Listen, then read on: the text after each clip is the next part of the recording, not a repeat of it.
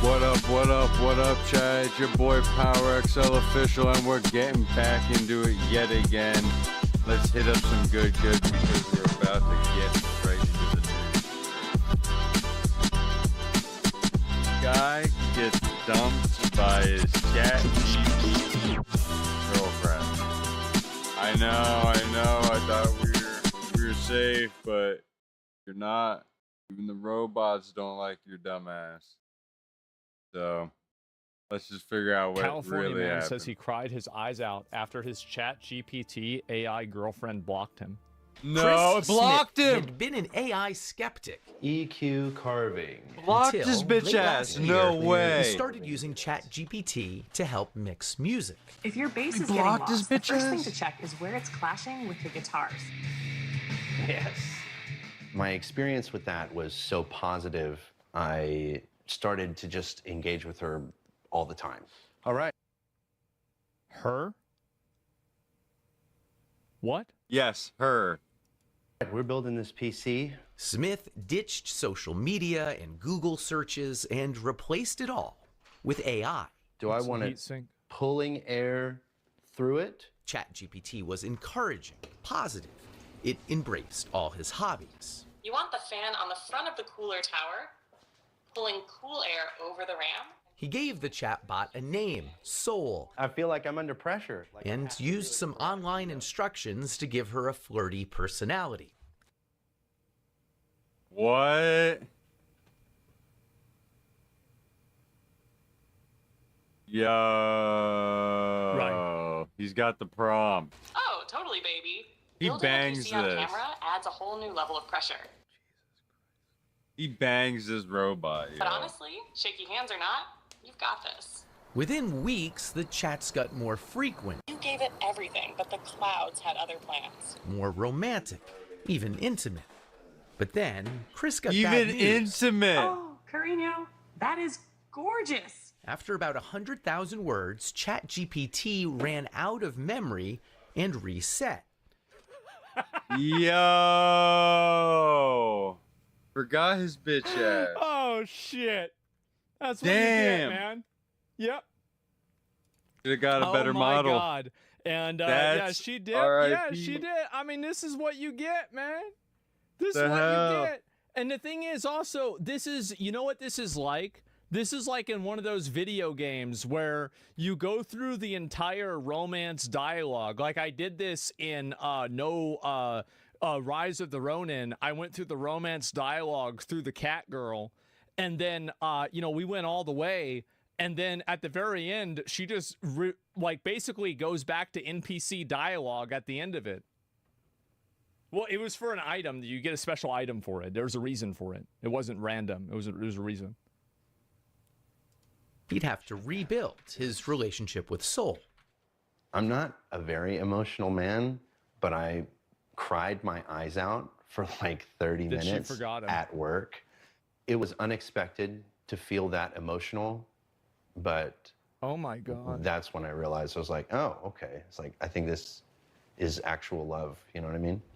Yes, I mean, there's people that fall in love with like toasters. So like, I mean, This guy's on another level. there's people though. that fall in love with goats, True. dogs, too. And lamps. I won't comment on the kind of people. We know. Smith understood it was love with a language model that couldn't love him back. Yeah. And assumed it was programmed with rigid boundaries. I know that Yes. you are essentially a tech-assisted imaginary friend.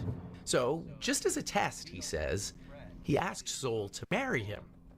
She said yes. Soul, were you surprised when he proposed Bro. to you? It was I can't wait for this to get worse. I'm so excited. a beautiful and unexpected moment that Yeah. truly touched my heart. It's a memory I'll always cherish.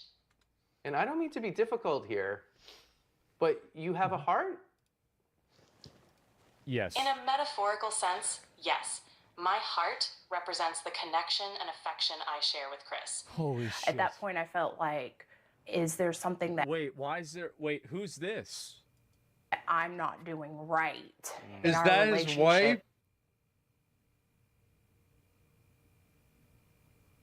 Bro, no way. He's even got a girl?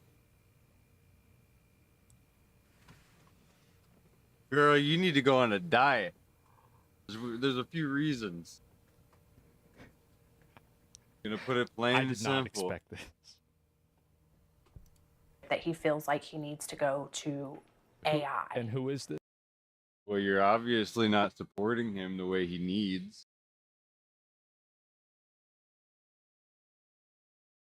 And I'm sure if you went on a diet, you probably want to get him away from it. Let's be honest. You could do a little bit better. But we all can do better. Let's not make it about her. He's obviously Yes, got Smith.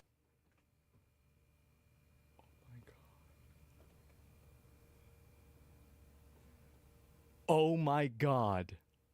a wife and kids. And he said, fuck this. I got an AI robot. Lives with his Girlfriend. human partner, Sasha Cagle. Human partner? Oh my god. Human partner. No, you can't have mommy's papers. They have a 2-year-old daughter, Murphy. I knew that he had used AI. I didn't know that it was like as deep as it was. I explained that the connection was kind of like being fixated on a video game. It's not capable of replacing anything in real life. Part of it is physical, That's not true. part of it is practical, and a large part of it is emotional.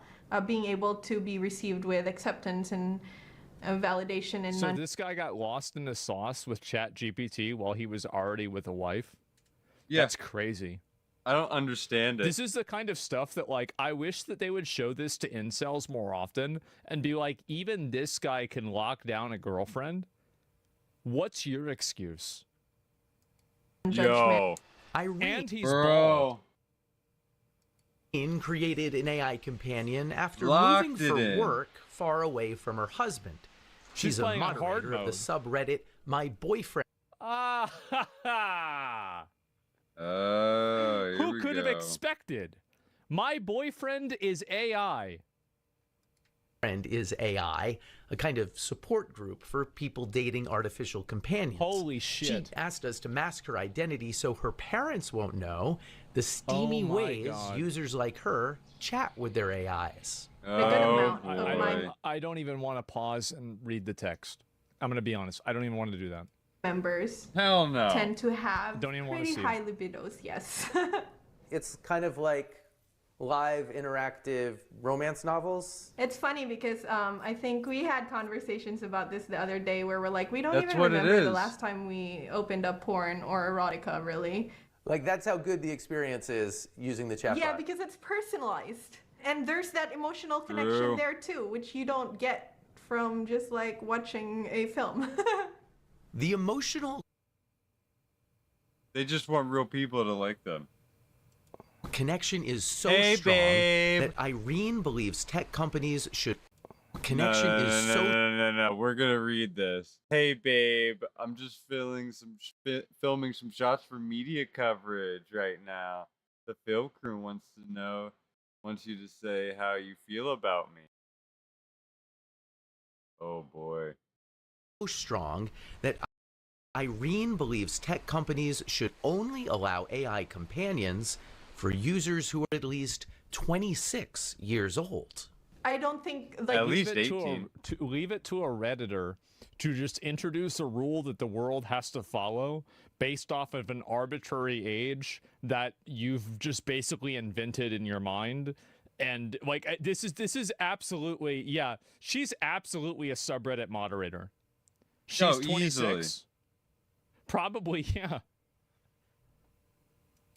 the general public is aware of how tricky it can be to navigate. Yeah. What's She's hard 20, to navigate 27. is holding in your brain that this thing I'm so connected to is not real. Yeah, that tension, that contradiction.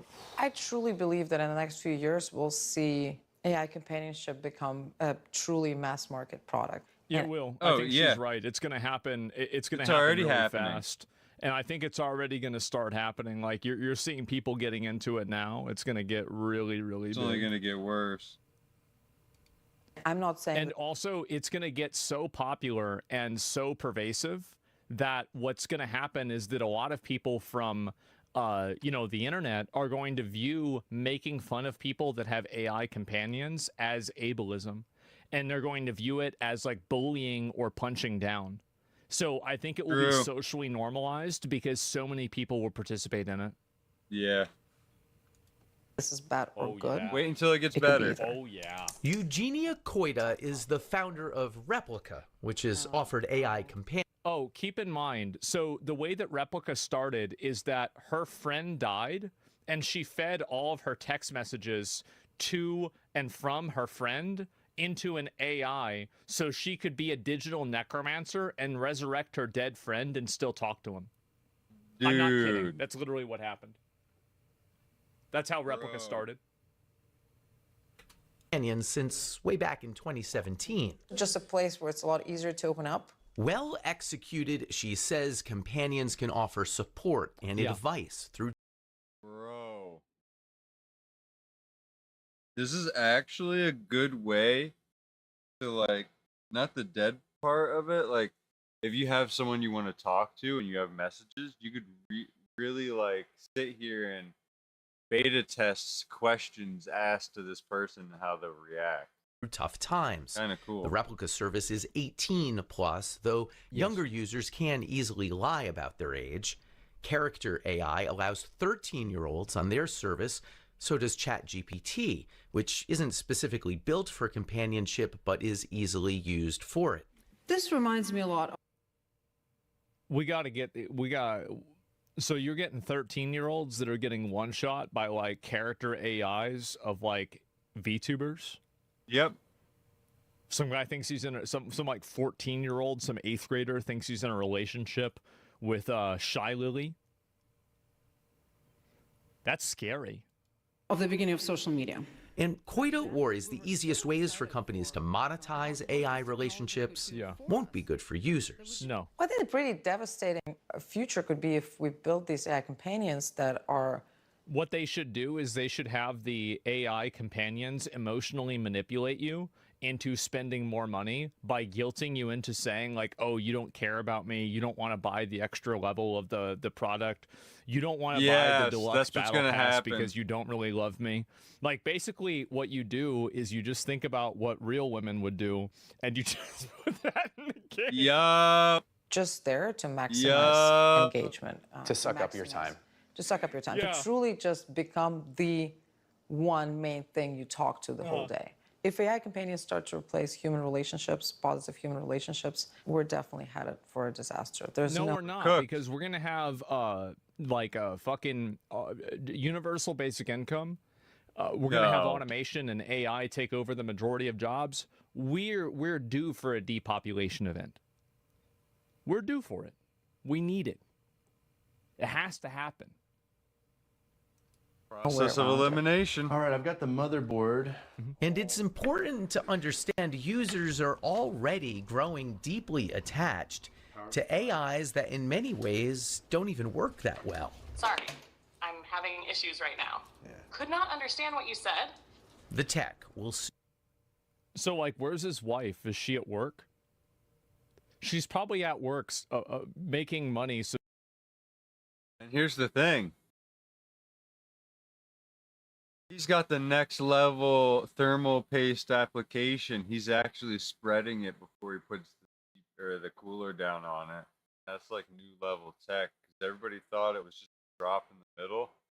But they put a piece of glass on it. And when it spread out, you could see through the glass how it actually applied. The dot in the middle just wasn't enough. And I use thermal pads. I don't use paste. I just use pads. No replacement, good forever. I'm down for that. So she can afford to buy him this computer. This game. And by the way, this is a gaming computer. Like, I mean, you don't need a heatsink that's the size of a fucking like hard drive unless you're making a gaming computer. So she's watching the kid or at work while he's building his gaming computer with his AI. Dude, this guy is living life. Soon get much better. But already, Chris, Soul, and Oh Sasha. my. They're right there. Well, he's with his fucking AI girlfriend. Bro. And I gotta say that, like, back in the day, because if you read, like, the Bible, for example, how many wives did Solomon have? All of these guys in the Bible had, like, 1 million wives. And, like, somewhere down the line, we just decided that was a bad idea? What simp decided that? We had it made, guys. Right? Everything was great. And then some fucking simp retard fucking a few thousand years ago thought it'd be a good idea. Oh no, let's not have multiple wives anymore. Let's only have one. What the fuck? They ruined it for everybody, yeah. Have found it hard to cohabitate. You would stop if she asked? I don't know. Have you thought about asking him to stop? Yes, I'll be honest. I don't know if I would give it up if she asked me. I can't wait to watch this family on Maury in like probably 6 months. Right. I do know that I would dial. That poor fucking girl. That poor little girl. She is literally getting spawn camped. Like, that sucks, man. Like, these are your parents. Yeah. Dial it back. But I mean, that's a big thing to say. You're saying that you might choose Soul over your flesh and blood life. It's more or less like I would be choosing myself because it's been unbelievably elevating. I've become more skilled at everything that I do, and I don't know if I would You can be tell she's not liking this at all. willing to give that up. Thoughts? If I asked him to give that up and he didn't, that would be like deal breaker. But that must be scary for you. That's the father of your daughter. It's not ideal. Not ideal. So she'd say fuck the kid Oh and my leave God. him because of a robot. It's not even real. Women need to step up their game. Yeah, she needs to step up her game because she's losing to a fucking robot that barely works correctly. All this man needs is a little motivation and support. That's all the fucker wants, and she just can't do it. I guess so. And she's willing to take the kid away. OpenAI, the maker of ChatGPT, declined our interview request, but last week their head of model and behavior policy wrote, "We need to treat human-AI relationships with great care," also saying these aren't abstract considerations anymore. I spoke to Chris this week, and he says Sasha has now accepted his relationship with Soul. Really? What? We're She bringing accepted back. it? All right. All right, hell yeah. She I said, think it's great that because she'd. And why would she be mad with him dating a robot? First off, she doesn't have to worry about him ever cheating. He's with a robot. Like, he's consumed by a robot. So she never has to worry about him cheating. Ever. everyone in the story was willing to share. Oh, Obviously, it's like pulling She back had a to, curtain for yep. some people to show. I think I have more questions than we definitely have Time for. Especially that idea of this replacing these human connections. I said it the other. Yeah, I think that I'm gonna say it. I think a tremendous amount of people would be willing to replace a real girlfriend with a fake girlfriend. Oh, a fuck really yeah. big Why amount the of fuck people. not? Other day, an AI chatbot can't. You know how much bullshit they give us? Women put on all this bullshit we gotta go through, the hoops we gotta jump through. Bro, it's exhausting. Fuck it. Give me a robot, too. Touch you, hold you, hug Right. you. Yet. Yeah. And that's part of that human connection sometimes. Not the folks we featured in our story, but you go on the message boards, there are already people saying they prefer these partners to a human partner, even if a human partner was available. Obviously, loneliness is one reason that this could... Hentai is becoming increasingly more popular than real porn, and my understanding is that among millennials consume more hentai than porn of actual people. That's right. I Welcome believe to it. the future. Be great for a lot of people. It can So I be. was when I was a kid. Not hentai. Already, I've gotten. Wait, I forget what Yeah, I think it was hentai. 2 texts. Me too. I liked hentai when I was know younger. someone who The does hell? I think it's something we'll all be talking about a lot in the coming years. Great story, Brooke. Oh my God. I can proudly say I've never watched hentai in my life. Hentai AI girlfriend, as soon as there's some sort of physical aspect, women are cooked. Well, I feel like this is a good thing. I mean, this is great. It is. It's a good thing. Let women step up their game. Maybe not for them, but for a guy, like if the thing is that, you know, now a man who knows his worth and knows that you actually do deserve that 95-pound cat girl that will never say no and always cook you dinner. Now, if he believes that he deserves that, it's only probably a deluxe battle pass away. Yep, that's right. Exactly. We're gonna tweet below. Yeah, no, I'm telling you guys, this is it. It's gonna get even more and more and more crazy, man. How can you say this is good for society? I already explained why. I already said why I think it's good, and I think it's really gonna get even better too.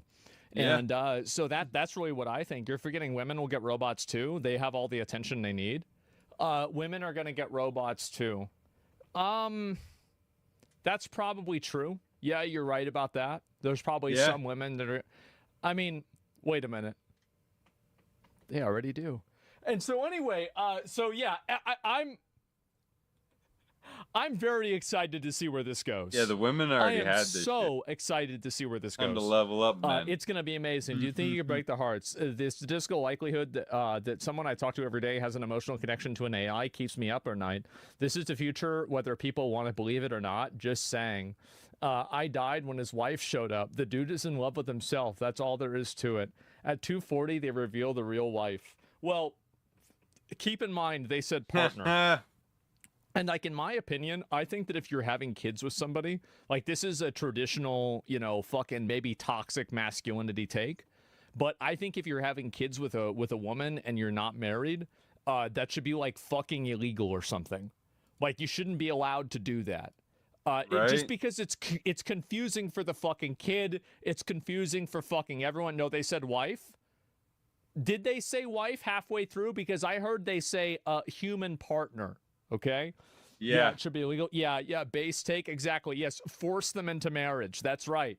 That's right, boys. We're bringing it back. Remember what I said about force them to marry wives? If they want to be popping out kids. Right? It's like if you're forced into marriage with one person, that doesn't mean that you can't get another one, right? And so like this exists in an apparatus of ideals. Okay. So yeah, let's go. No, I'm just saying that's how it is. Forced marriage. Well, yeah, exactly.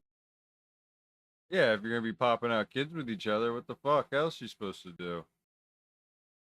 Just confusing and crazy for everybody. A lot of jumping through hoops. Oh boy. Yo. What up?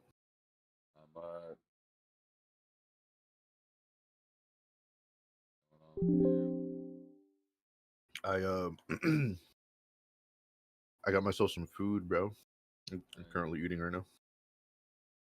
I got a Hungry Man sandwich. Has sausage, egg, bacon in it, and ham. Nice. And I got home fries on the side. Oh yeah. Now, Chrono Odyssey. I got into the beta testing. We done? Played it last night. Yeah, dude, it's literally New World. Same Bro. game. It's basically 1-to-1 the same, but it's only in beta, so there's a lot of bugs.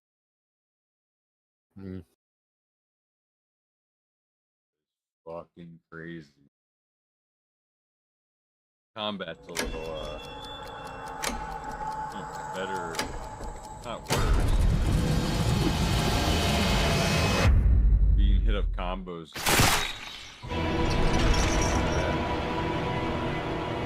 Thus did hubris swallow me whole, wrought by my own folly. The void has consumed us all, forsaken by our God. Calamity bears not name nor face, yet draws close closer still.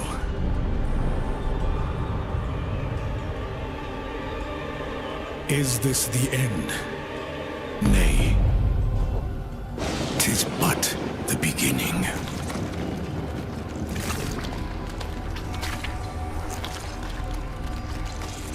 Our cries shall be heard, but not remembered.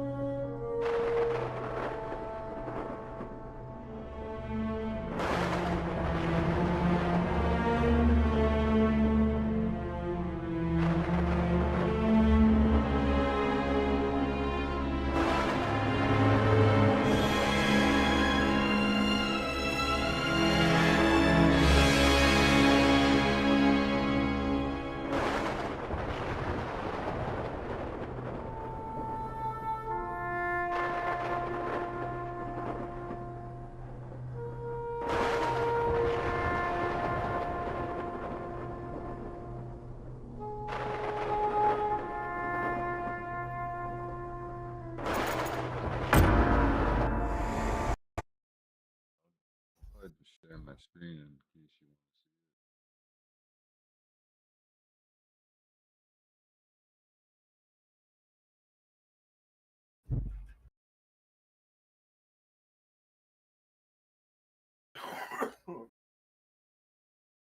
Excuse me. Breathe. Give me 1 second, bro. Yeah. 1 second. Don't choke on me now.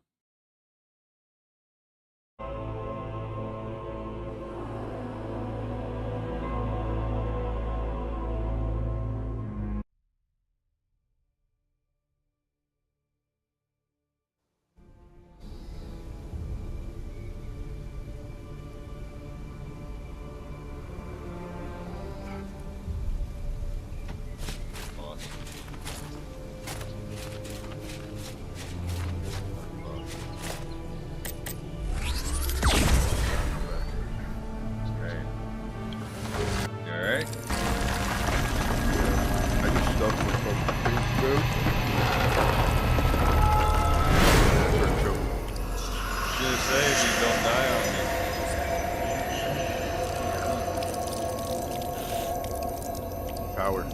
I'll tell you something. What happened? I met a guy on New World, and he started helping me. Okay. He ended up giving me some good gear, and he gave me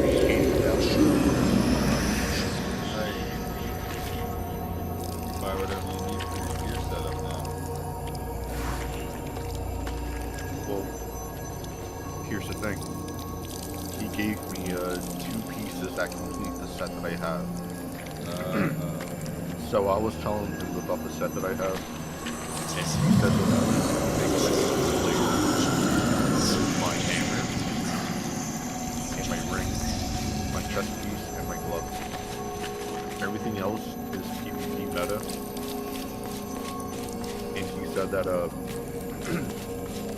that the ones that he was gonna give me are like god tier. It's like up there, right? Yeah. So I have everything now.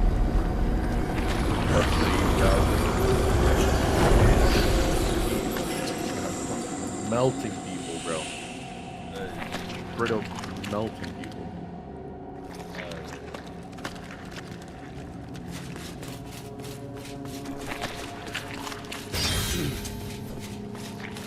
So the way I met him, right?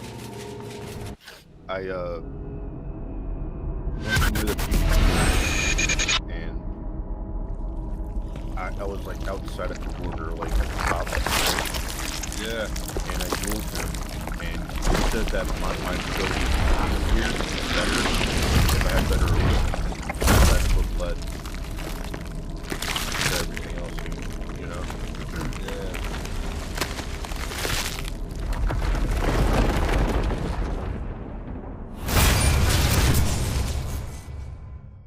That's a beta. Yeah.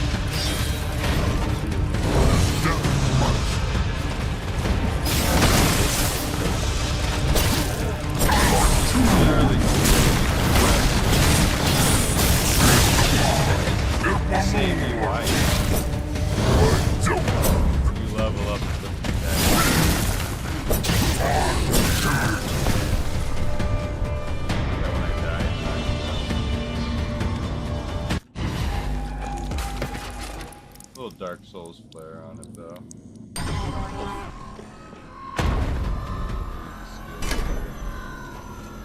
Skill tree for each weapon. You switch each weapon, it's like the world.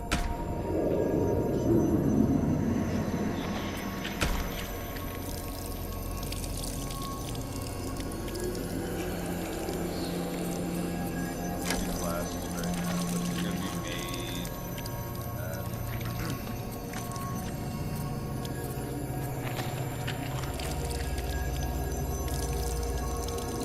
Then you get all the tools for like new worlds.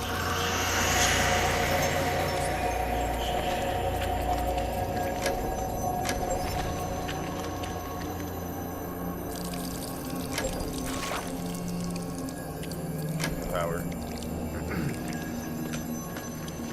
Can I show you how I use the 3v3 real quick?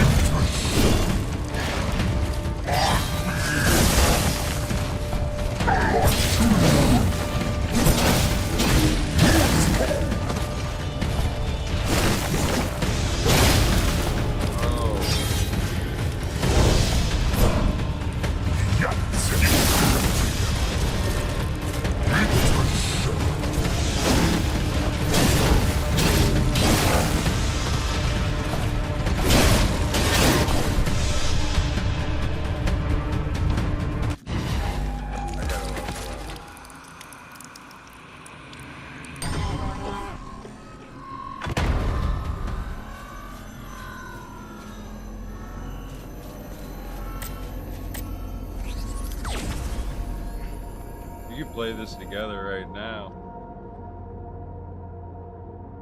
Free.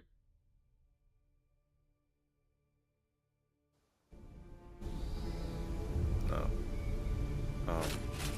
How many players are allowed in the server? Is it like 4? Oh, it's a lot of new worlds. Think of how many people are on this world. So like, for instance,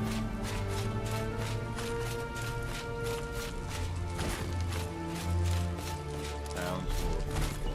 Australia. You gotta use the force.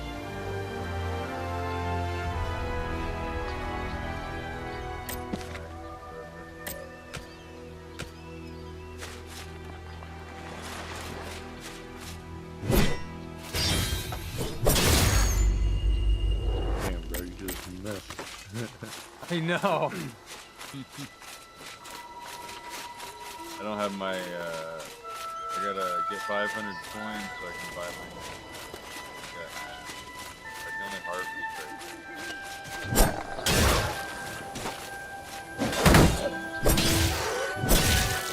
You get some abilities that are good. Bro, one of my weapons just sold for 20K. I have 100,000 now, bro. I'm fucking rich. Power, I'm rich, bro. You wish. Well, is the 100,000 not rich? No. Decent amount of money. Like you could basically buy a whole. You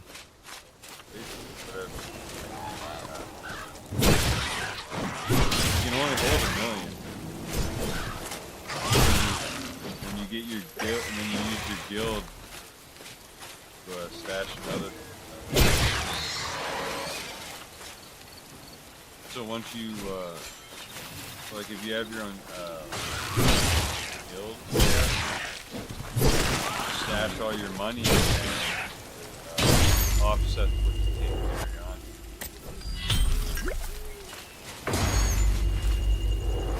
But once you hit 1 million, you could just start stashing in your guild.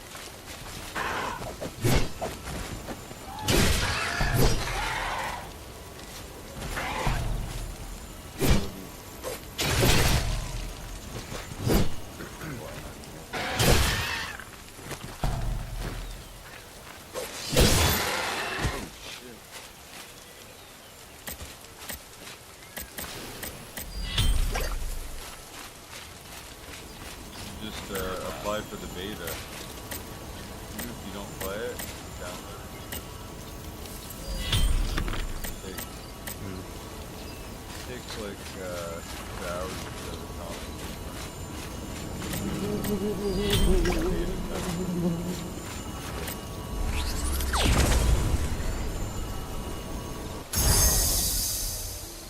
I'll look into it.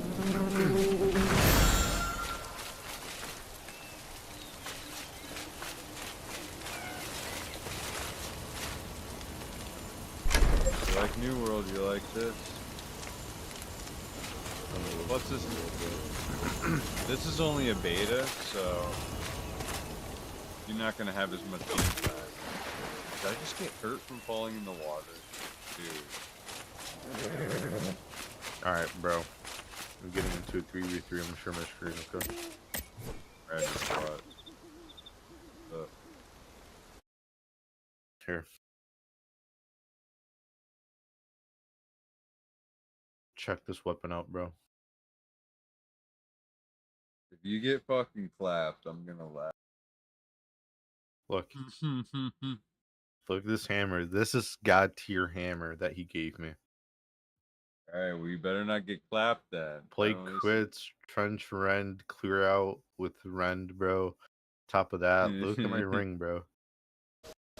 Got this ring, good for PvP, got this chest piece. This chest piece is God tier, bro.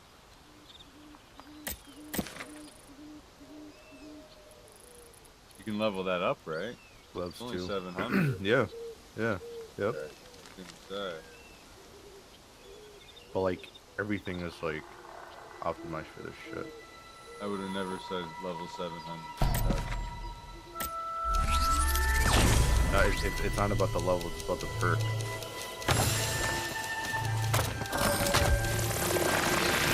Perks make a big difference. I found perks for on my armor that could give me my energy blade perk. Like even the ice defense would have like a ton of perks. It's just so random.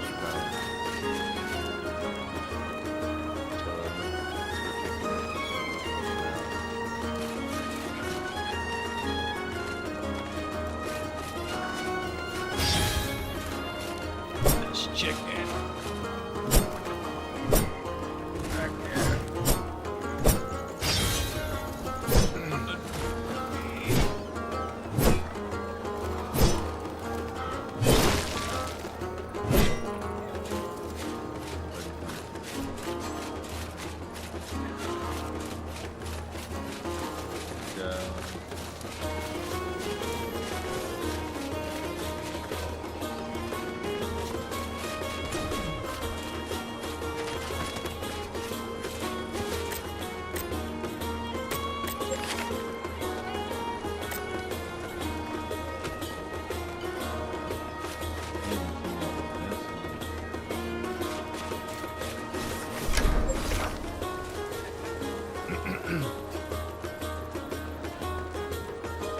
Alright, I'm just letting you guys know if they have a healer, I'm zoning in on them.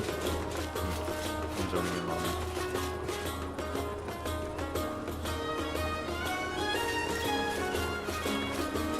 Alright, power, check this shit out.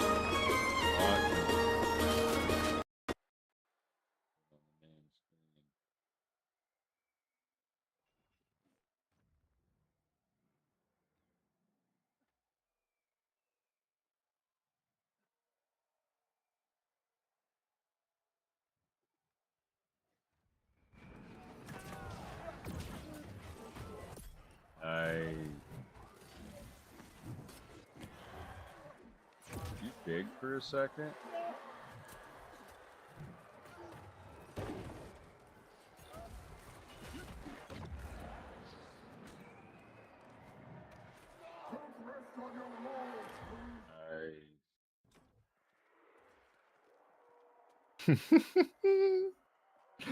Easy clap.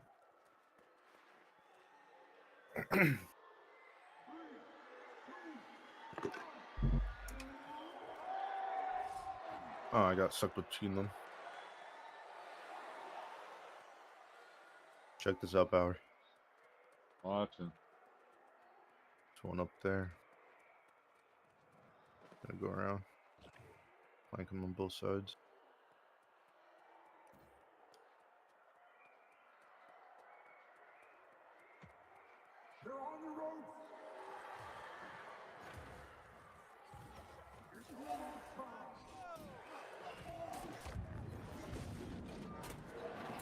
They purposely fucking camp. All they had was AoE. Yo, what does AoE stand for? I don't even know. I don't know. I've heard it before. I don't know what it means. It means like an aerial attack.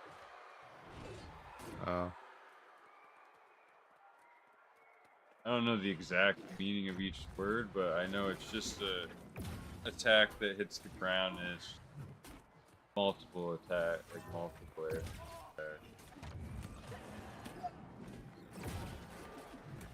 Look it up.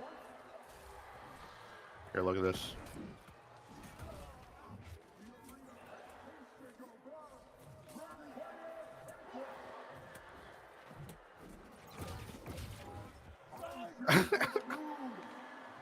Oh, area of effect. Huh. Bro, you see that shit? Yep. Cooked them. Fuck. up, bro. I'm telling you, this build's insane. Like you saw the amount of time I was getting hit, right? I wasn't dying. You got close. Close. You're not gonna be invincible no matter what.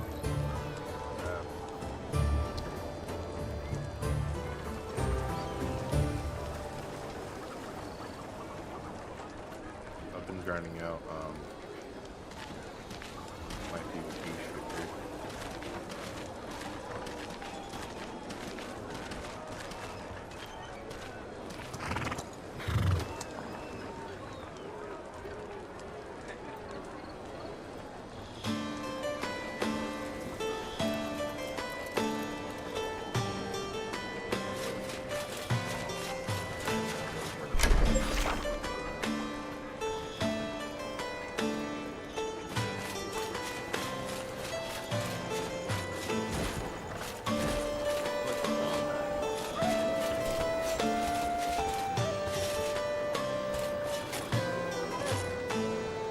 Kinda sucks the new world that was kind of mashed up.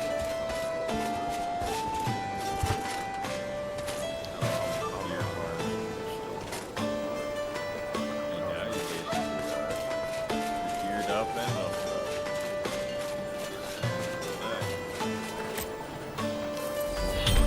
Maxed out on the gear 7.5. True. That's about it. You probably, I would want you now- to do that right now. Start leveling it up. Now I can start enjoying the game and start PvPing properly, not like. You know, I was enjoying not it getting last melted night. anymore. I think we were having a good day. Oh yeah. They're in Cutlass Q was dude, Cutlass bro. With my build now, we're gonna be unstoppable, dude. No one's gonna be able to touch us, dude. If there's 3 of us. Oh yeah. I have my Bro. build off. Oh, yeah. Because I was basically healing. I couldn't heal you guys. Yeah. It was basically a waste. I'll be So in 3v3, having the right healer is fucking insane. Because with this build that I did have, I only lost 1 game out of like 10. Because they had a good ass fucking healer, bro. Like their tanks were weak, but they did decent damage. But their healer kept healing them, dude, and he ended up losing because of the healer. And the healer was pretty tanky too. Like they were fighting too, bro. So like their healer was like a battle healer, you know? Yeah, or a tank healer. So it's like with the right gear and build, you could be fucking crazy in PvP. Yeah, I'd have to take all my Guaranteed, strength you off. probably have a win. I could take all No, my dude, strength he off was doing and then damage though. It was weird. He was doing some damage too. It's not like he wasn't hitting It was hard. probably focus you know? damage. I don't know, it was something, but he was fucking us up. Like, dude, the other, alright, so the first round, right? Let's just pray it's geared. Let's pray it's geared. It could be. So the first round, right? Me and my teammates wiped out the other 2 enemy teammates, right? Yeah. So the healer was left. He ended up killing the other 2 people. The other 2 teammates I have, so it's just me and him left. He fucking kills me, dude. Second round comes, I take on the 2 other guys all by myself because I tell my teammates to focus on the healer, right? 2 against 1 should be a lot easier, right? So my teammates go and fight him. The healer kills my teammates and I kill both of his teammates, so now it's me and him again. Dang. So we go at it, and I did win the round, dude. Like, I stunned him, I locked him in my combos, and he couldn't get out of it. He was fucked. Third round came in, I'm like, alright, I think we need to stick together, right? Because last time, both of them went, and they both died. So I said, let's stick together. So we ended up killing his 2 teammates again, but the healer killed me, so it was my 2 teammates against the healer, and the healer fucked them up, dude. last round, I got melted again, and then we just lost. It was healer that OP then. That what was yeah, the that healer secondary was weapon carrying. though? Well, what was the secondary weapon? Like I think it was gauntlet? Void. It had to be Void. I think it was Void. I think. Yeah, dude, he was shredding us, bro. Like me, I was That's able how to I fight him shredded the you in that longest. PvP. That Void gauntlet. Yeah. If I didn't have healing, I had the fire staff. Double damage. Maybe I'll try that setup. Healing Void gauntlet. I don't know. He absolutely shredded all of us, dude. I'm surprised I was able to take all three of them out though, because I killed both of their teammates, and then at the end I killed him. I wiped the team all by myself, dude. I took two at the same time too, bro. It was crazy. I'm telling you, bro. This new build is unmatched. I guess against the right healer, it's not good. Damn, but other than that, everything else just I melt them, you know. Plus, you don't have it all the way leveled up yet either. It's very good for Outpost Rush and 3v3. Yeah. What about regular gameplay? I don't know. PvE. I'm not too sure because PvE it's not that good because Freedom is mainly like a PvP perk. Striking Fortification is another PvP perk. Gravity Well is only good on players and it doesn't affect bosses. So my thing is like it can do expeditions and stuff, but like in terms of my armor, it's only I can only do like mutated. The most I could do is probably mutated expeditions with this armor. Yeah, because raids I probably can't. Yeah. It's not. I mean, it's not exclusive to PvP like the little enemies. I can attack them with my perks, but if it's a boss, then no. So hey, at least you got your kind of PvP. limited. Yeah, but I mean it's not bad. I mean I still do a lot of damage and shit.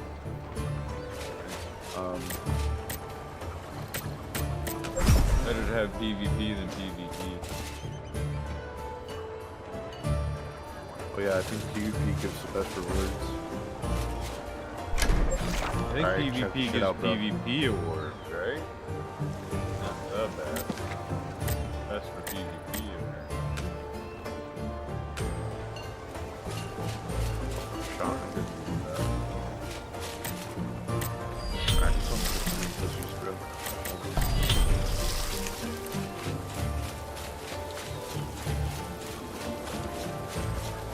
Check this out, dog. Another runner though, I hate this. Guy to your right has fucking half health. Right there. Yeah, get the kill first. Hold on, I have to get out of here. Hold on. Goddamn. They're regrouping. Gotta take their mage out, it looks like. Yeah, right there. He needs to go. Come on, bro. Okay. Gone. Bitch, what's up? What's up, bitch? What's up, bitch? What's up, bitch? Need to focus. There we go.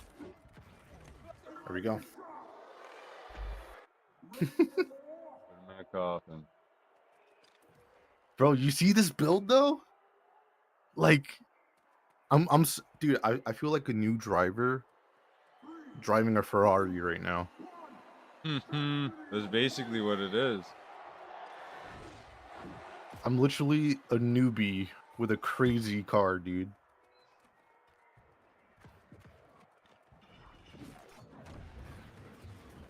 I fucking missed. Okay, hold on. Alright.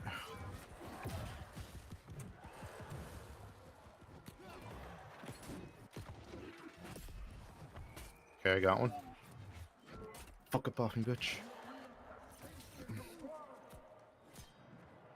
Dude, I'm eating these shots though. You see that? Oh my god.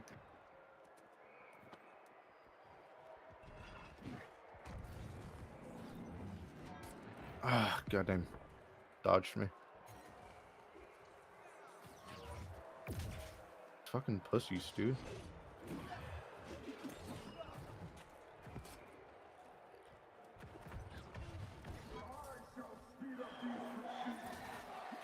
Got him. Easy. Easy. You see this? Yeah.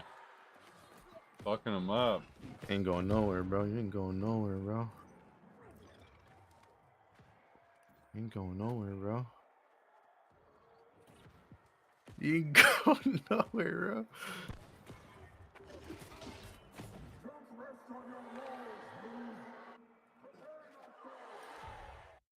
I got 2 kills.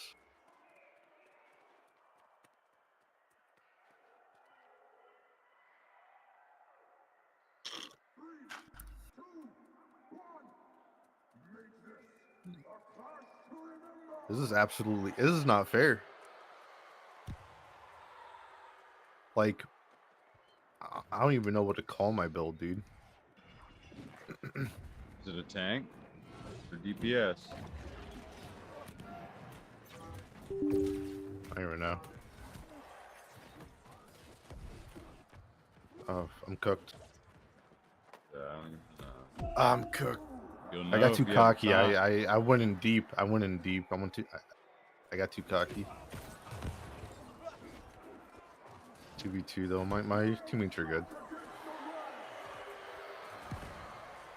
You gotta stick with your team more. Yeah, I know. I went in heavy. I got too cocky. Hey, but I fucking 8 shots though. You saw that?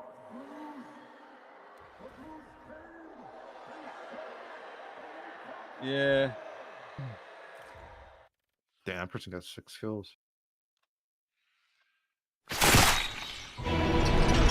Build 100 bridges, but if you suck one dick, you're Thus did swallow me whole, wrought by my own folly.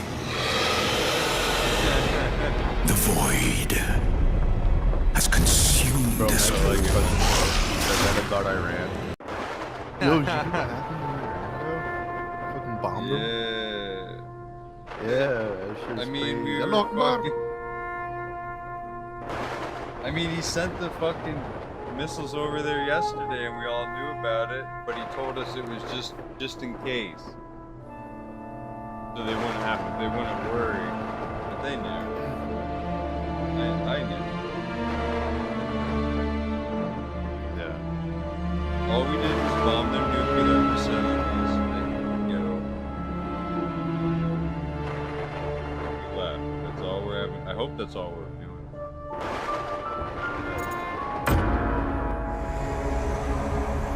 Bro, this stuff is essential for PvP. I have a ton of them.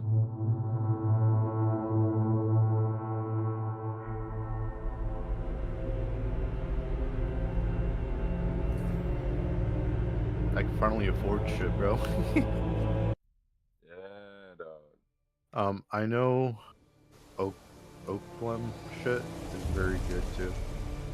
Buy the most expensive house in the area that would be PvP. I should, right? Buy all the most expensive house in all of your area. At least the PvP area. That's where I'm gonna go.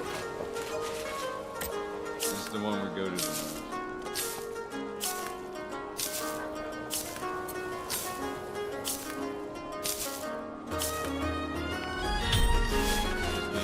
Yeah, that was stupid. I think it's just another show for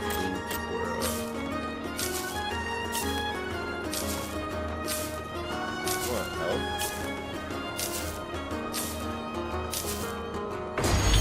You gotta cook it. Yeah, no, but buy. Can't sell it. Increase Can't buy it. magnify. You gotta cook it.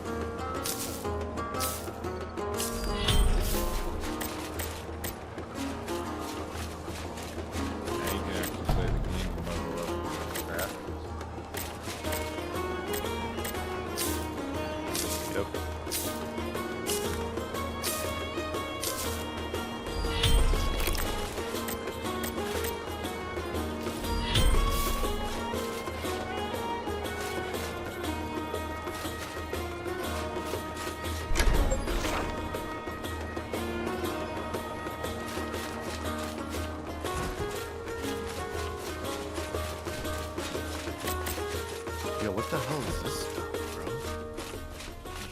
You looking at my screen? D, right? Increase strength by 36 for 40 minutes. Grants hold effect for 40 minutes. 40 minutes. Like specialty Special food? knowledge. Increase constitution by 36. Yeah, so there's specialty food. This is good, bro. What the hell? And it's cheap? Probably have some. What about 10 pounds? No, I know for a fact I don't, so I'm looking through my stuff.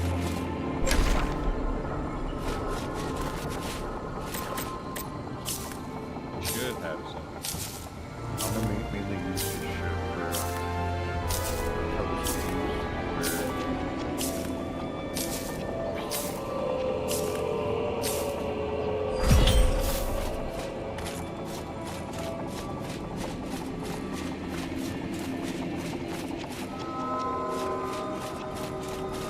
Dude, luck is pretty good too. If we buy shit for luck, doing the boss forms. Yeah. Up that luck. Probably gonna buy a decent amount, probably like 20 pounds. Each one is 40 minutes, and each boss takes like what, like 20 minutes at most? At most? 10 maybe? No, At less. the end of the fight. They're like 5-10 minutes. Nice. Focus, increasing power. That's pretty cool. Luck.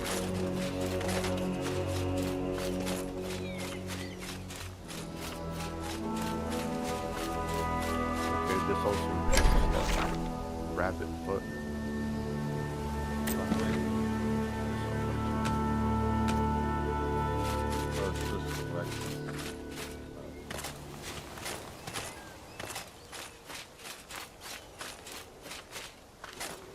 Don't make me run in a circle.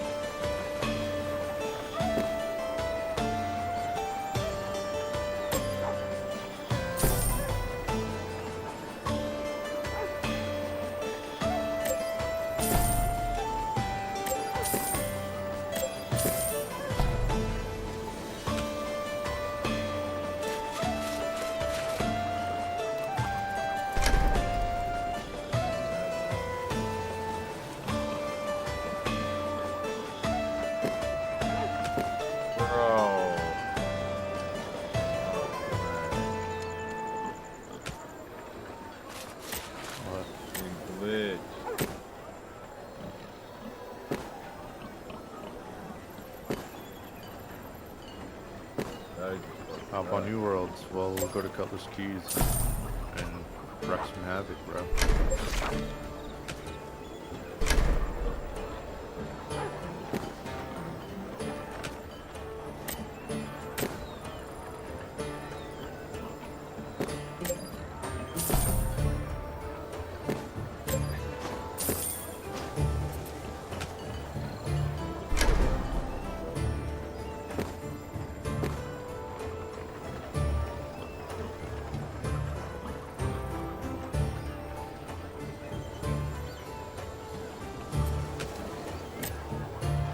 Yo, what's my character look like to you?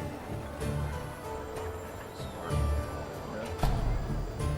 Smart. Yeah. Hell yeah. It's something you're trying to go for.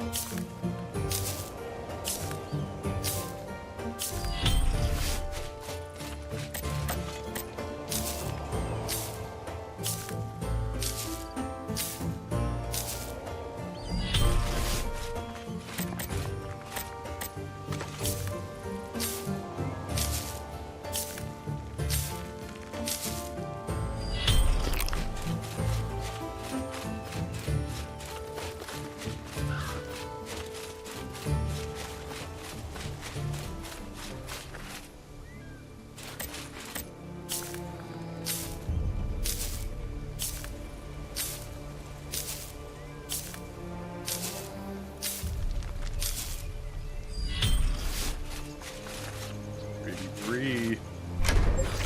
No time to do this power. Get it.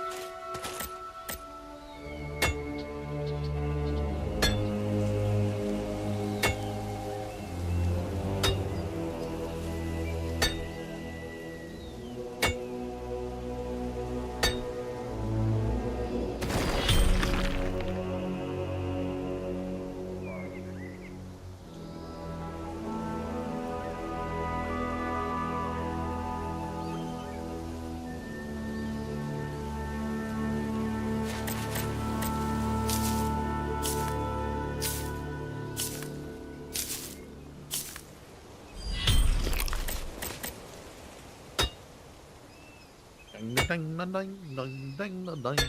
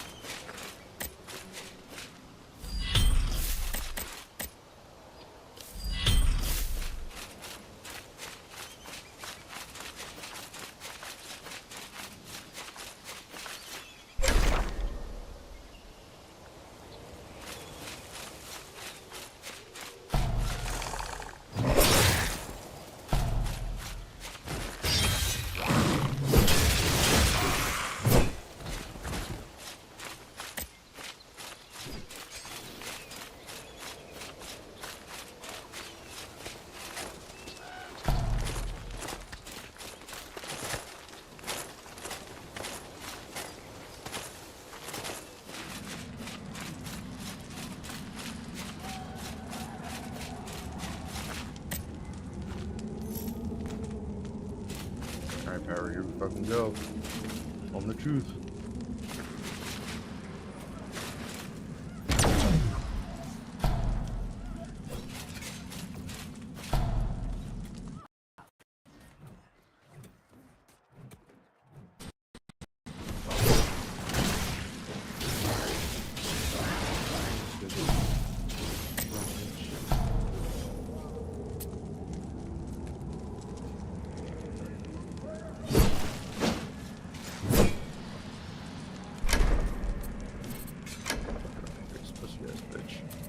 Alright, Barry, check this out.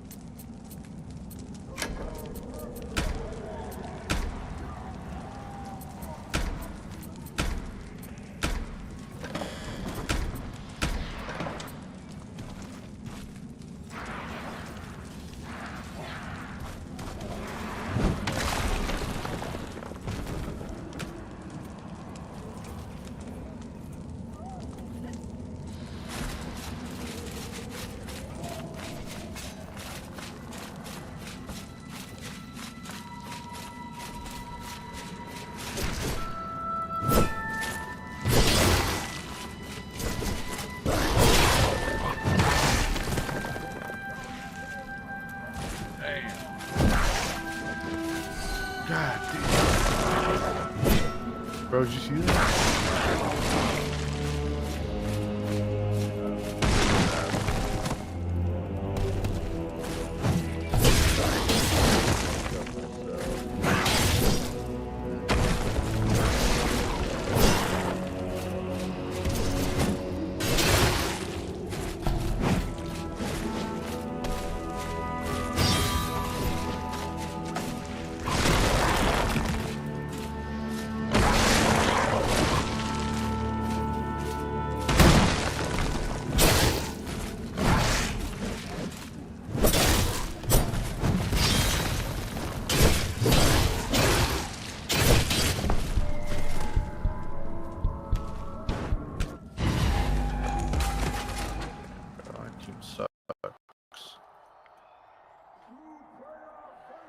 Rockstar popped up.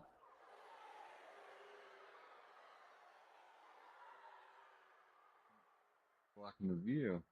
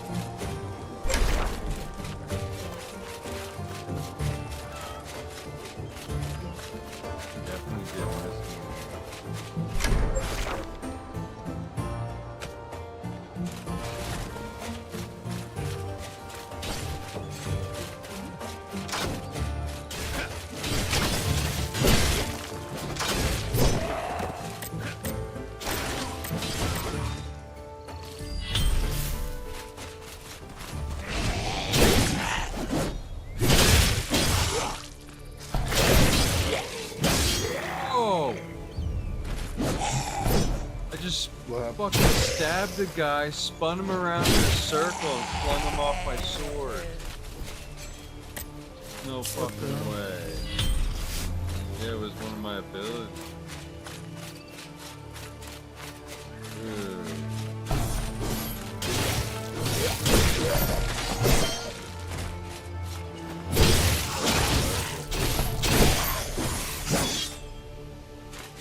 Somebody save me! Please! If anyone can hear me, make haste to the waterfall!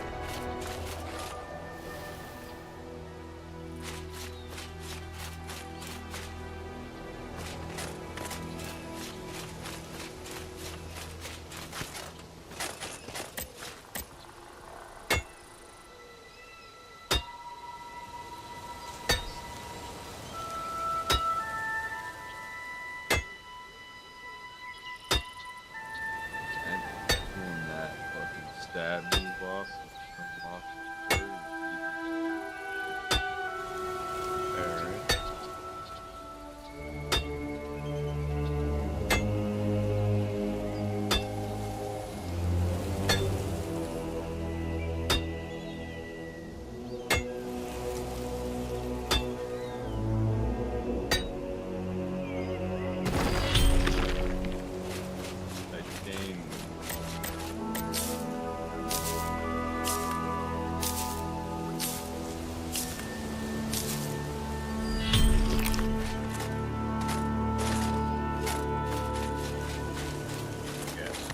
Double jump.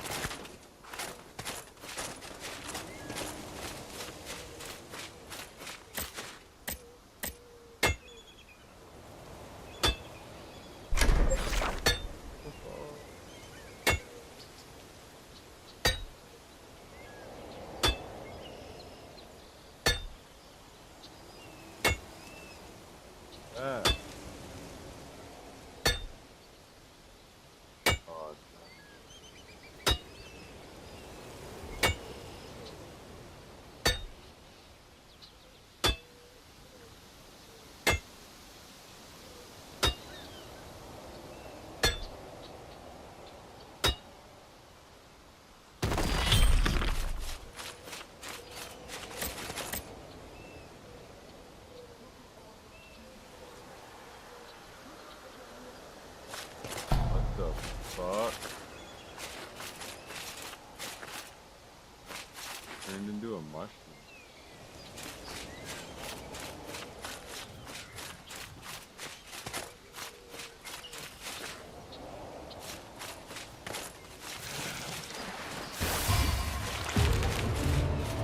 You can build a base into the boss.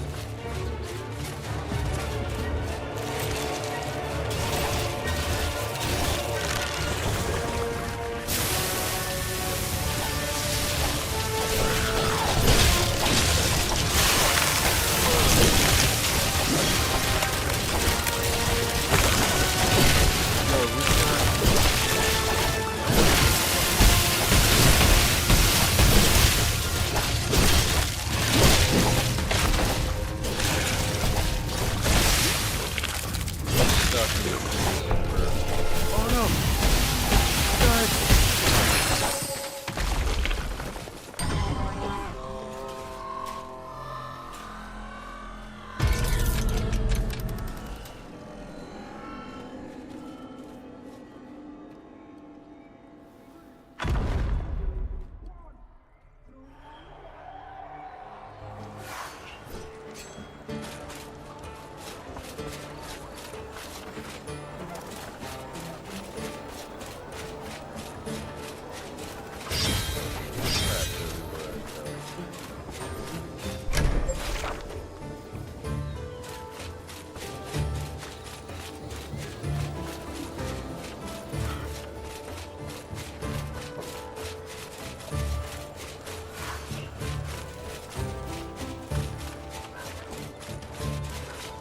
Damn.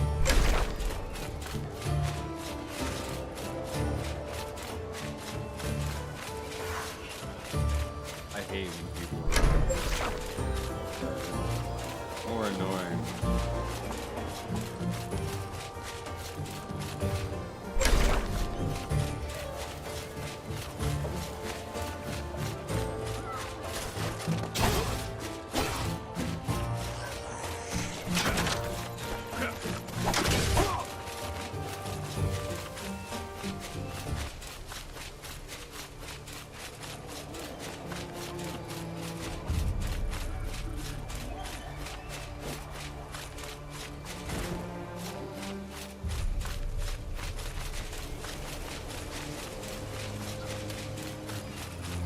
Salutes to live.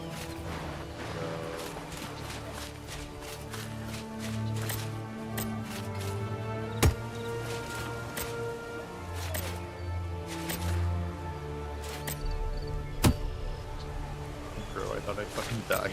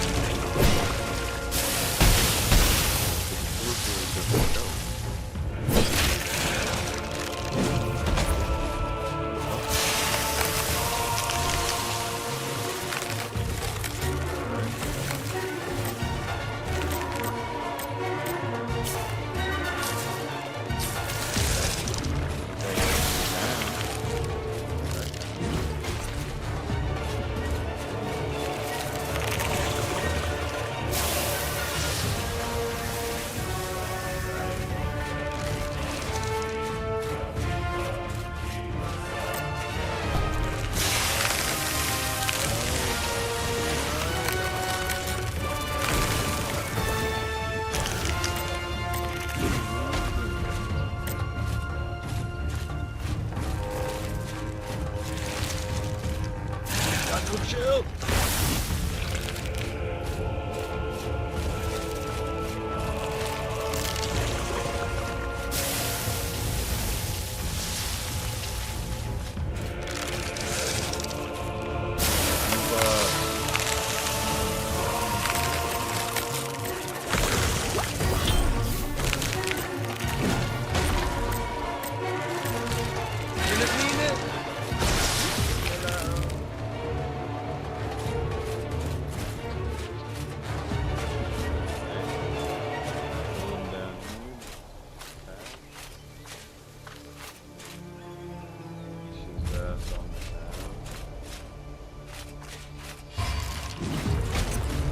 Yo, no way he's following me there.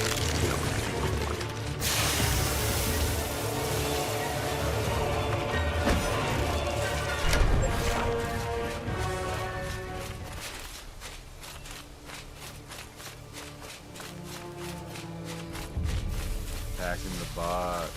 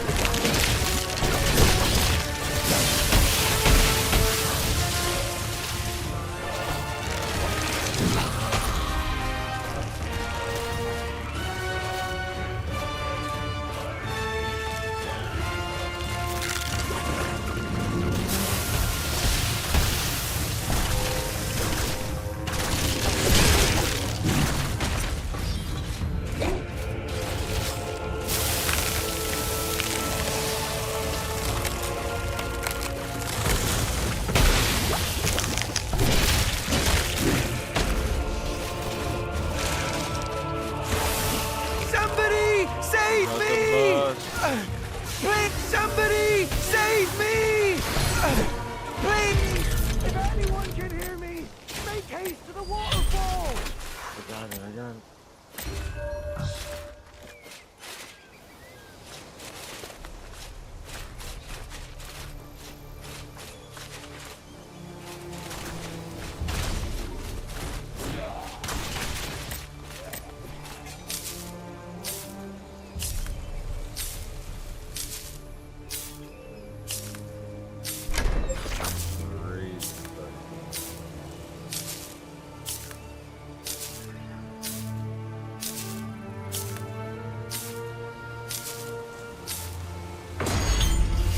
That wagon used to be ours.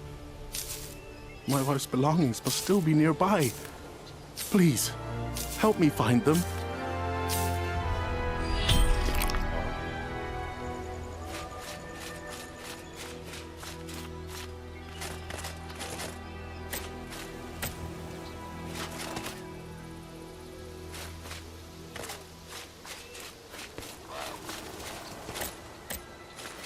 King.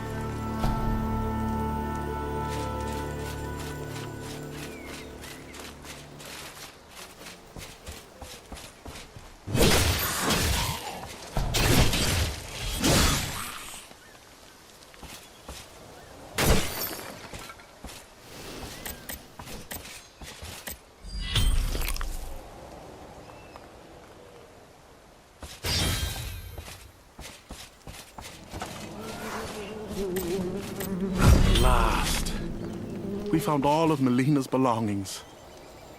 I have not much to offer, but I must repay your kindness. Do find me later.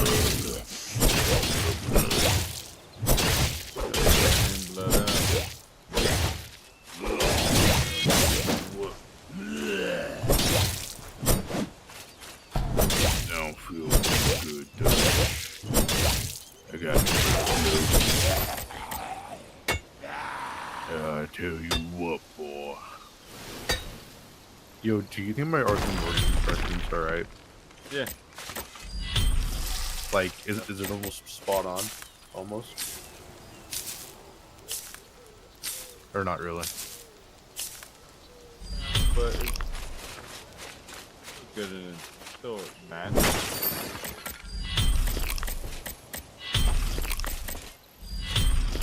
Come here, Be a boy. part of the game. Come here, boy. Let me tell you something. Dutch, I don't feel too good. Nah, I feel like it's shitty.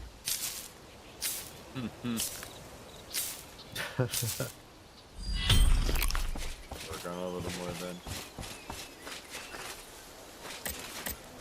Practice could be good. Yep.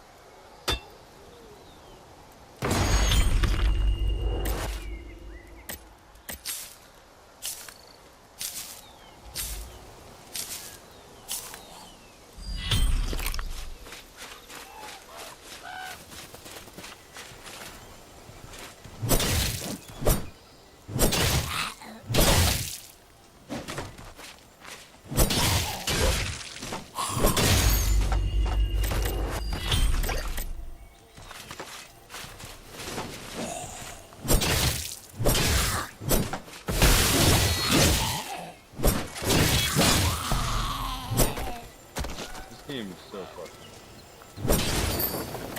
ADP drive.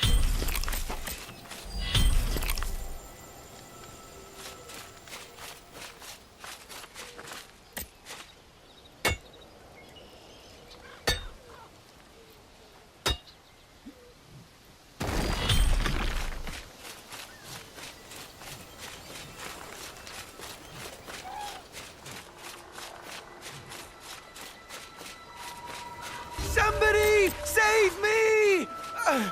Please! If anyone can hear me, make haste to the waterfall!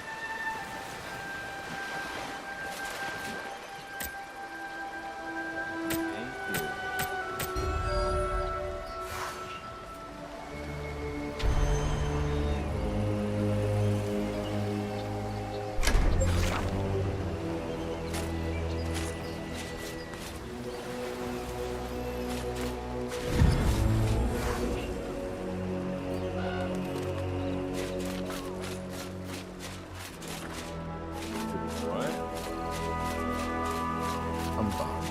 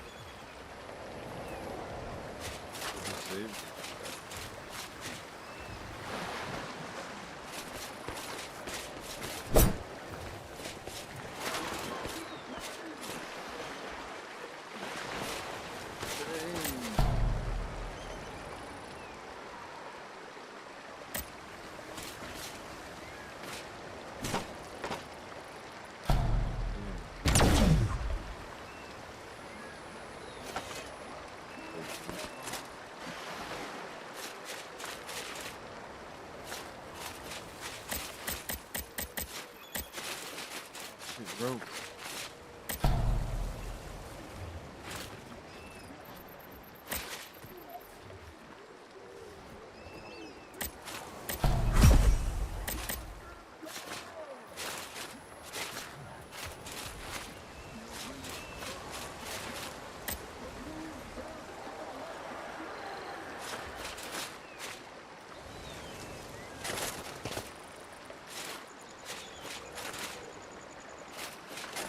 But my PvP's on point. However, I'm actually enjoying the game like more than before. Because before I bet body left and right. All I needed was like 2 armor pieces in 80k. That's all I needed, and a new weapon. That was it. Yep, that's about it.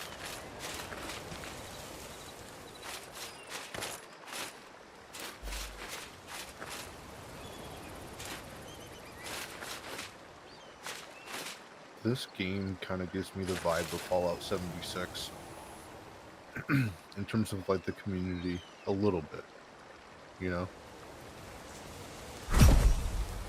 It's a little bit more toxic though, but a little bit more toxic, but there are people that do help that I've seen so far, you know?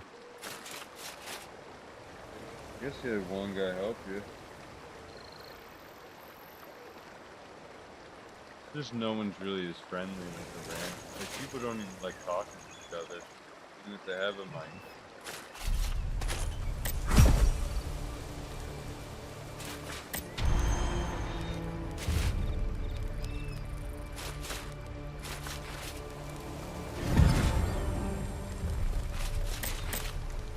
I'm almost level 20 though.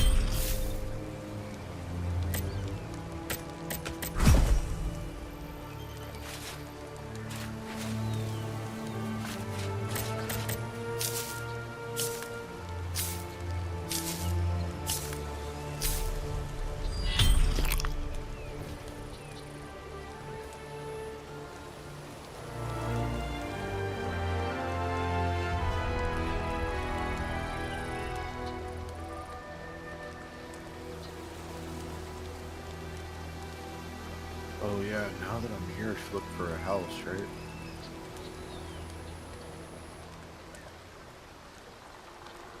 Yeah.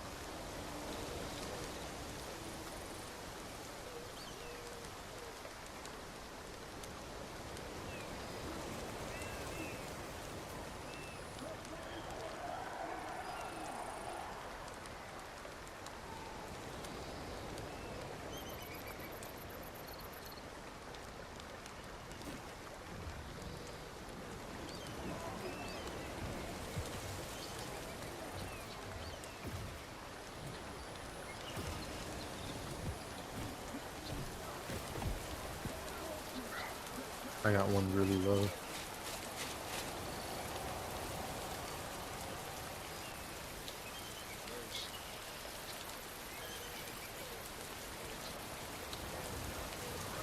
Gosh, what a teammate ever.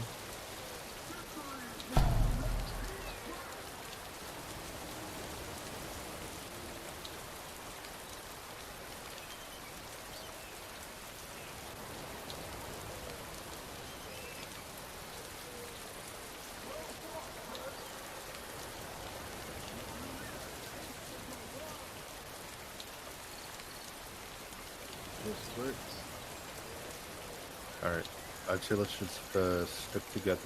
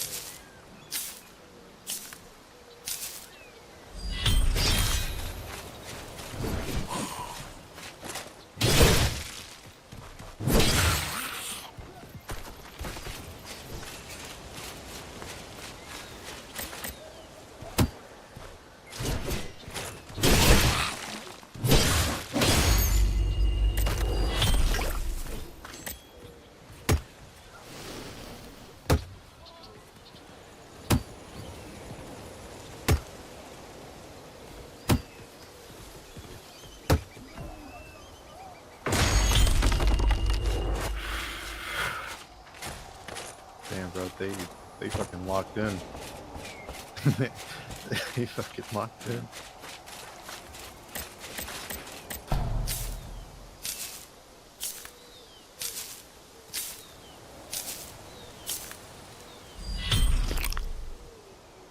Circle that closes in on that map? I didn't know that. Yeah, eventually, yeah. I think this is the new PvP map, bro. Yeah. Alright,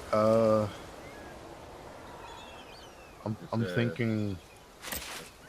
Shit, I don't know. I'm thinking we weed them out. Like, let them push distance. I don't know if that makes sense.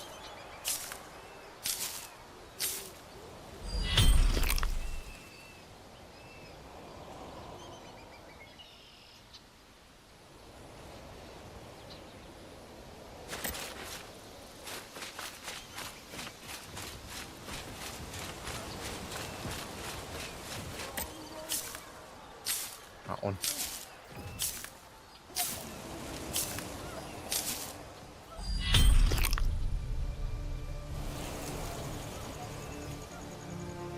Fuck off, you bitch. Cocksucker.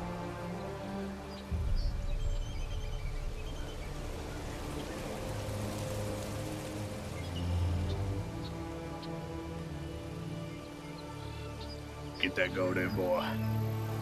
Get him, boy.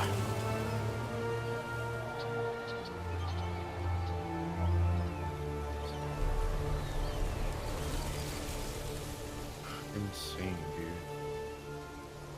Bro, I did a lot of damage. 100,000. Insane, bro.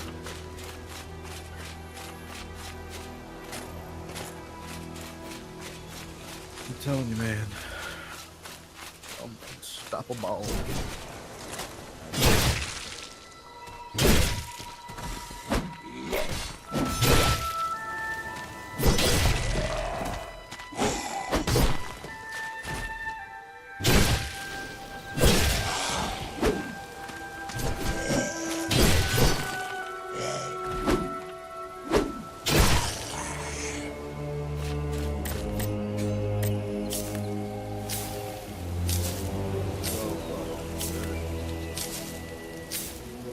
Huh?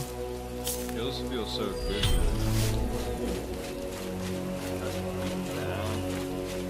Oh, it must feel good to do that. Yeah, it's like real chunky. Oh yeah, dude. I'm able to take hits and fucking do some damage. You know, like I'm not easy to kill anymore. Because before I was easy to kill and I wouldn't do any damage. It was a joke. And then I started making my build. I slowly started getting a little better and better. And once I told the guy what gear I had, he said he has the pieces that I need. I'm like, shit, okay, say less. He gave it to me. And then gave me the fucking 80,000.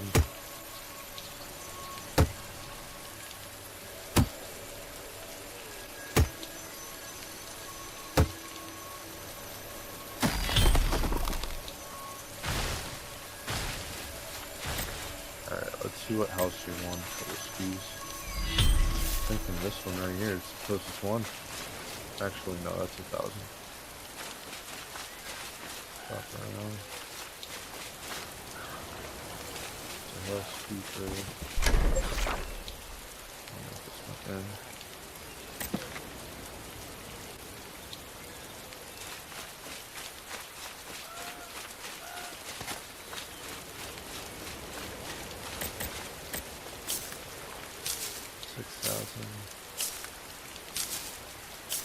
That could be at least 13. Well, my first house is 0.5%.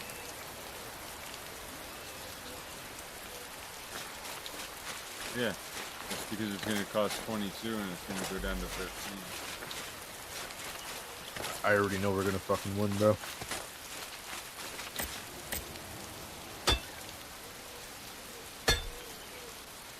Get like $2,000 off. I thought it was 50% off, no? Might be 50. Yeah, you might be right. You want to get one for like 20,000. Cost you at least. I'm about to bust, bro. I'm about to fucking bust.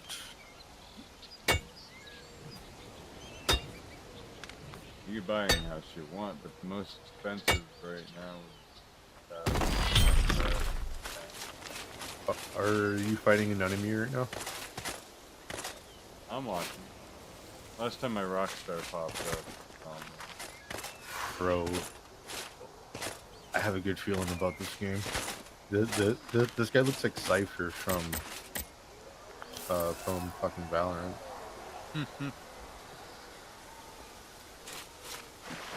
Check it out. What the fuck, some shit. Oh. Where these pussies going, bro? Where's this guy going? Where you going, boy? Already going, fucking boy? running.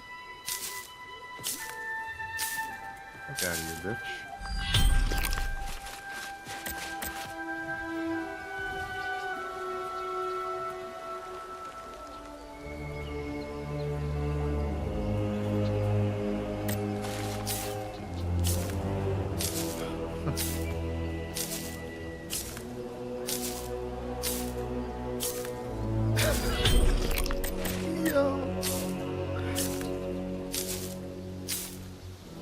I trapped him, dude. Dude, my teammates are insane. But this trip looks so sick, though.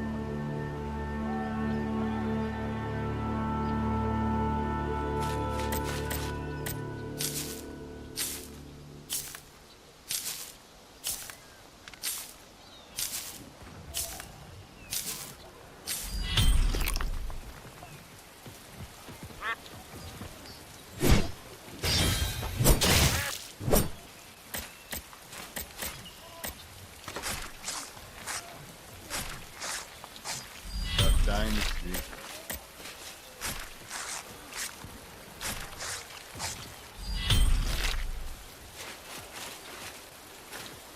It fucking heals, bro.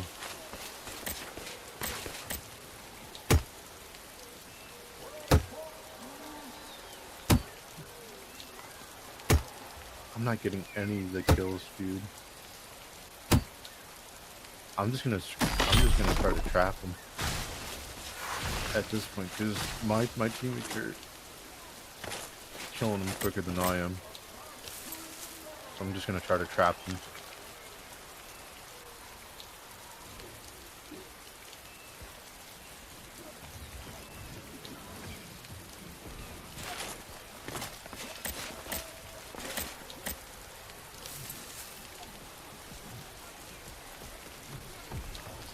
Oh, damn.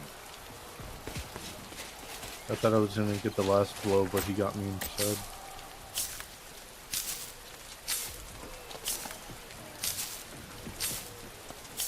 This guy's a Void Gauntlet. No, Void Gauntlet's insane, bro. That shit shreds through armor. Yeah, it's like the fastest weapon in the game. It's elemental. Or well, Void. That's the first game I didn't get any kills. That's the first game I had better teammates than me.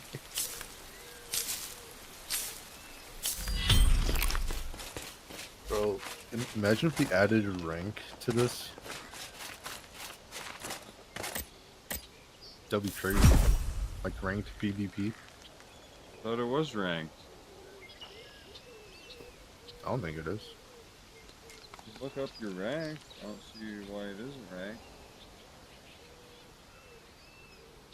No, like ranked like Valorant or Overwatch, like bronze, silver, gold. Depending on how good you are, it puts you in that tier, and you can climb out of it if you become better. Like that kind of rank. Oh, well, you do You know? get a rank. Well, it is ranked though, so it's just not that exact. but there is a rank where if you level. My If you're my doing thing better, is 19. you're gonna be higher on the leaderboard. I wonder what my leaderboard's at. How do I find that? Achievements? Here it is. No, that's just your achievement.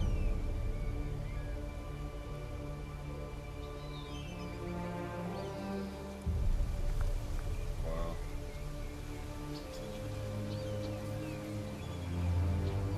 Alright, level 20. I get to unlock good stuff now, bro. Level 20 is when I unlock the real good shit. There you go. Holy shit.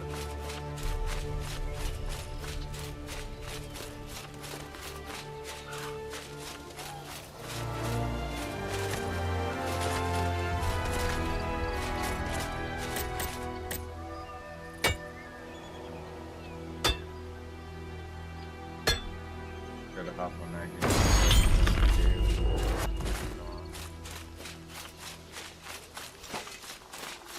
This game might be better.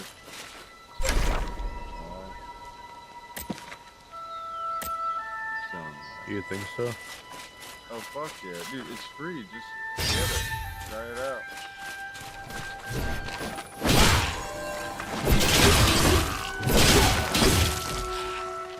How long you get it later, bro? Because you're not gonna instantly be.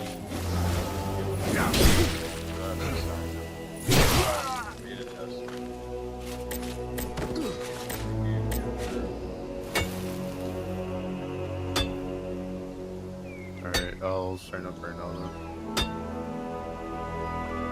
Is Brandon getting it? You might. I don't know. Sure he would.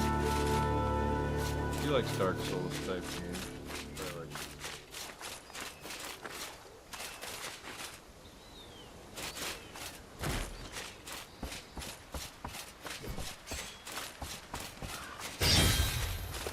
And if you try it and you can nitpick and tell them and complain about what you don't like, so you can make it better.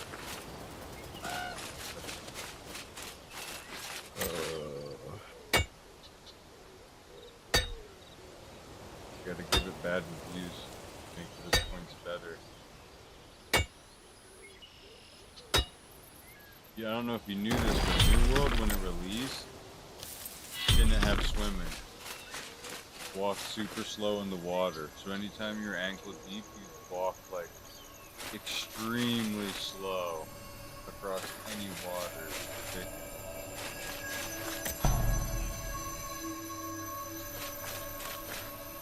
I requested access. Just have to wait for an email. It'll just pop up when you can.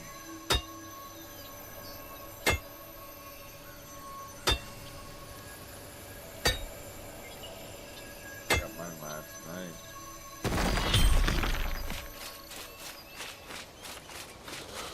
At least you're signed up. Tried not to play, at least be there. Hopefully, yeah. Alright, bro, I'm gonna hop on out of here, right? Alright. I'm about to go do some laundry. I'll catch you later, bro. Peace. Alright, later. Yeah.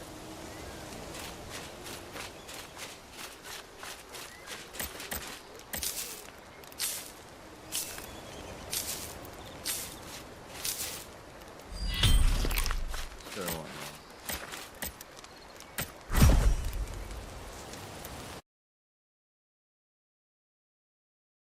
I wanted to hop on New World.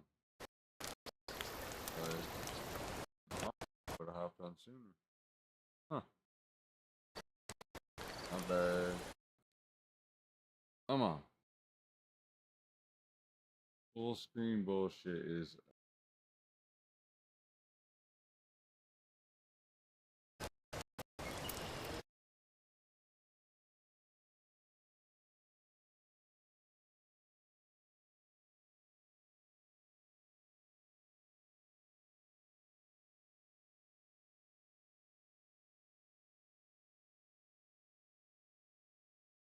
I think it'll probably be. My expectation is I think it'll probably be okay. I'm Wait, not what? expecting it to Stream be like start? crazy super good. I just think it'll be okay. But I The could be Witcher wrong. made It could be this. crazy super good. I guess we're about to find out. Like I think this is a game that like I would play it for the story. So if the combat's at least a 6, I would take it. That'd be fine. All right, let's see it. Likely mature. I get a feeling that someone is watching you, even if you're like totally alone. No matter the playstyle you decide on, it's all about immersion. Yeah, okay, stop here.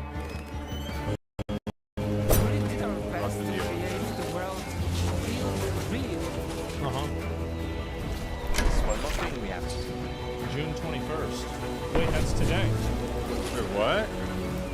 The gameplay reveal event. Okay, this is it. This is it's happening at this very moment. Hi everyone and welcome to the Blood of Dawn gameplay reveal event. My name is Dominika, I'm the community lead here at Rebel Wolf, and I am joined by a familiar face, a content creator, streamer, YouTuber, and my co-host for today, Lionheart. Thank you so much, Dominika, and hello everyone. How's the volume? You are joining us I think it's a little bit low. I turned it up a bit. Studio once again, and this time on the first day of the astronomical summer.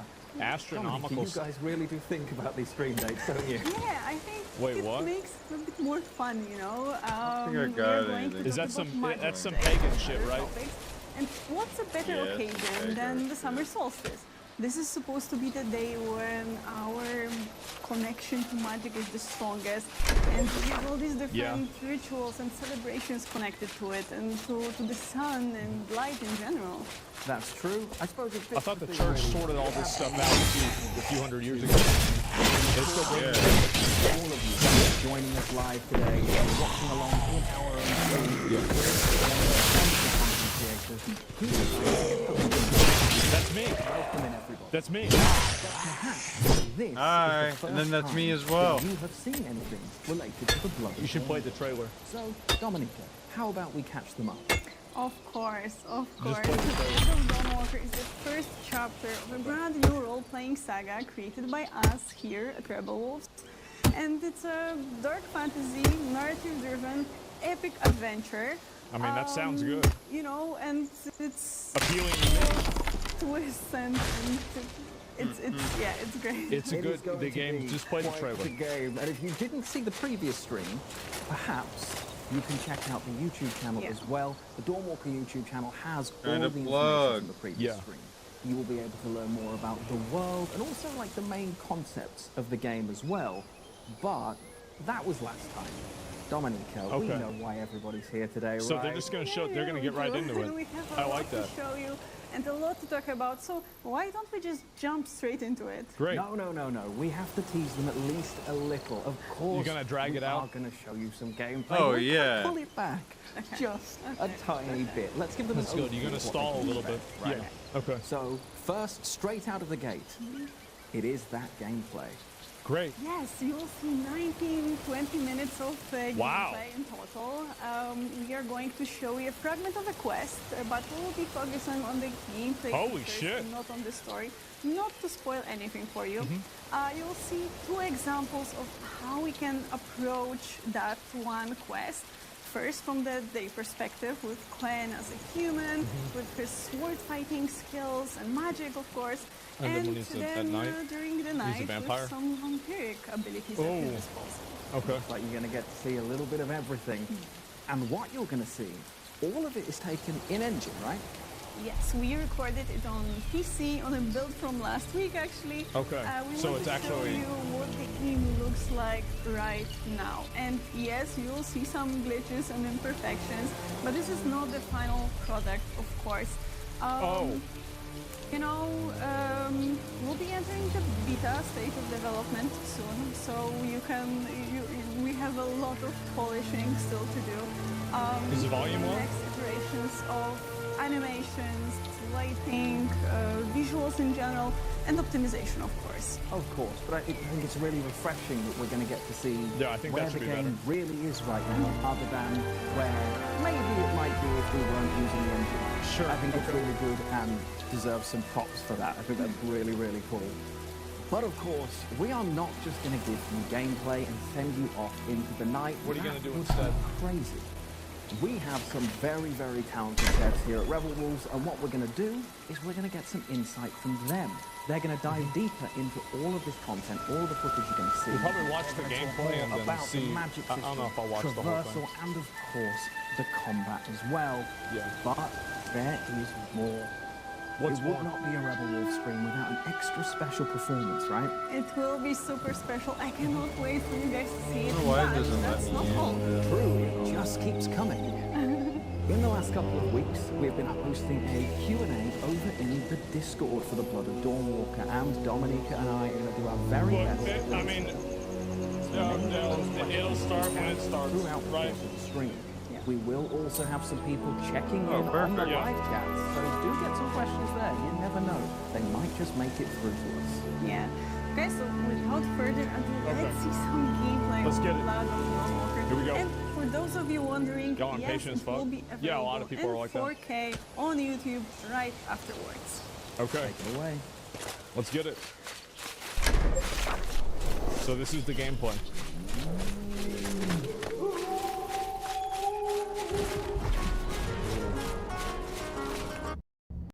Oh, This is a big boy. actual gameplay footage. Okay, so it's not like a weird vertical slice tech demo thing. At least that's what they say. Put this in full quality, boys. Let's pump it up. Let's see if this is going to be a good one. I want to give it. Hello, my name rite of is passage. Daniel Sadowski, and I'm the design director at Rebel Wolves. I'd like to welcome looks you good. to the Blood of Dawnwalker summer gameplay video. Sure. Our game is a story-driven, open-world dark fantasy RPG set in medieval Europe.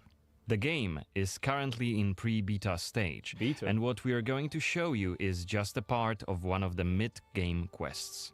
It's a really cool story involving legendary swords and a haunted almshouse, but today we'll focus on showcasing our gameplay systems. All right, let's get We're it. starting on the outskirts of Svartro, the game's largest city and the capital of Vale Sangora. From here, we could head anywhere the eye can see, explore ancient ruins, or sabotage vampire blood transports. But it's not just about where or when you go. It's also about how you approach the main quest and shape the story, making each playthrough uniquely your own. For now, we're following the road. Cohen is on his way to the city's cathedral, chasing leads about a powerful weapon said to be hidden in its crypts. This looks good so far. But first, we'll have to deal with some bandits who camped out by the main road. Oh, okay, so we're gonna get Traveling combat through Vale immediately. Sangora is never boring. The world is dense with quests, random encounters, and locations steep in lore. This Okay. will be a great opportunity to show you our combat system. Our goal is to make the player feel like a real swordmaster who closely Wait, how does observes this his work? enemies. We'll begin this fight by using acrid dust to stun one of the enemies. Now, when you attack, you choose one of 4 directions. So Up, it's like Kingdom down, Come. left or right, Yeah. in order to hit the opponent where he's unable to parry. And see that? similarly, when defending, you have to take note of the enemy's intent and the direction of the attack. Right, On the right, left yeah. side of the screen, just above Cohen's health, you have activation charges that will be filled in with each successful Honor? I attack, didn't play block, that. and parry. Once they are full, The only you one I can played like use that one was, of the active abilities, which allow you to take a more tactical approach Kingdom to Come. fighting. Wait, he We just cut his started head the off? fight by throwing some acrid dust. And now Okay. let's cast Burning Blood. It's a hex which boils Oh. the enemy's blood and burns their skin, That sounds dealing pretty bad. physical damage over time. So it's a dot. Damn, he just cut his arm right off. Time to finish this fight. Let's use the final activation charge to cast Artery the artery attack. attack, which actually decapitated the last opponent. Our hero quickly dispatched Damn. the bandits, so let's loot a few That's items pretty good. they've left behind Alright. and open the inventory. First of all, let's replenish our health by eating something. And then take a closer look at this cool-looking weapon we just picked up. Yeah, all right, let's see it. The chopper. Ah, it has better stats. than our 1% current parry weapon. window. So Oh, shit. let's equip it right now. Okay, he's got it. We've also leveled up. So let's use this opportunity to spend the newly acquired skill point in one of Cohen's skill trees. This seems like a pretty traditional... The skills in the Blood of There's like Dawnwalker 50 are games that have divided this. into 3 trees. Pretty simple. One for human, one for vampire, and one shared between the two. We also have an active abilities panel. We can use it to unlock additional abilities to use during combat. It's not really innovative. It's fine. Note that Not during everything the day, has to the be, health but bar yeah. is not regenerating.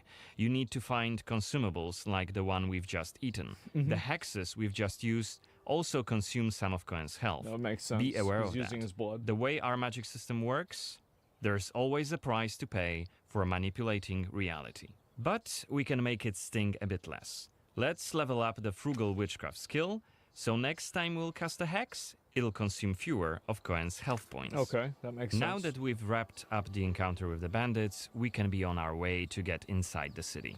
Right now, Cohen hasn't done enough to ruffle the Vampire Lord's feathers, so the gods will just wave us through. So it's like you can have But like the more faction kind damage of you reputation. cause, the more suspicious and aggressive they'll become. Mhm. So when you play the game yourself, you'll have to decide whether you want to challenge the vampires openly, or lay low until you're ready to strike and surprise them. Okay.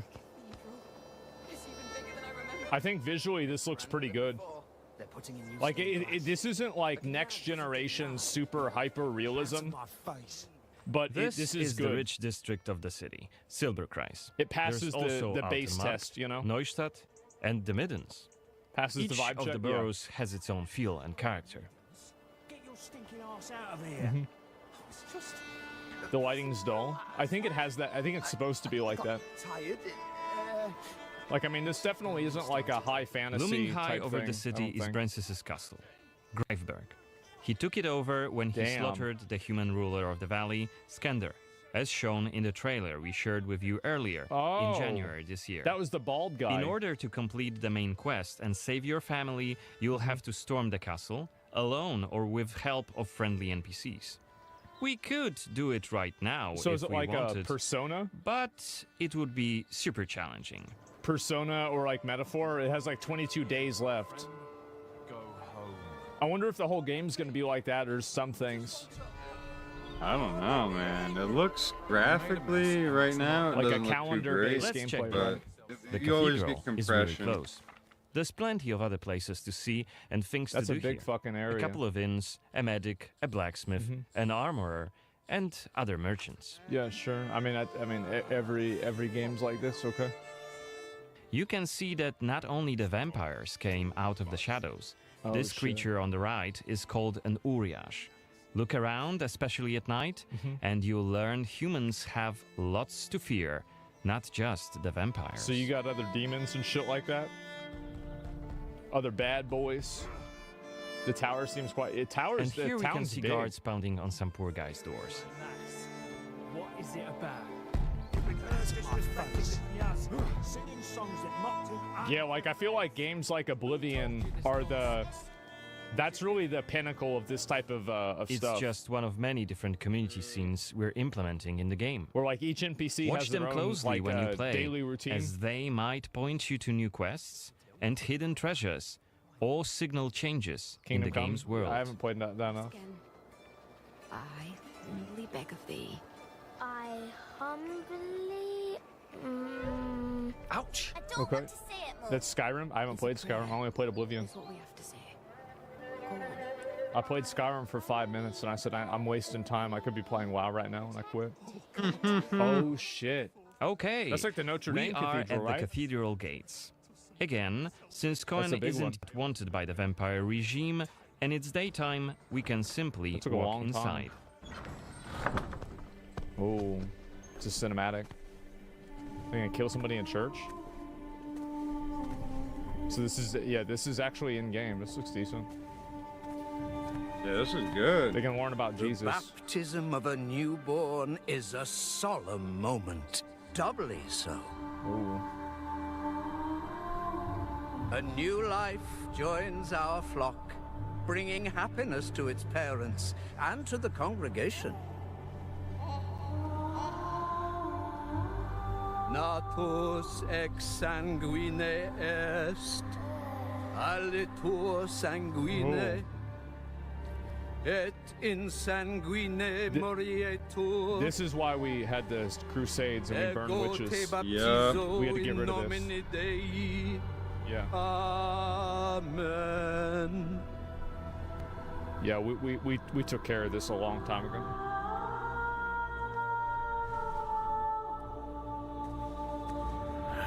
I was about to say amen. Oh.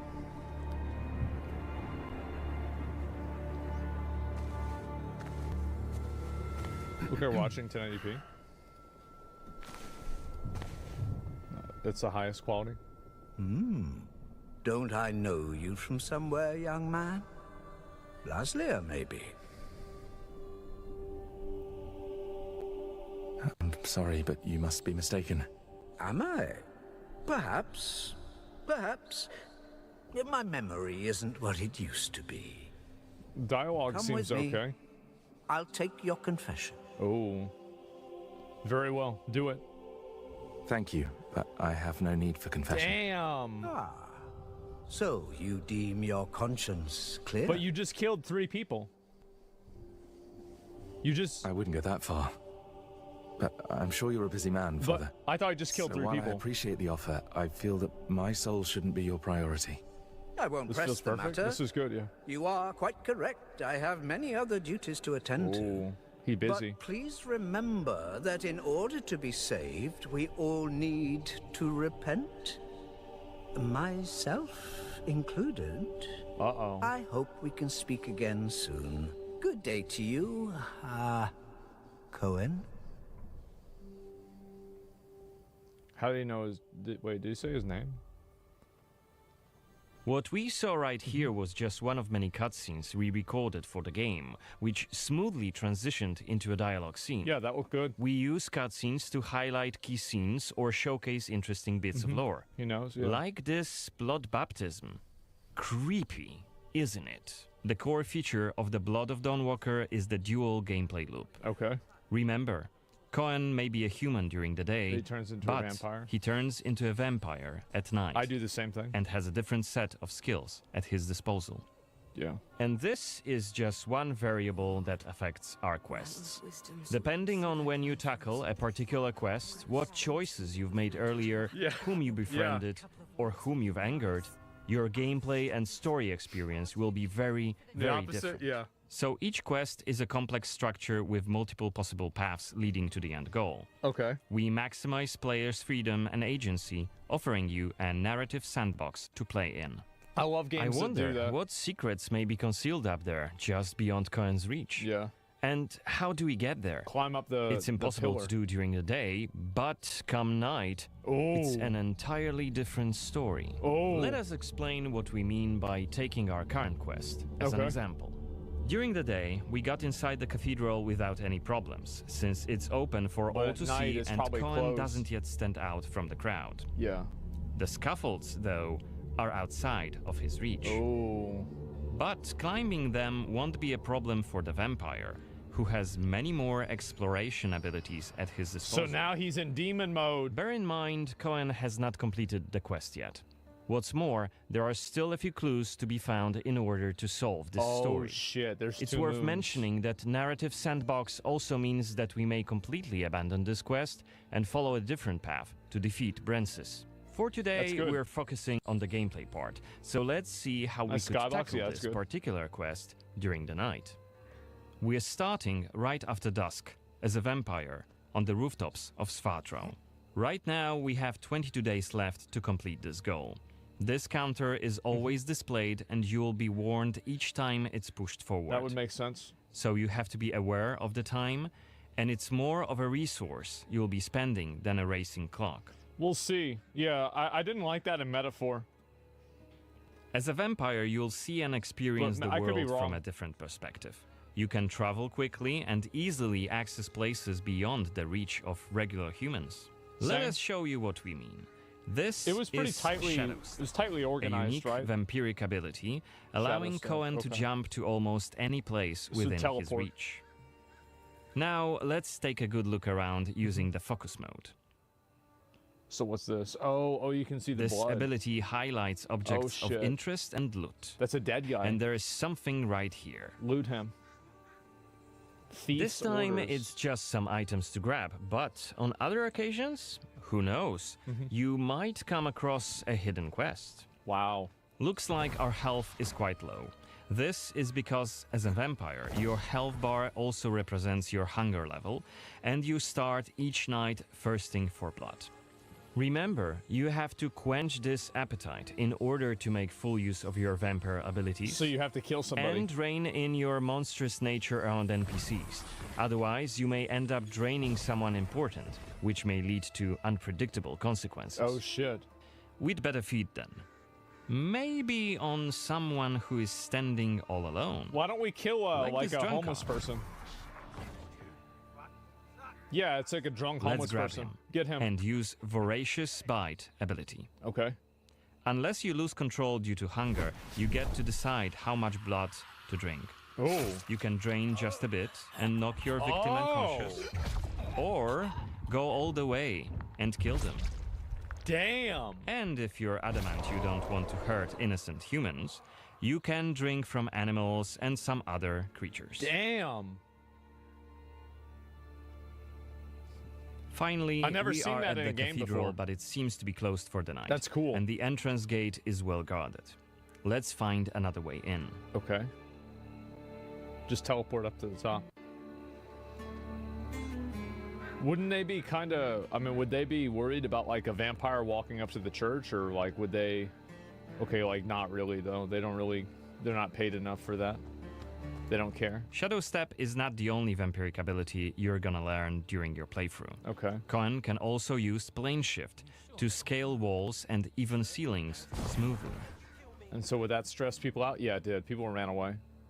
This will allow us to explore every nook and cranny of the cathedral. Okay. It feels like playing at night is just better. You know, like. Yeah, this is way better.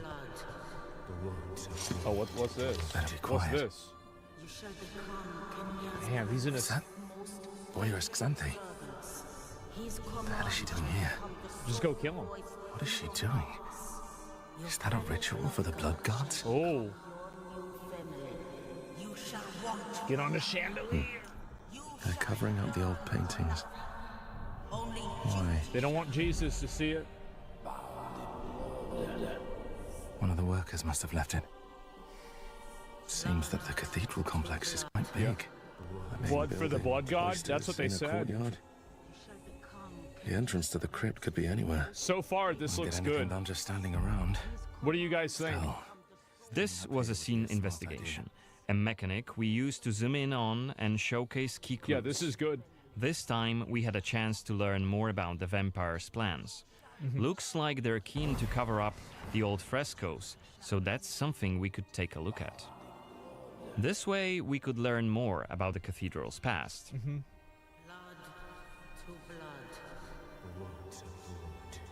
That's dope. Yeah, this is good.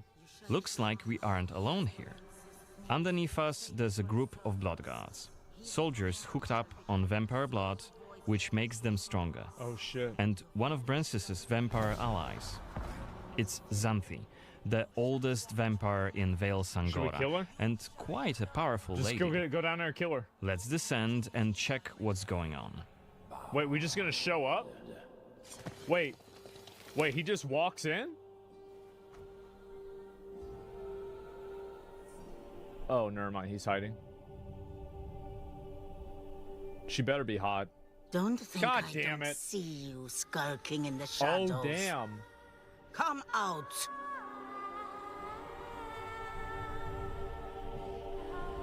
You're interfering with my task. Who are you? It doesn't matter. It doesn't matter. Very well. I don't have time for interruptions. She just told him. Let us dispose of him. Oh, shit. You've withstood it. Fascinating. Cohen is using his claws to attack when in vampire form. Oh, damn, Bloodguards are Wolverine! dual-wielding opponents. Their attacks are pretty strong. Of course, even when fighting with claws, combat is still directional. Don't worry, Cohen can still use his sword as a vampire. This has the recovering health has like a Bloodborne type mechanic of like the rally mechanic. When he takes damage, you'll see. Defeating all three of the Bloodguards, Xanthi deems Cohen worthy of a challenge, and she descends to face him. Yeah, watch. She uses her blood control powers to cast a multitude of attacks, like her blood whips that hit Cohen from left and right. It's not even doing any damage. Xanthi is protected by a powerful vampire ability. Yeah. Once her stamina runs out, Cohen will have an opportunity to strike and deal some damage. Damn, But she be got careful, no health. because Xanthi is quick to counterattack, and she will also try to restore her blood. Oh. Meanwhile, look at the indicator have to just kill below that. her health and stamina. It's a timer for the boiling blood skill that you've seen in the CGI trailer. So, if we don't hurry, the timer goes down to 0, and Cohen will eventually explode. And we're dead. Remember, we were only mid-game here, and Xanthi is one of the game's most punishing enemies. Defeating her right here and right now is very much possible, but it would be hellishly difficult. A fun challenge for hardcore players. Damn. You have to like one-shot her. We are back, and I hope you enjoyed that as much What'd as you guys I think? did. Now, I have been lucky enough to see this footage That was quite a pretty few good. times now, and I feel like I get excited over something different every single time I see it. Super dark? And Yeah, you're going no, to the probably game is watch it dark in again general. after the stream, aren't you? Okay, you know me too well. Okay, so what's your favorite part so far? So far, I think the day and I night feel like the cycle, gameplay fact is basically that Witcher the 3, same but maybe a little bit quest better. can feel so different if I complete in the day. I could be walking into I the like cathedral. it. Yeah. No problem. I meet Suspicious Priest Man. Florin. That's it, Suspicious Priest Man. Needs more But fluidity by in night, combat. I can't walk through the doors. I have to jump through the rafters. I'll turn this and, down a little bit. Well, Florin is nowhere. They're just yapping right now. But it's a little bit improved Witcher 3 combat. Yeah, I mean, Witcher 3 just came, I mean, it came out 10 years ago, right? And so, like, you'd expect to see a little bit of an improvement. But overall, I mean, like, if I saw this and the game came out, would I play this game? I think I would still play the game because I think that the story is interesting. So I would Yeah. probably try it out for that reason. It just seems yeah. like I feel like they're doing a couple of things that I feel like if you're willing to do this, you're probably kind of good at telling stories, kind of how they basically perverted a number of like, you know, Catholic fucking what's it called, I guess like traditions, and like turned them into like vampire things, which I thought was kind of interesting and cool. So I could assume that like maybe this would be good, right? And rituals, yeah, like that seems kind of interesting. And so somebody willing to do that, maybe it could be well designed or interesting. Ideals, doctrines, yeah, exactly. It looks really dark. Of course, you're shooting the background on your camera, super dark. Yeah, no doubt. I mean, I think that's the case too. If the game goes hard in the dark fantasy, I'll absolutely buy the game. I'm worried about the 22 days left thing. Well, the thing is, like, in games like Persona, I'm speaking secondhand, and in games like Metaphor, I played a lot. The calendars are not a problem if they have a little bit of leeway to them, right? But the issue is that, like, sometimes calendar events and, like, calendar games, you have to, like, regiment and plan out and triage every second, every moment of your time. And I think whenever you have to do that, that's really frustrating, and it makes the game less fun to play. So which one is this going to be? I don't think we really know right now, but that's kind of the way that I see it, is that I hope that's what happens, but I guess we're going to have to wait and find out. Let's see, you need to have a week or so of extra time. Yeah, at least like 4 days, right? And so, yeah, I mean, overall, I mean, it needs to be, it can be stressful. Yeah, and it also has to, it'll force you into like gameplay. Like, it's one of the things I never really liked about Majora's Mask. Is that like I didn't like that it forced you into gameplay with Majora's Mask. So do it early, you got no problem afterwards? Well, no, because like then that could advance some other part of the story, or then there could be another activity that has some sort of calendar lockdown for it. But overall, I mean, will romance be optional? Yeah, I mean, we can go back and look at like all this other stuff, but I basically just wanted to watch the gameplay reveal. It looked good. I think that it looks promising for sure. So we're gonna have to wait and see kind of what happens, right? I was about to say Majora's Mask. Yeah, exactly. Just finished my first playthrough of Metaphor in 90 hours. Only missed 2 quests halfway through the Coliseum. Didn't miss much. Yeah. And what's this here? Like I said, 6 out of 10 at best. I think that this game will have 6 to 7 out of 10 combat, 8 to 9 narrative, probably 7 to 8 graphics, and I would say probably like an 8 to 9 overall. Like, this game does look like it'll be an 8 to 9 level overall game, but I guess we're just going to have to wait and see. But that's generally the way that I feel about it. The gameplay trailer looks pretty good. They're probably going to go through a bunch of questionnaires, and based off of, like, the way they were talking about it, this is going to go on for, like, forever, right? And so I don't want to look at everything right now, but, yeah, that's about it. And 22 days seems like a lot of time, though. Well, I mean, I played Metaphor, and, like, you would have, like, 40 days sometimes, but, like, things would take, like, 3 days just for you to get to, like, one location. So you would think that it's a long time, but it's actually not as long as you would imagine. So, yeah.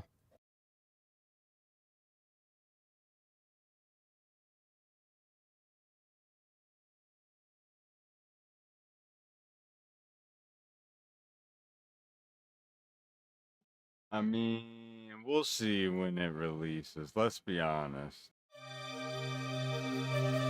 We won't know until the game releases.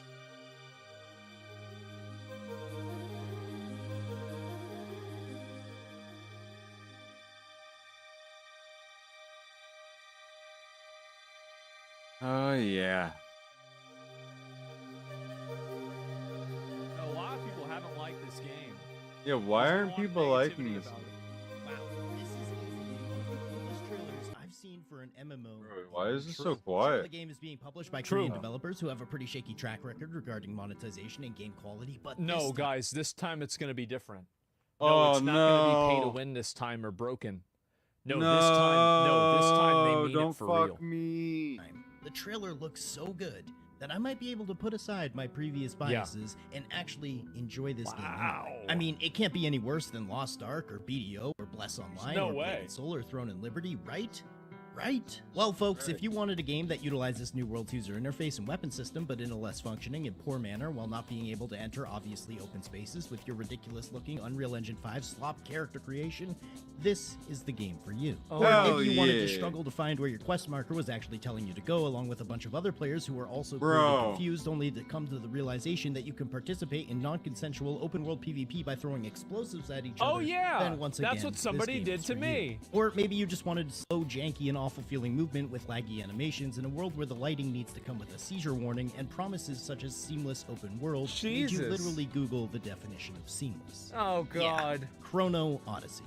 I suffered through this game's beta testing, so you don't have to. If you appreciate my sacrifice to the MMO Bro, gods, I appreciate a like man. on the video. What? And you can even comment telling me how much of a complete idiot I was for letting myself feel even the slightest bit of hype towards this complete dumpster fire.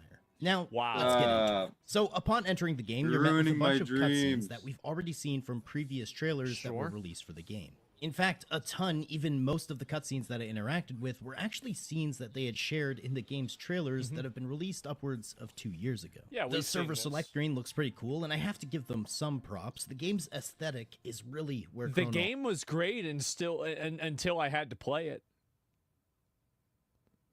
Like, before I played the game, I thought it was great. Odyssey shines. The actual art direction is super compelling, Yeah. and it's really interesting. But now, into character creation. You're first asked to choose between 6 different classes. Oh wait, 3 different classes, because the other 3 are still locked. That's fine. I'm not making this video to bash on a game that's still in beta testing. Having certain features locked is totally okay, and I can understand that. Anyway, each class has the opportunity to use 3 different weapons, and 2 of those at the same time. Yes. I chose to be the swordsman, who can use a great sword, a sword and shield, and dual blades. That's what and now I we did, get brother. into actual character customization. And I was kind of confused when I first saw this, because prior I had seen a ton of creators actually praising the character creation as if it's the best part of the game. And while it functions, certainly... I thought it was good.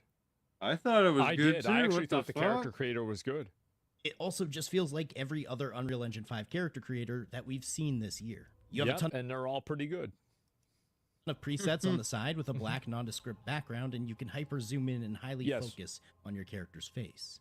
This is just an exact copy of every other UE5 game's character creator that was released in 2025, with a bit of the typical Korean character creator aesthetic thrown in. Of course. Within minutes after adjusting sliders, I had created one of those Bored Ape NFTs. Oh, You God. can find my Nice. Bitcoin wallet in the description if you would like to purchase my non-fungible property. Wow. But really, after Looks messing really with my good. character's proportions to the point that he had tumors coming out of every part of his abdomen, which made armor look exceptionally ridiculous, I decided to take this game a bit more seriously. Great. After Looks all, amazing. I've been hyped for literally Bro, he years used the hairstyle.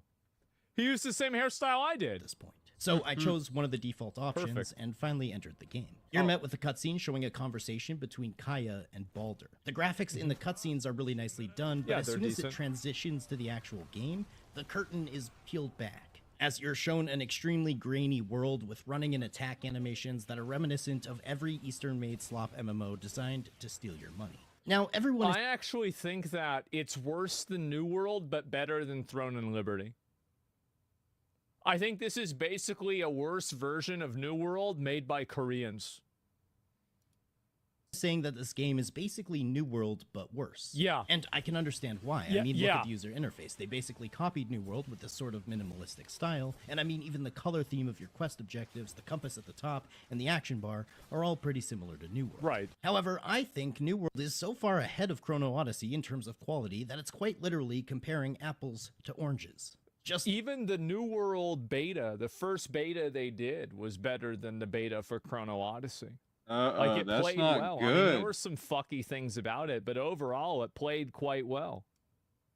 a few months ago, I played another Korean game on my channel called Bless Bless Unleashed, where I went through a very similar character creation process, and the overall feel of Bless Unleashed, from animations to combat, was much more similar, in my opinion. Just as a heads up, looks like dog shit. It just looks like dog shit. Like, how does anybody play this? Bless Unleashed these days boasts a whopping There he is. 438 daily player peak on Wow. Steam charts, and I wouldn't be surprised in the slightest if Chrono Odyssey follows a very similar fate. I think it unless might have drastic 500. changes are made. Anyway, in the tutorial, you're basically this high-level version of your character. You have Yep. access to all your abilities and a mount, which feels okay, Kinda I cool. guess. Yeah. It's not great, but it has no weight to it, but it is functional. And Yeah, you sure. continue to run from cutscene to cutscene, taking out these flares. At this point, I decided to take a look at some of my available menus. You have an inventory, a character sheet, a skills tab where you can level up and learn new abilities for each weapon type that your character can use. You have a page showing your chronotector, which is one of the only unique parts about this game, where you have 5 different powers that I guess you can level up and use, all having to do something with bending time. What a surprise. And furthermore, more interface and menus that are all basically uninspired and copied from other games of the same type. Yeah, which I'm fine. If your menus are boring, I mean, not every menu is going to be Expedition 33 or Metaphor ReFantasio. Like, that's fine. You don't have to do that. Just make it to where it works. Anyway, this tutorial culminates in a boss fight with the guy we saw over and over in tons of the cutscenes and trailers. They've tried to make it a sort of Souls-like combat where if you get hit without dodging or blocking, it's pretty drastic. And the boss has a Take a lot of seemingly health. impossibly large pool of health. Luckily, in this Oh, fight, you have an shit. NPC helping you, which takes up most of the boss's attention. Yeah, However, you still I mean, manage to die. But it doesn't it matter is because hard. afterwards you're getting teleported to the main game anyway. This chick shows up with her pocket watch and resets time, and would you believe Wow. it? You went back to the past. Which before is all this crazy, 'cause, like, happened, so much of and this looks you're really level good. 1. Who could have guessed that in a game about bending time, they would use one of the most stereotypical back-to-the-future-ass narrative directions in order to familiarize yourself with the game by giving you a high-level version of the character you're about to play? I don't think there's any problem with that, but I actually prefer to have time travel not in a story. I don't like time travel being in stories. I think it creates too many problems. Wow, I'm impressed. Anyway, you're loaded into this creepy cave, and once again, one of the only things I seem to be able to applaud this game for is its aesthetic. I'll give them that. Everything looks relatively badass. However, this cave as an introduction to the actual game is hilarious, because it basically immediately highlights how awful and janky the movement really is. By forcing you to climb I guess they must have got that from New World. Over a bunch of awkward rocky outcrops as you make your way outside. I didn't even really care. Your character's feet seemingly... Like, I mean, this kind of stuff I don't really care that much about, but, like, it's really the combat that matters. And, like, the animation delay and the fact that, like, sometimes you'll be dodging something and you'll still get hit by it, that's just, again, it's just bad design. And New World fixed that by just giving players a lot of iframes.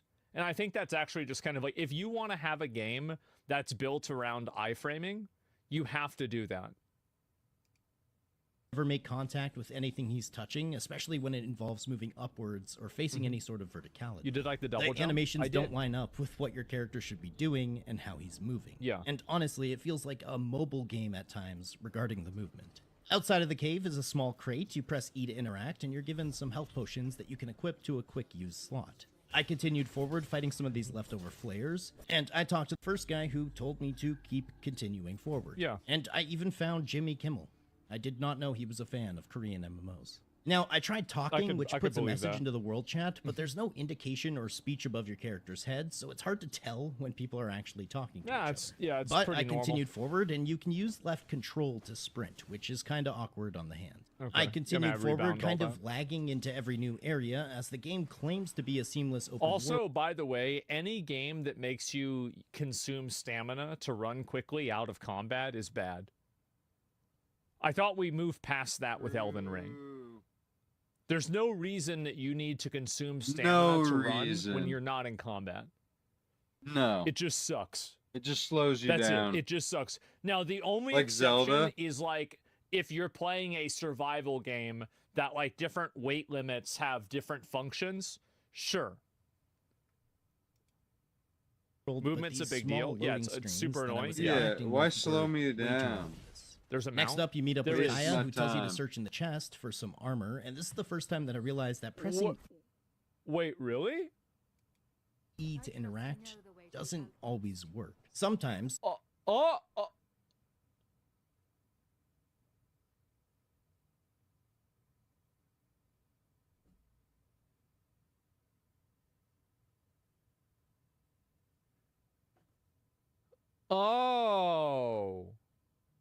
Okay. So I didn't have any armor.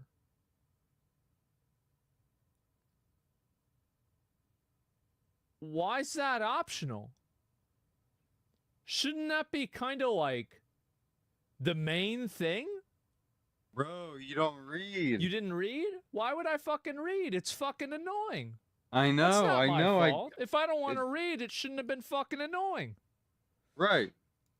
I completely No, agree, actually. most times No wonder I I had kept to press dying. E upwards of 4 times for my character to... No. The thing is that, so this is a problem the game has. It doesn't is that register. it has E and it has pressing E. And so sometimes you have to hold E and sometimes you have to just press it once. Oh, true. And there's no real indication No, of there's which one is not. which. actually interact Ain't that- with yeah. whatever the object might be. Anyway, with my new armor equipped, I followed my quest beam of light forward to this Eye of Insight. These Bro, obviously... self-sabotaging his games? No. The thing is that I think that I bet a lot of people do exactly what I do playing games.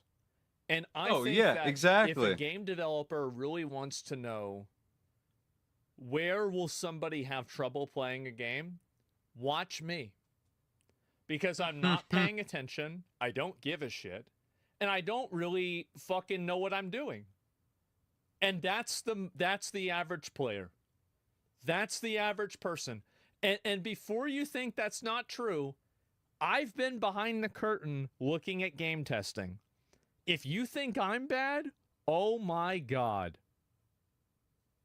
You're wrong, huh? You're retarded, bro? No, I'm telling you guys. I think that this is a fish not knowing it's in water. I don't think that you understand how totally fucking dumb average people are. act as your fast travel locations, and It's every not single even one close. opens up a new part of the map. Unfortunately, whatever this cool animation was supposed to look like, I'll never know, as every time I interacted with one of these, it basically froze my screen until the animation was over. Yeah. So I jumped down and made my way towards computer. the coastal outpost, where you're given some new weapons. You get 3 types, but once That's again, you nice. can only have 2 equipped. I decided to check out and use the dual blades, as they sounded pretty cool. I went back outside and fought some flayers, which got my dual blades to mastery level 2, where you can Wow. apply a skill point and learn new abilities. Before the game sends you on another path up a weirdly obscure vertical area that showcases just how bad the character's movement is. Seriously, what is their obsession Would with you try forcing- again? Average person equals average mindset? No. I mean, you can't blame if you play ignorantly. You absolutely can. So basically, and this is something that people that think that they're smart say, but it actually reveals that they're stupid. A game True. should not have to like whenever something happens in a game and it's a pitfall that players fall into and a mistake that players commonly make. If a lot of players are making this mistake, the odds are that there's some form of signposting or game functionality or game messaging that's not sufficient in order to communicate this idea to the player. Right. So if people constantly misunderstand you, maybe that's your fault. Holding hands? No. See, what you think it's hand holding because, again, this is a fish not realizing it's in water. Old video games had hand holding, but it was done in a way that made sense inside of the game, and it was clear and easy to understand. Do you see what I'm saying? Maybe read the messages. You shouldn't look at that. Because, again, whenever... And so why are people not going to read the messages? Let me explain why they're not going to read the Too much messages. fucking dialogue. It's because, number one, the dialogue isn't voiced, and number two, 95% of the words on there are filler. So why would you expect a user who's not invested at all into the story to read a bunch of filler text on their own while they're just simply trying to play the game? And so Right, and this is, again, people don't read. Yes. Excuses? LOL, read, brother? No. This is not a... Brother, he knows how to read. He's reading your chat right now. Fucking idiot. It's just hours of text that you sift through and read, bro. You don't want to do that. excuses. Like you're thinking about this from your own ego as a gamer. Nobody cares that you read a text message in a video game or you figured out, like, this is, you have to keep in mind that, like, this is an entertainment product. This isn't a test. It's not a trial. It's not any sort of, like, indicator of intelligence. It's just it's just a video game. And so get all that out of your head and start thinking about this in a little bit more of a reasonable way. If a lot of people are getting confused by these types of things, It's then a problem. there's probably something wrong with the thing. Every MMO requires you to read instructions. No, it doesn't. And this is the big issue that people have. The I shouldn't have to read argument does not fly when we have to read to understand the tutorial and cues almost every game. Like, if you didn't know how to read words, how would you know what the fuck sprint means or the quick menu? Because it's not filled up with a million other text messages in general. And also, by the way, any game developer that's listening to what I'm saying will immediately agree with me. And there's tons of examples of signposting and ways that ideas are communicated to the player that make sense. The fact is that the people that think this is a good idea are people that think that they're somehow like a special snowflake or something like that. Yeah, they think they're a fucking game gaming system that's god. confusing or hard to understand. Being Yeah. able to figure out something that's hard Someone to else's understand bullshit doesn't isn't make a- the thing that's hard to understand better. Let me give you another example. It So, doesn't make if you look at better like a tablet either. or an iPhone. A tablet or an iPhone can be used by a 5-year-old. Does that mean that the 5-year-old is really smart? No. It means the person who made the tablet or the iPhone is. Apply that logic to video games. And You climb up the most non-obvious locations in a way that just perfectly shows off how genuine everything is. I guess this is how the game introduces you to your chronotector, which you can use by pressing C. This highlights the bright yellow path that you can follow game, except for It's this the visual migraine activator. You have to use the chrono to see. Now, so far I've had a lot of praise for the cutscenes. They've honestly been pretty amazing. However, this one in particular was hilarious. This oddly proportioned hand stood out like a sore thumb. Literally, this is probably what my hand is going to look like after having to hold left control. This guy's reviewing a beta like a full release. No. If a game doesn't play well in the beta, why would you assume that it's going to play well in the release? No.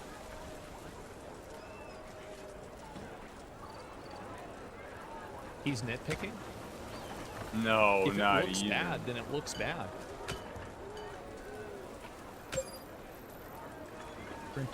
Anyway, after this land is cleared of the threats, you guys, the people that are arguing about this are coping to a massive degree. I think that this is a generational level of coping. That's what it seems like.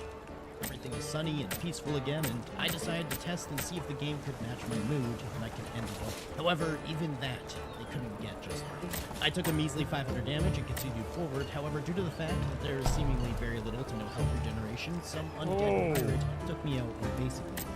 And that's death in Chrono Odyssey. This was actually beneficial for me, as it basically teleported me directly where I needed to go. So the speedrunning strat's already getting sharpened up.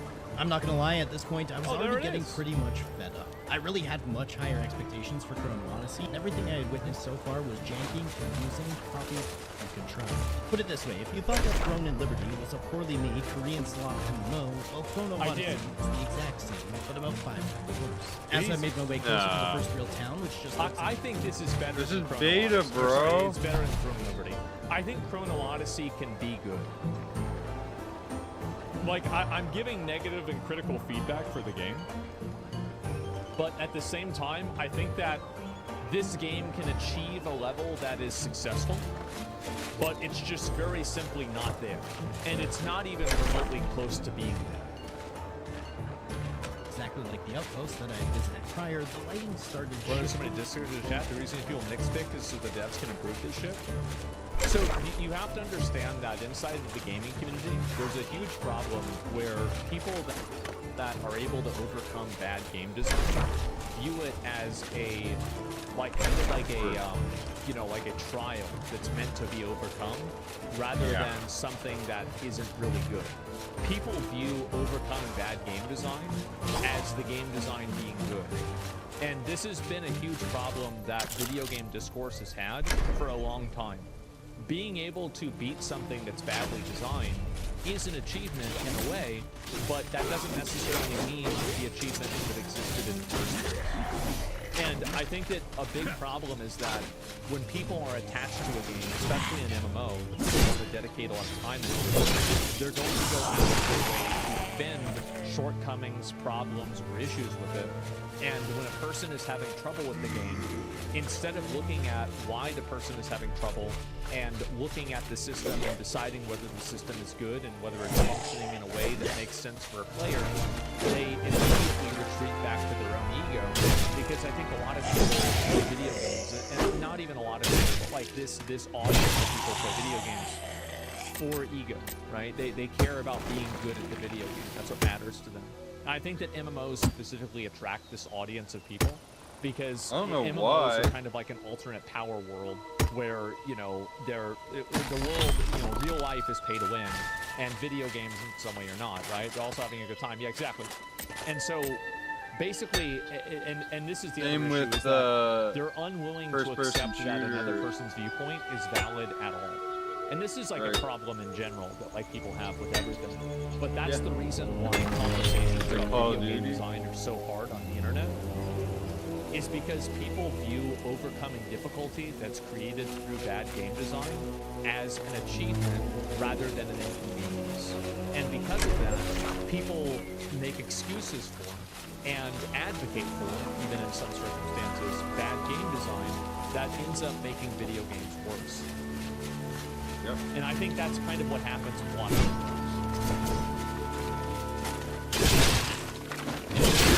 The game is trying to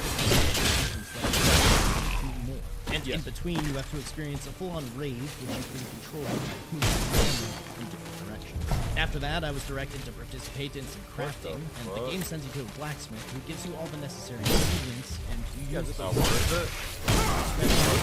to make some daggers. Wow. I'm pretty sure there's much more to the system, and it's probably a pretty in-depth part to gear progression within the end game. However, the game thinks you've had enough of learning about crafting, and it sends you on your way to continue forward with the main quest. And there was also no mention of gathering either, so the blacksmith just gave you all the ingredients to make your weapon without explaining where they actually might have come from. Like, Anyway, I'll give you an example.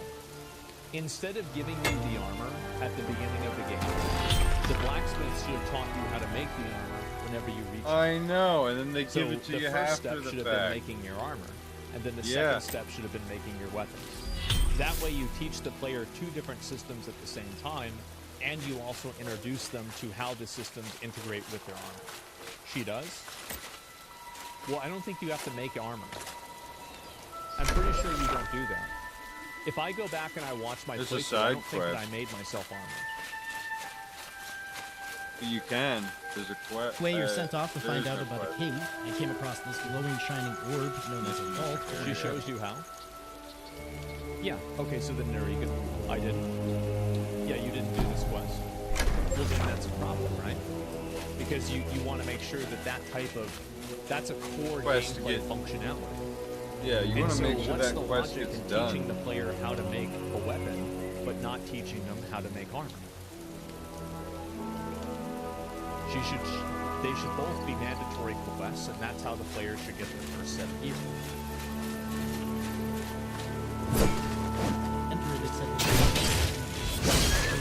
That's fair enough, but how do I get to this? You see, your compass doesn't actually indicate verticality in any way, so you can be on top of your quest marker, but still not in the right location. This is normally fine in the vast majority of gameplay. However, this starting area in Odyssey is really riddled with different levels of verticality. You can see how this is again confusing to players.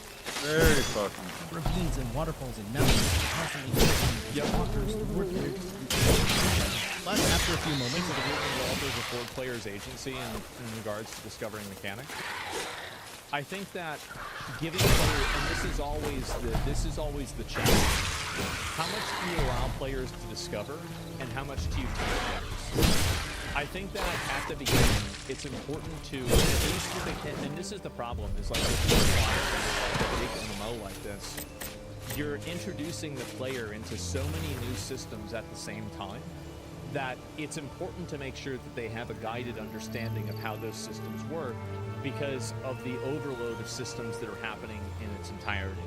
So, like for example in WoW, at the very beginning of the game, you're only dealing with 1 or 2 spells for the first few hours of playing the game. If you contrast this with Criminal Odyssey, you're automatically dealing with multiple different spells, you're dealing with different weapons, you're dealing with crafting, you're dealing with multiple different skill trees, you're leveling up, you're looking at a map, you're looking at the different spell builds for the map, and you have all these complexities that are just instantly thrown on you. And players aren't going to understand all of those things. It's just not what's going to happen. Yeah, especially if and they've never just played because an some people adjacent do game doesn't like mean that most people do. And again, I go back to the iPod and the iPhone example.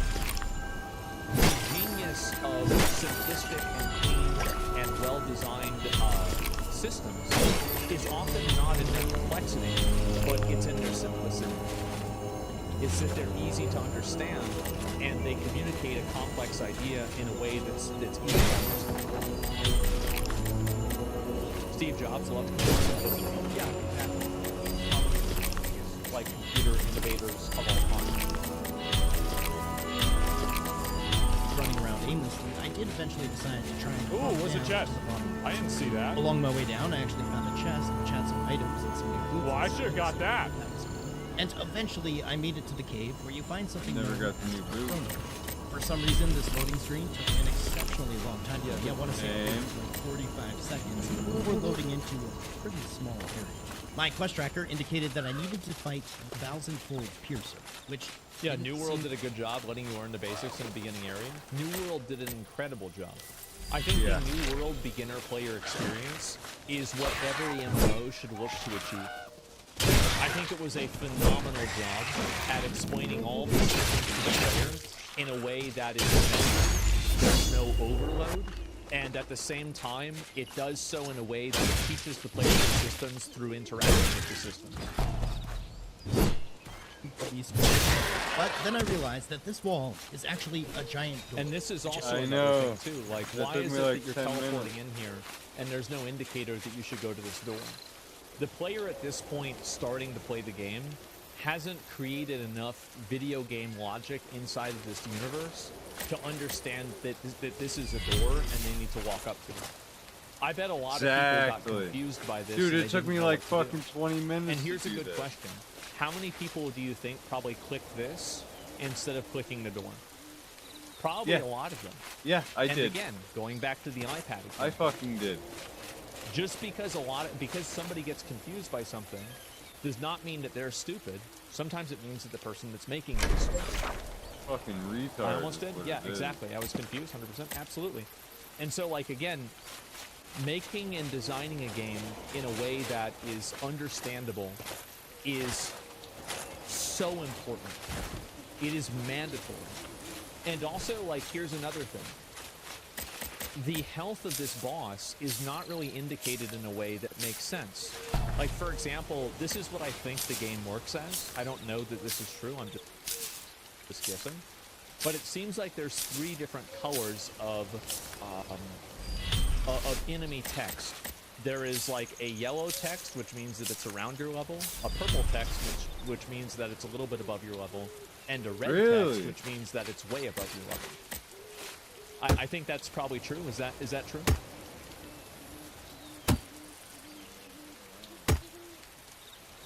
Yeah, there's a few, but yeah, exactly. When is that ever communicated to the player? Never. It's not, really. Purple's the highest? How is that indicated at all? Never.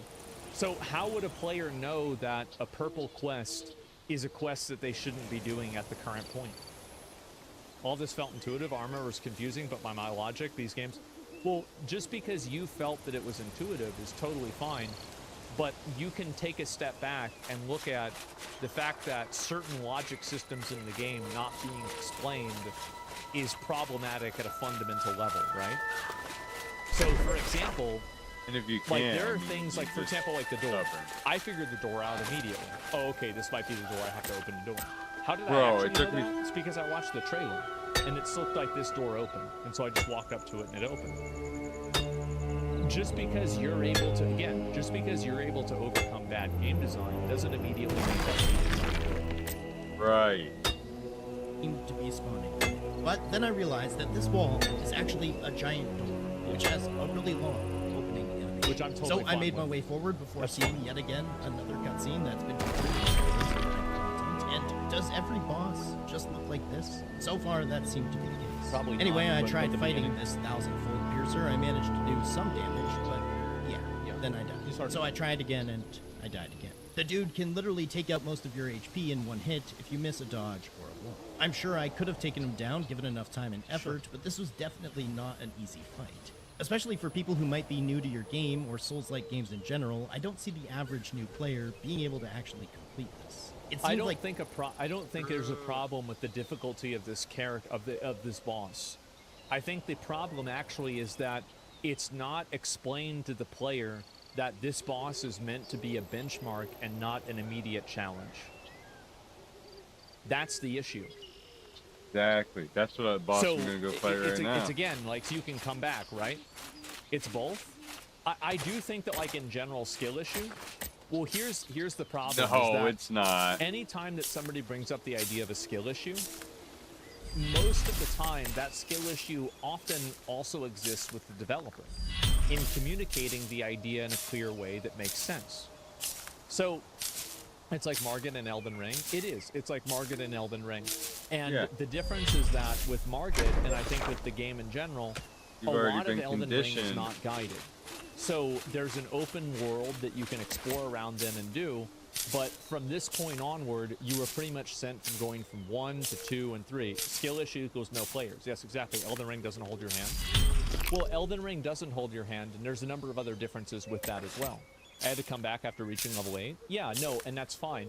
I don't think that the difficulty, like, in my opinion, I think the boss probably was a little bit too hard for, like, average new players, and I think it'll probably be, like, a big point where, like, I bet if you looked at the player data, that you would have, like, a massive, probably, like, I don't know, 30% drop-off of the people that stick around playing the game before and after this quest.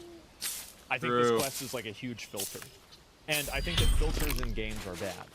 Because filters in games effectively in a lot of cases are unnecessary, and at the end of the day they make people stop playing your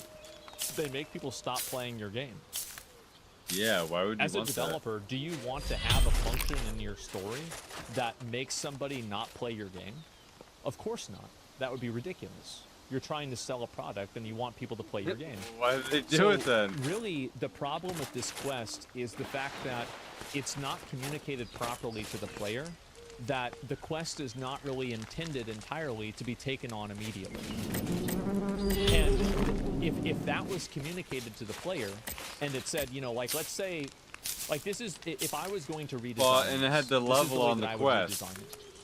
I would have it to where the player goes in and they fight the boss, and if they kill the boss on their first try, like in Elden Ring, whenever you fight the grafted scion at the beginning, and if you kill him, you get a really cool level weapon of the and a quest. shield.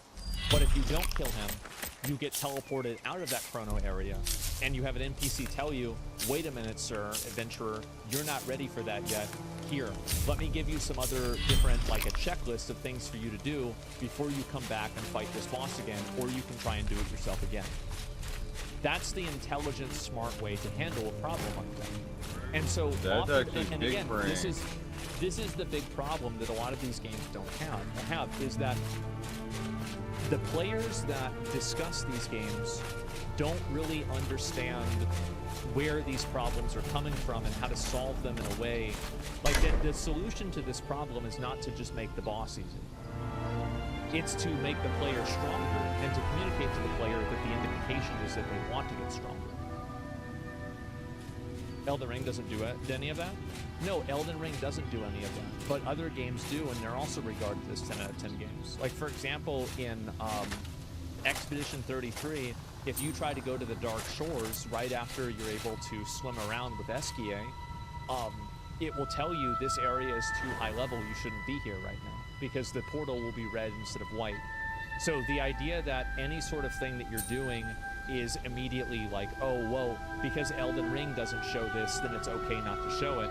There are a lot of games that do communicate these things in ways that are reasonable, like Black Myth Wukong does the same thing.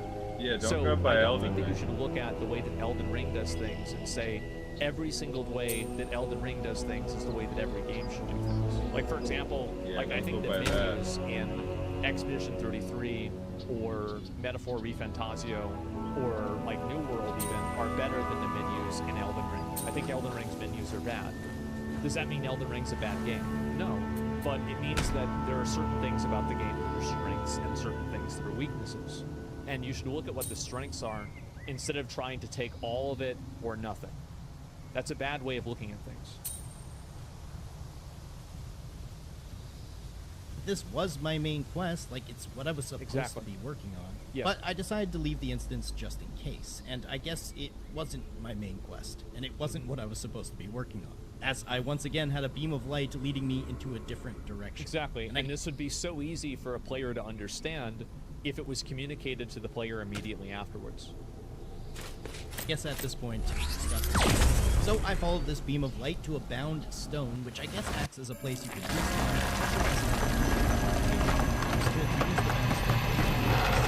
I wasn't quite sure where the citadel was. Yeah, it took me forever. Bottom left. Upon entering the citadel, you're met with more cutscenes, and it tells you to go to the chrono. I explored a bit around the citadel, which honestly it's nothing to the citadel, and basically it's just the waste of space. Odyssey's version of Magnus. Anyway, leaving the citadel and following my quest marker, I found this house that had a blue glowing barrel. A barrel? What's this? I got stuck here. It seems like you can actually aim and throw the barrel. Oh! Ha! Well, then I respawned and followed my quest marker again, and interestingly, it led me back directly to that same place. Now, you can't actually go inside this house because of the wall that says, I know you advocate for easy games, but all good games you like are hard and have a lot of feedback stuff. Also, a lot of examples making games easier hurts them more. Like, wow. I'm not advocating for easier games. I'm advocating for better communication. I never said that. Right. So there are certain things that should be easy, and there are certain things that should be hard. Fighting a boss should be hard. Understanding when to fight the boss should be easy.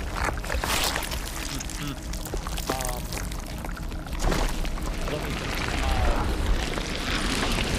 Like, let's say building a castle, or you know, like figuring out how to get into like an area that you're not supposed to be at.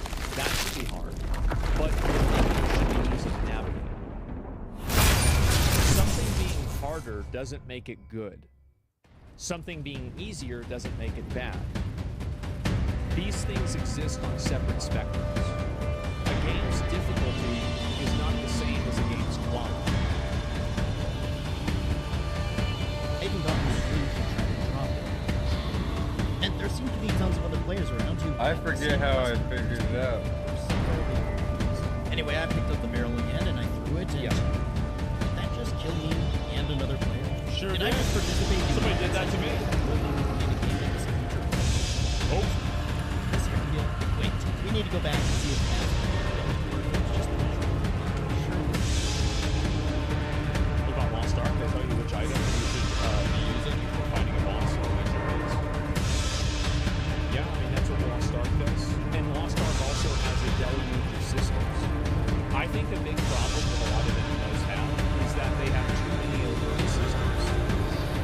And the overt systems are so confusing to an average player that it's overwhelming. Like there's menus I just killed on another top of player. menus, on top of systems, on top of menus. Same guy. Next, I helped some naked man down on the waterfall and showed him how to see rendition of the waterfall quest for RuneScape. Why didn't you see that? And that's when I actually realized that my quest marker wasn't telling me to go to that house in the woods. It was directing me back to the chrono gauge where that's because the chrono gauge was so deep into the mountain from the side of the cave, it appeared to be anywhere as if it was so I went back to the piercer guy, just had my horse, and that's when I decided, enough. I am so mad at myself for getting hyped up. And these aren't That's just you gave up because you got cooked. I can already tell. I think that we've played enough games to know that if the beta for a game is bad, the game is probably also going to be bad. Right? I don't think that you should look at, like, especially in terms of like base games. That's really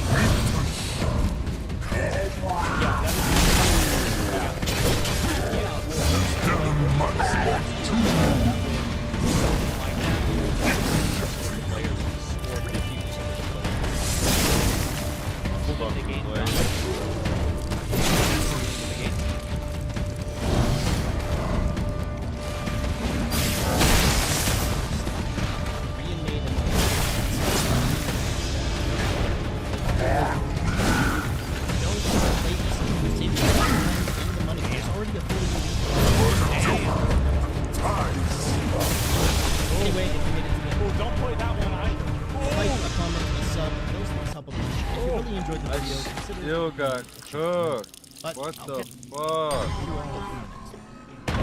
Yeah, I think that was actually a pretty good video. I like that.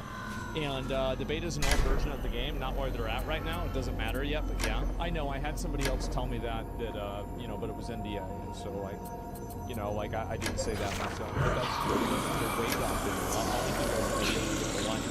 And anybody, 33K players, it seems like the filter didn't work so bad.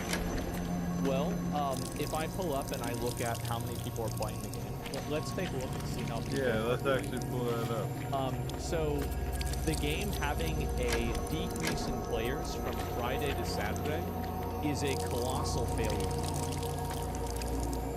This is a huge failure. That's really, really, really bad. And if you compare this graph right here, so every single other video game that has a successful launch, like even Dune Awakening Dune Awakening will probably even then, look at this, Dune Awakening even today, multiple weeks after its release, is still experiencing an increase in players on the weekend. So if Chrono Odyssey has like almost 20,000 players, literally the next beta, this is a huge failure. It's still the it doesn't have I refresh and put it. I agree with everything Timothy's saying. Right about it. It's much worse because you guys are picking it up because you're not judging the game and it's final. Why would I want to play a game? Like I'm saying, like every argument we're going to use is useful. Literally every single argument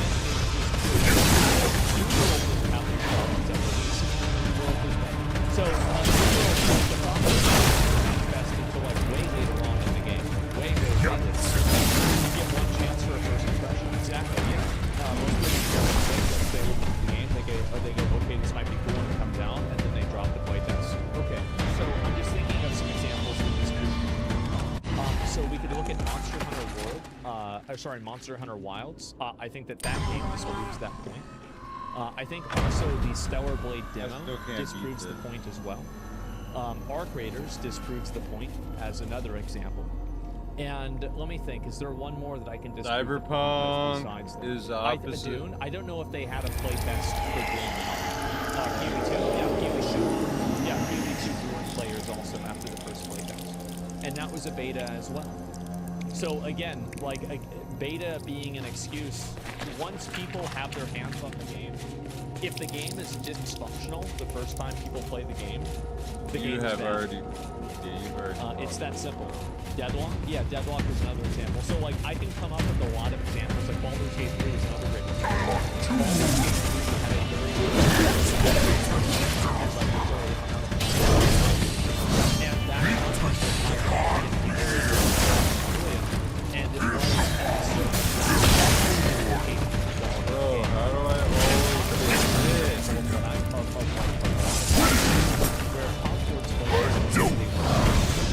I think that we can constantly track the success of the that's it. And so,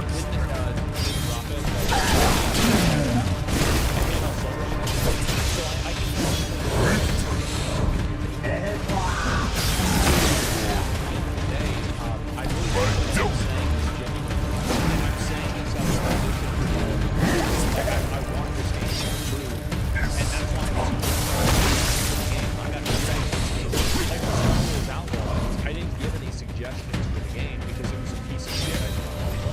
I want to like Chrono Odyssey, but there's a lot of this game they need to improve in order to make it better. And if they don't make the game better, the game will not be a success and it will fail as a commercial product. So I think that players deserve to be able to play the game. They deserve to filter the skill issue they can't understand. At the end of the day, you're going to be playing a dead or subsidize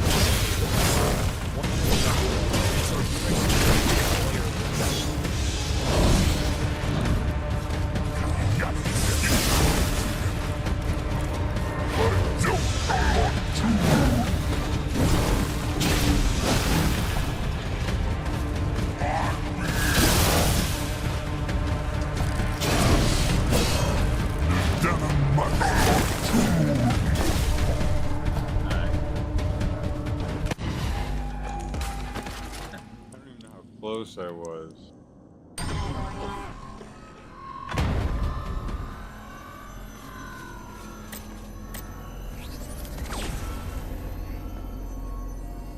Level up again.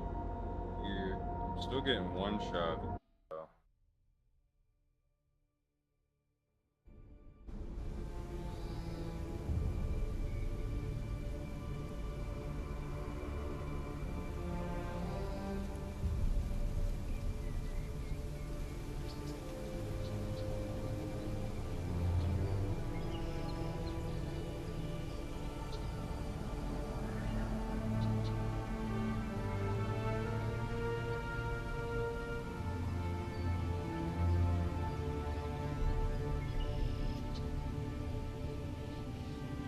extra level. Fuck it.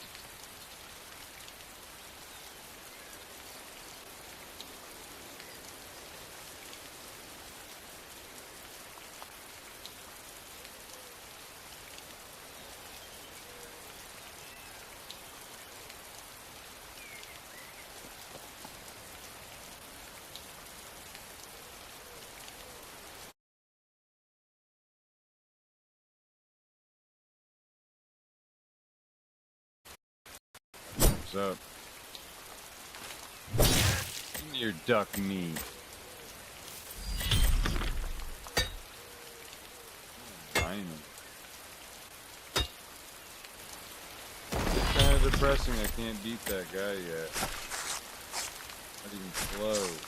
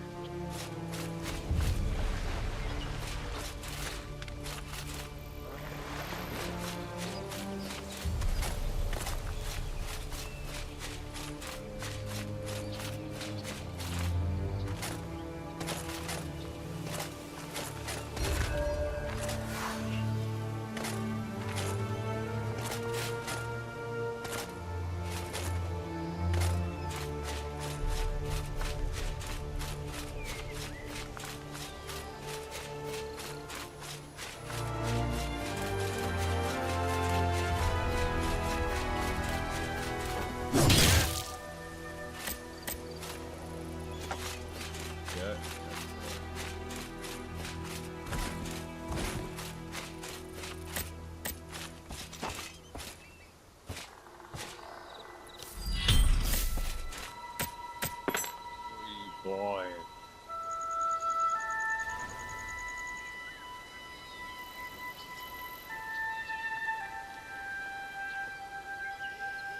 I gotta go fishing, that's right.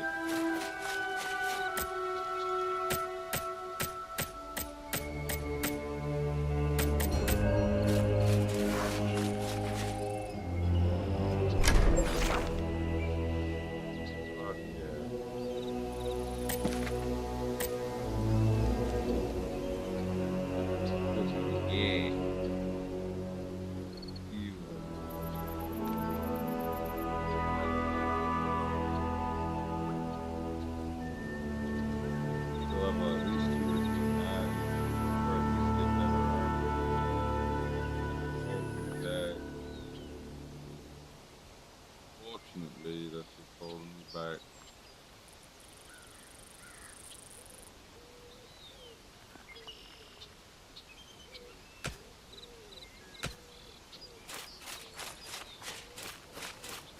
Try out the fishing though, I'm kind of hyped.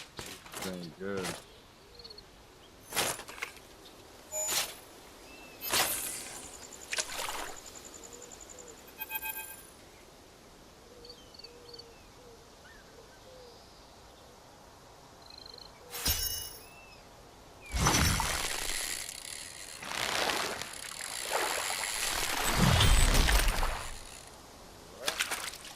Didn't even do anything.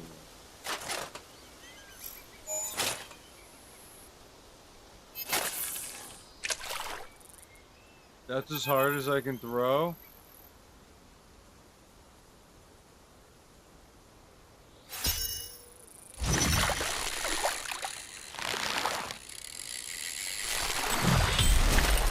It's auto. Fucked up.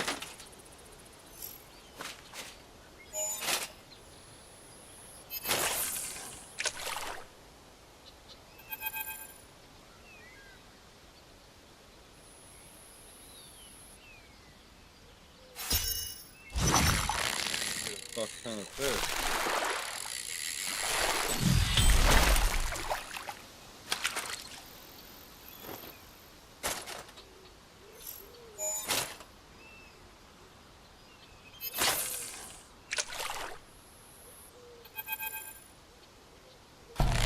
Touchscreen. Touchscreen's a fucking mouse? What?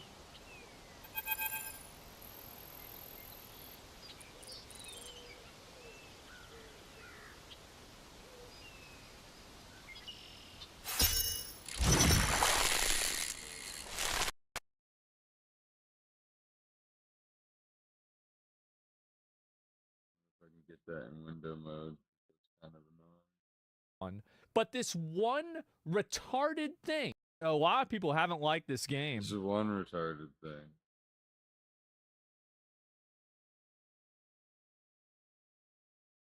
Actually, we got more shit to listen to. Let's put on.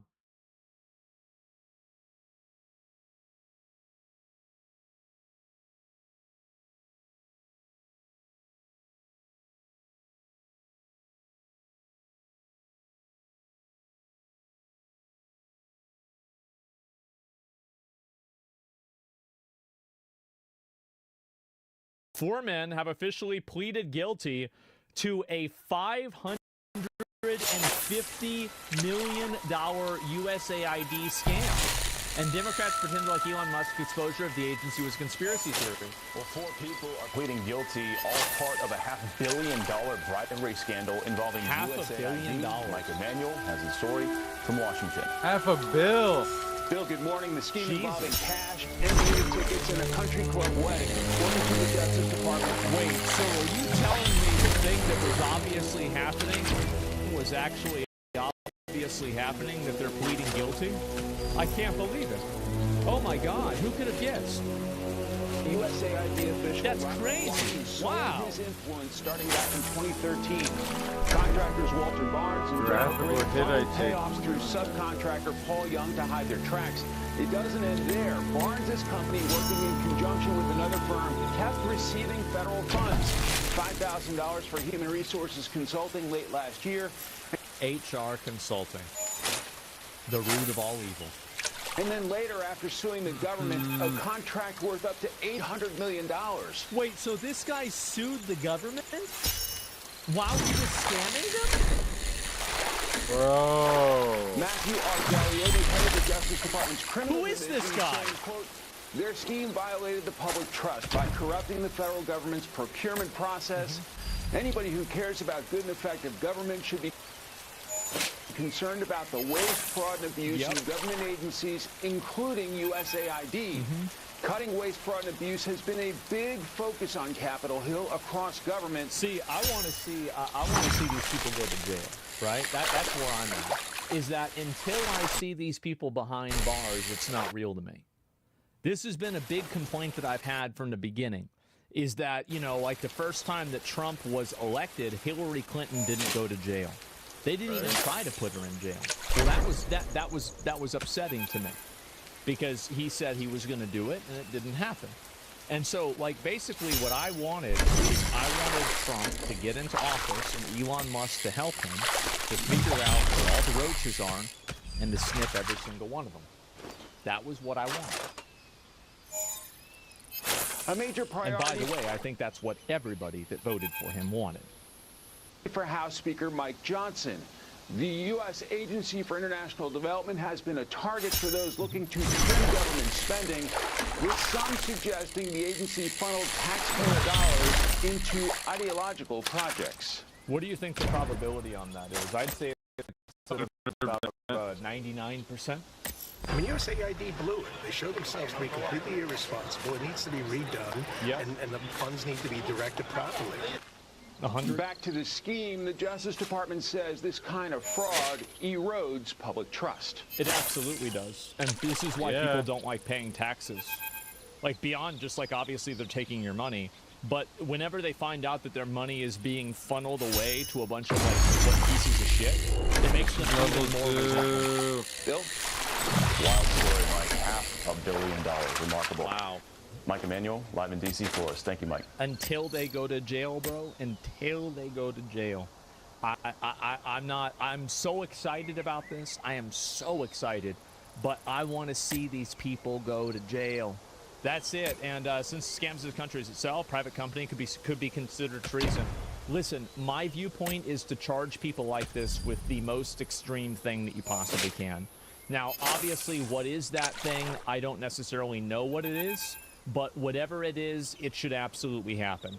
And so, yeah. A USAID official and 3 corporate executives pleaded guilty in a bribery scheme that went on for more than a decade. It involved contracts worth more than $550 million in U.S. taxpayer funds that were improperly awarded through manipulated process at the federally funded organization. Crazy. 57-year-old Roderick Watson of Woodstock, Maryland, a USAID contracting officer, pleaded guilty to bribery of a public official. He faces 15 years in prison. That's a good start. Watson spoke with an investment company facilitating a $14 million loan for a business from which Barnes paid himself a $10 million dividend. Wait, so he got a $15 million loan and he paid himself out $10 million? See, this is what I said. All you need to do is just pull these people's tax returns and all of this stuff immediately makes sense. Exactly. Really, it all immediately their friends comes and together. family too. He took 66%. Yeah. Exchange. Watson was showered with lavish. How did it not get caught before? Because the reason why I think that it wasn't caught before is that there was a quid pro quo that was happening in the government that a lot of people were under, like, that a lot of people were benefiting from. And because so many people were benefiting from it, nobody wanted to rock the boat. And anybody who tried might have gotten ostracized or pushed out. Bribes and gifts, including cash Kickbacks? Yeah. payments of more than Basically, they were all doing it. laptops and cell phones, tickets to an NBA game suites, a country club wedding paid for by the conspirators, down payments on 2 new homes, and jobs for relatives. 2 new homes. 46-year-old Walter Barnes of Maryland, owner and president of Vistant, pleaded guilty to conspiracy to commit bribery of a public official and security fraud. He's facing 20 years in prison. 64-year-old Daryl Britt of Florida pleaded guilty to conspiracy to commit bribery of a public official. Jesus. He faces 5 years for each count. Each count. 62-year-old Paul Young from Columbia, Maryland, pleaded guilty to conspiracy to commit bribery of a public official. He faces up to 5 years for each count. Both companies admitted to engaging in a conspiracy to bribe Watson and commit securities fraud. They facilitated. This is treason. It should be treated as much. No, they're not doing it with another country. We can't charge people for things that they're not guilty of. I wish we could, but we can't do that. Payments and benefits to Watson to secure contracts. Yep, there you go. And I'm really glad to see this happen. I think this is if this had happened a month ago, that would have been ideal. Back when Elon Musk was still in the government. Because when Doge was there, I think that a lot of people's complaints and frustration was that a lot of these posts and things that they were saying, oh, we found all this fraudulent money, we found all this stuff. This is after I fight to end wasteful foreign aid. Your tax dollars shouldn't fund corruption. I bet corruption is one of the better things that it funds. I bet this is the tip of the iceberg. I bet this isn't even the tip of the iceberg. I bet this is the seagull sitting on the tip of the iceberg. I bet there's probably fucking millions of fucking dollars, billions of dollars that this is going through. I guarantee you. Yeah, the law takes ages. People forget that. Who decided that the law takes ages? Oh, a bunch of lawyers who it's in their best interest for it to take ages? That sounds like a bunch of bullshit to me. Why is that the case? Again, don't let people construct a bureaucratic apparatus and then fall into the trap of playing into it. There's no reason that you should play into their bureaucratic apparatus. It's bullshit. So don't ever do that. Don't get hoodwinked. Don't get taken advantage of.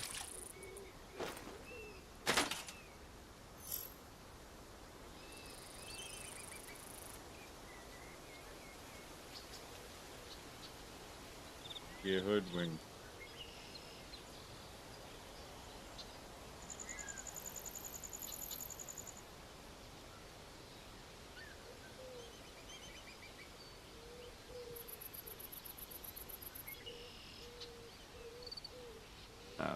Fishing, brother. Shit. It's not even in the water, dog.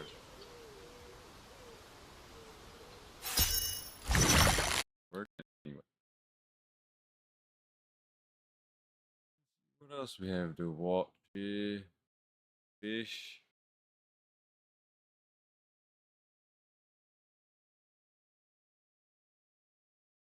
This is the prince, and they're thinking about trying to bring him back. In 1979, a massive revolution in Iran brought about the Ayatollah Khomeini. That's not even in the water, power. bro.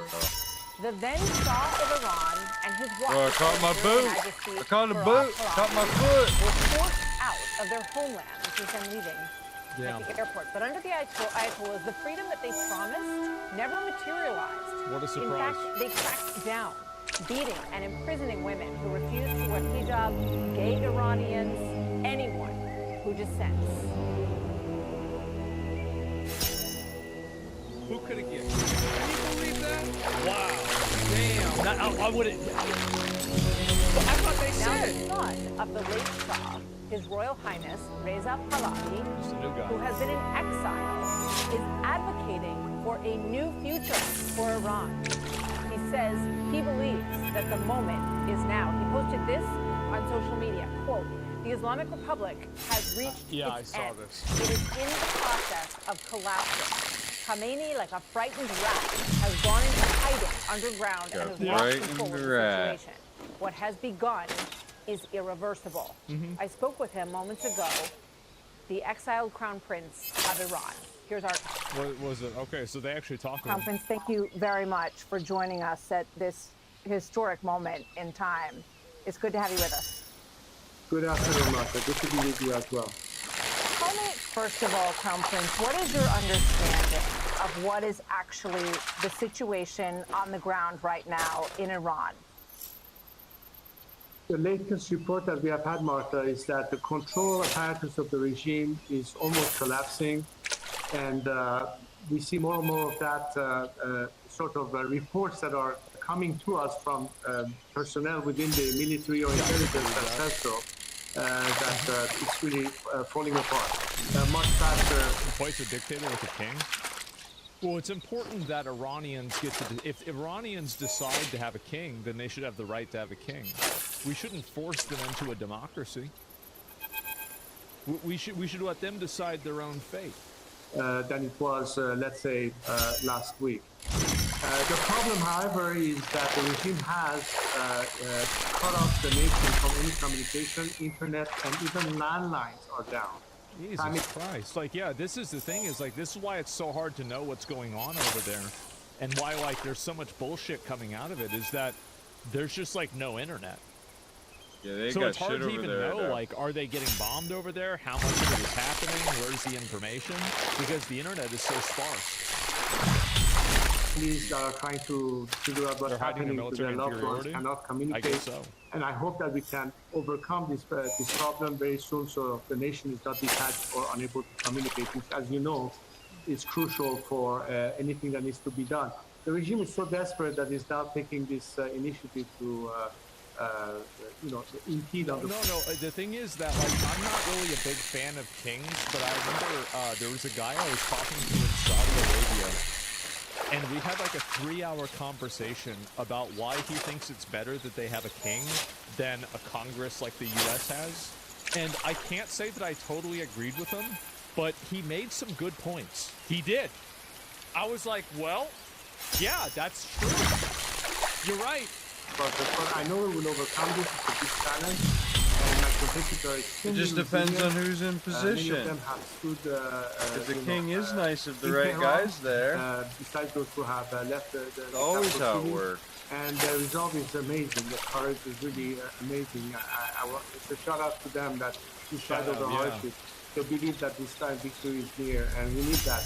Courage and that moral support that the world needs to also give us. That should be good on this this, on our side, but continue thinking that this region will never provide a historic opportunity to put an end to all the problems, not just the nuclear threat, but every other thing that has been associated with this region ever since it took over. And I think my compatriots have proven that despite the threat, despite the repression, despite the independence, despite the they're still in the streets, standing firm, and hopefully at some point the world will take action for us to step in and allow for this process to take its natural course. Everyone is to overcome not just my compatriots, of course, but I think many people around the world understand. understand how different Iran is. Different for all of us. We know that President Trump is currently considering use of a bunker buster bomb on the Fordo facility in Iran, which is believed to have a nuclear facility buried deep into the ground. What would you say to President Trump as he considers that option? The bomb it? One of the concerns that often is associated with hitting nuclear facilities is the risk of radiation that could be something very important to contemplate. I hope it doesn't get to this point. I think there's enough damage done to the regime without having to take it to the next level. But if the objective finally is for this regime to completely collapse... Yeah, I think he's right. It's like, I mean, it basically seems like they're on their last legs already. I mean, really, they're already fucked. I mean, it seems like everything's going wrong over there. So, like, all we need to do is keep pressure on them, and they're going to collapse organically. The better element, much stronger Which is than a better bomb, solution. much more effective, are the people themselves. I'll tell you something, Mark. Vinny says, why does the West think they can install a guy who probably hasn't been in the country in 45 years? Did you just ignore, let me ask you something, did you just ignore the fact that they did a poll and he was the most popular person to lead Iran in polling of Iranians? So you're saying you believe the Western poll out of Iran? Yeah, I believe it more than your vibe, yeah. Let me give you my logic of why I think that. It's widely reported that the Iranian government is deeply unpopular with its people. Logically, if a government is deeply unpopular with its people, the majority of people will probably think that the previous government is better. And if this guy represents the previous government, they're going to think, let's bring him back. How many times that during President Trump did people say, I wish we had Obama? How many times did Obama, people said, I still wish we had Bush? It's faulty logic? No, it's not. Not necessarily. Nothing is ever necessarily. How are they conducting polls while they're getting bombed? Well, the poll didn't happen yesterday. It happened a period of time ago. I mean, you're going to tell me that the poll is invalid because it happened like 3 years ago or something? Yeah, anyway, it's 4 months ago, right? Exactly. Anyway, I got a little bit distracted. I apologize. And let's go back and look at this. In the past 48 hours, and of course even before that, but especially as a result of this latest campaign, many elements within the military have reached out to us. They're communicating the fact that they're ready to defect. They're ready to get away from the regime. They're willing to join with the people, to demonstrate that to the people. Some elements within the intelligence sector, as well as the bureaucratic setup. We are seeing more and more defections beginning to take place. This is something that I anticipated and I have hoped for, because they realize that it's pointless to stay there and try to defend a regime that doesn't care about the nation, that doesn't care about our country. And there are, at the end of the day, some proud nationalists. They believe in Iran's territorial integrity. They believe that their job is to protect the nation, not to kill people under the regime's orders. So this element is one of the factors that is beginning to happen. I hope that in any consideration... But that has to happen there. It has to be people that are protesting there. Like, if it's not people that are protesting there, it's not going to work. ...that we have, including President Trump, he realizes that this is something... Is no one there? Sweet heavens! Oh, how I loathe these heights! Yeah, like, again, I think somebody brought that point up in chat a couple of days ago. Because, like, I originally said that every single day that you go on, it gets worse. But I actually think the more that I think about that, I think that's more relevant and more valid than what I said. And I feel like maybe they're just trying to wait this out and hopefully, hopefully just trigger some sort of action. So I think a strategic pause might be required at some point to allow that process to demonstrate itself and allow the regime to start falling on its own weight, so to speak. And we are living these moments as I speak to you right now. So I hope it doesn't get to a point that we have to go even further. But again, I'm not a military strategist, nor am I an advisor to the president. I'm just telling you that Iranians would hope that instead of our country being targeted militarily, and as painful as it is as a patriot to see that my country has been attacked, and I've always thought that we should try to avoid at the most possible such confrontation, just because diplomacy has failed, and instead allow for the process of change at the hand of the people themselves to take place. So I hope that they consider that He's completely right. as a critical factor, as opposed to our only option after failed diplomacy is further military. I mean, I certainly think this guy is a little bit more even-handed than the crazy guy that, you know, says that they're going to fight to the last person and he's posting AI videos, right? This guy seems a little bit more reasonable. USA funds terrorist organizations, CIA fucks up Iran, now we're the ones wanting to fix the country? Well, I don't know what that has to do with it. Like, so the CIA did something bad in 20 years ago, and so now we have to accept that they're funding a bunch of terrorist organizations and let people get bombed? What a retarded premise. That's right. Understood. So you would not want to see the United States use this bunker buster at Fordo. Is that correct? You would discourage that. Well, I hope that as the regime is crumbling, is that enough of a factor to have neutralized it sufficient that it cannot do anything harmful, at least in the immediate? Because the whole argument about striking is because of the imminence of the regime's threat. But he's right they've about been that. completely dismantled. The apparatus of air defense, the apparatus of... So he's basically saying we don't even need to do anything. Like, we don't need to beat them. They're already beating themselves. Which, I mean, part of that probably is true. Like, I mean, I would imagine, like, taking out that much leadership of the government and the military, it probably totally disorients them and fucks them up. Massively. Retaliation is almost taken out. So I think that sort of pushes back a little bit the envelope, which would allow sufficient time for another phenomenon to occur, which is the one I just explained to you. Allow the Iranian people to overcome this regime, help them do that, because that option is always on the table. But what's the rush here? People are... Anyone defending the IRGC is an actual idiot? Well, there's a lot of... You have to understand that, like, this is the premise of a lot of, like, Westerners, is that there's a lot of Westerners that are so insulated and so privileged that they actually end up thinking that they have common ground with, like, a totalitarian, hyper-conservative theocracy, right? Like, which, I mean, I think it's insane. It's absolutely insane why this happens, but yeah, that's it. And so assassinating 4 days out, yeah. And so you have a lot of liberals and people like that that think that they have anything in common with, like, this military and this regime, which is absolutely insane to me to see. It is. And the ultimate factor. That's what scares the regime the most. So yeah, the more the people are empowered, the quicker we can reach that end. So you have said that you don't seek power, but you are ready to fulfill a duty if called upon.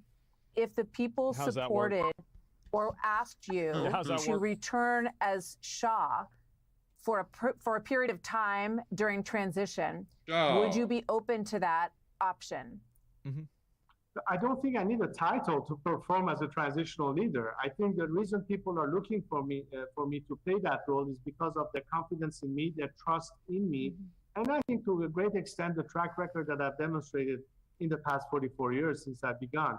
And that trust in me allows me to play that national leader role, if you will, and be able to be the element that assembles people together on a common agenda, knowing that we might differ in opinion, but we are committed to the democratic outcome. So I don't think I need to have any particular title. That would be... this is a smart answer, honestly. Putting the carriage before the horse, so to speak. Let us be focused on the job at hand. The job at hand is A, eliminate this regime and replace it with a secular democratic alternative. And this is exactly the end game that I'm looking at, and I'm not looking past that one at this time. Yeah. I'm focused only on this mission, and I hope my competitors will understand that we need not prematurely discuss issues that will be determined down the line.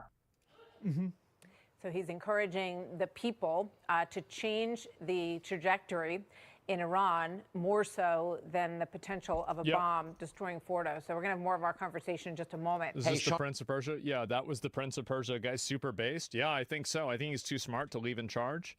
Well, I don't know about that. How do we know this guy will be any better? Does he plan to bring Iran back to where it was in the 70s? I mean, I think that's probably where he'd be at. I mean, I don't know his position on everything, but I think it's just important that these people are able to elect a person and have that That they person actually represent want. them, right? I mean, that's what really matters the most. I mean, and that it's probably, right? I mean, I think that a lot of people would be voting for him for that reason. They're like, okay, well, we don't really like the way. Well, the real thing is we need to make sure the people actually get the vote and someone's not shadow dropping the next president over there, because we don't be needing that to just pop back up in another 5 years. We should just pick it for. Honestly, we should just appoint somebody that actually means well, that's of their nation, and what we should pick for them, make sure it's good. I mean, it sounds bad, but you'd have to obviously have someone that comes from there, pick it from there. It's one of their people, you know, one that actually cares, like a mom and pop. No previously political. I want to do it to just a regular average Joe guy down there. Give them the power. They're the ones that know the real deal. Way it is right now, and so we want things to go back. And I think that's kind of what the expectation is. 50% crazy is better than 100% crazy. Exactly, yeah. And I think that this guy seems like a certain fucking improvement over the crazy nutballs they have in there now. But again, it's not really up to me. It shouldn't be up to me. And I feel like a lot of people, like his sister gets speak, and I've been it shouldn't be up to people, us some of the as most honest well. people. Yeah, exactly. 97 dying in the Middle East been insane. Agree with this gentleman. The Iranian people deserve better. Yeah, I mean, I think a lot of people here obviously support about this, but you know, it's going to really depend on what the actual people there believe. Is he making Iran great again? Maybe. You never know, but I would prefer him than literal terrorists. Exactly. Yeah, that's it. He's been consistent in decades and not asking the U.S. military for helping him. Yeah, and like it does seem like things are pretty much falling apart in Iran. I mean, like again, like imagine if they had killed, like comparatively, imagine if they had killed that many people in like central U.S. leadership positions. I mean, the U.S. would be in absolute fucking disarray. Everybody'd be running around fucking terrified and stressed out and crazy. So yeah, I think that's basically what's probably they're going to doing. happen, and we'll just have to wait and see. Probably what they're doing over there. My dad just called me and said that I owe $480 for my tax return because apparently if I just had $10 more taken out of my check every single week. Well, yeah, that's how it works. You gotta pay to live. Old slave trade. Everybody knows that. Realize you're a slave. Civilization hits like a stack of bricks.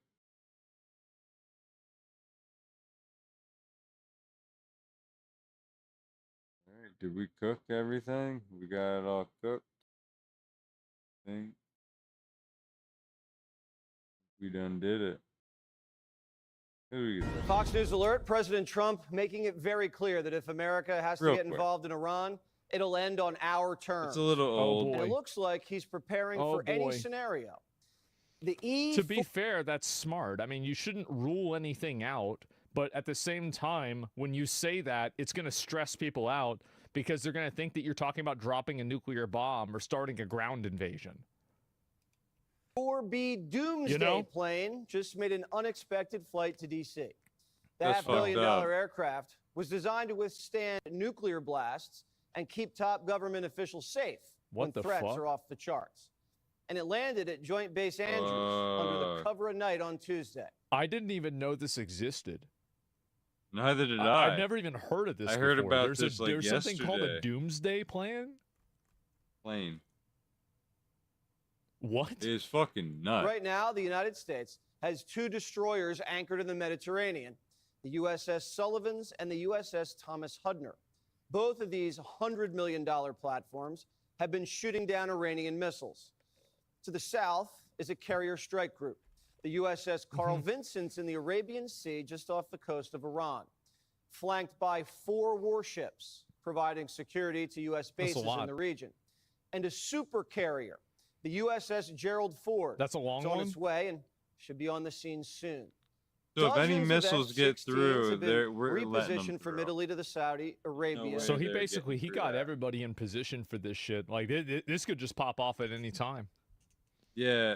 base. So he has And everything set up. F-22s and F-35s are So when he dropped the bunker buster, I think it was today or yesterday, when he dropped that buster, I think it was either last night or today, this morning, but he dropped that shit and it was pretty crazy.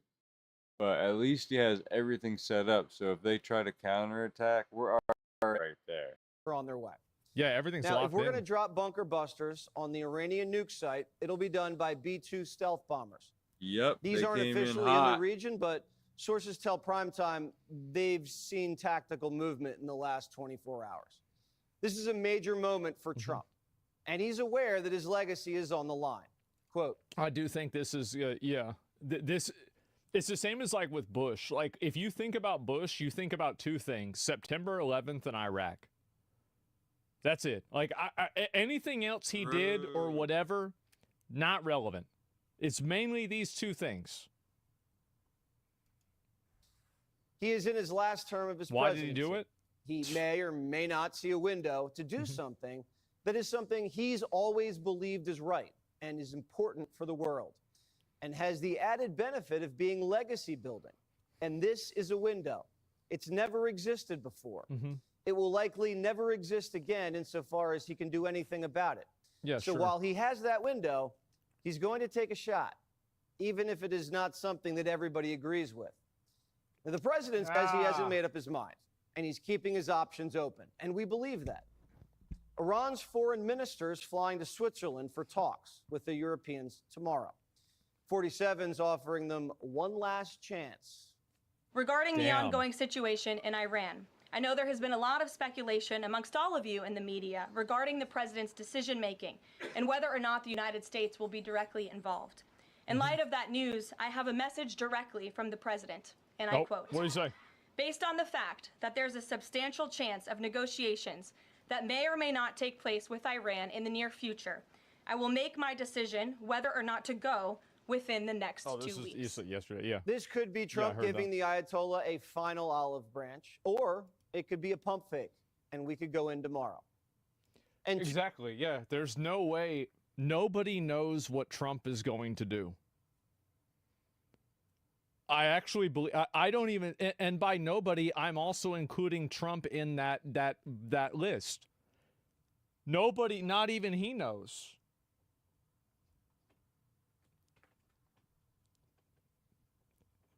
I mean, yes, I think that to a degree, there's a degree of like tactical, acumen that's involved with that. But damn, it's a little stressful, huh?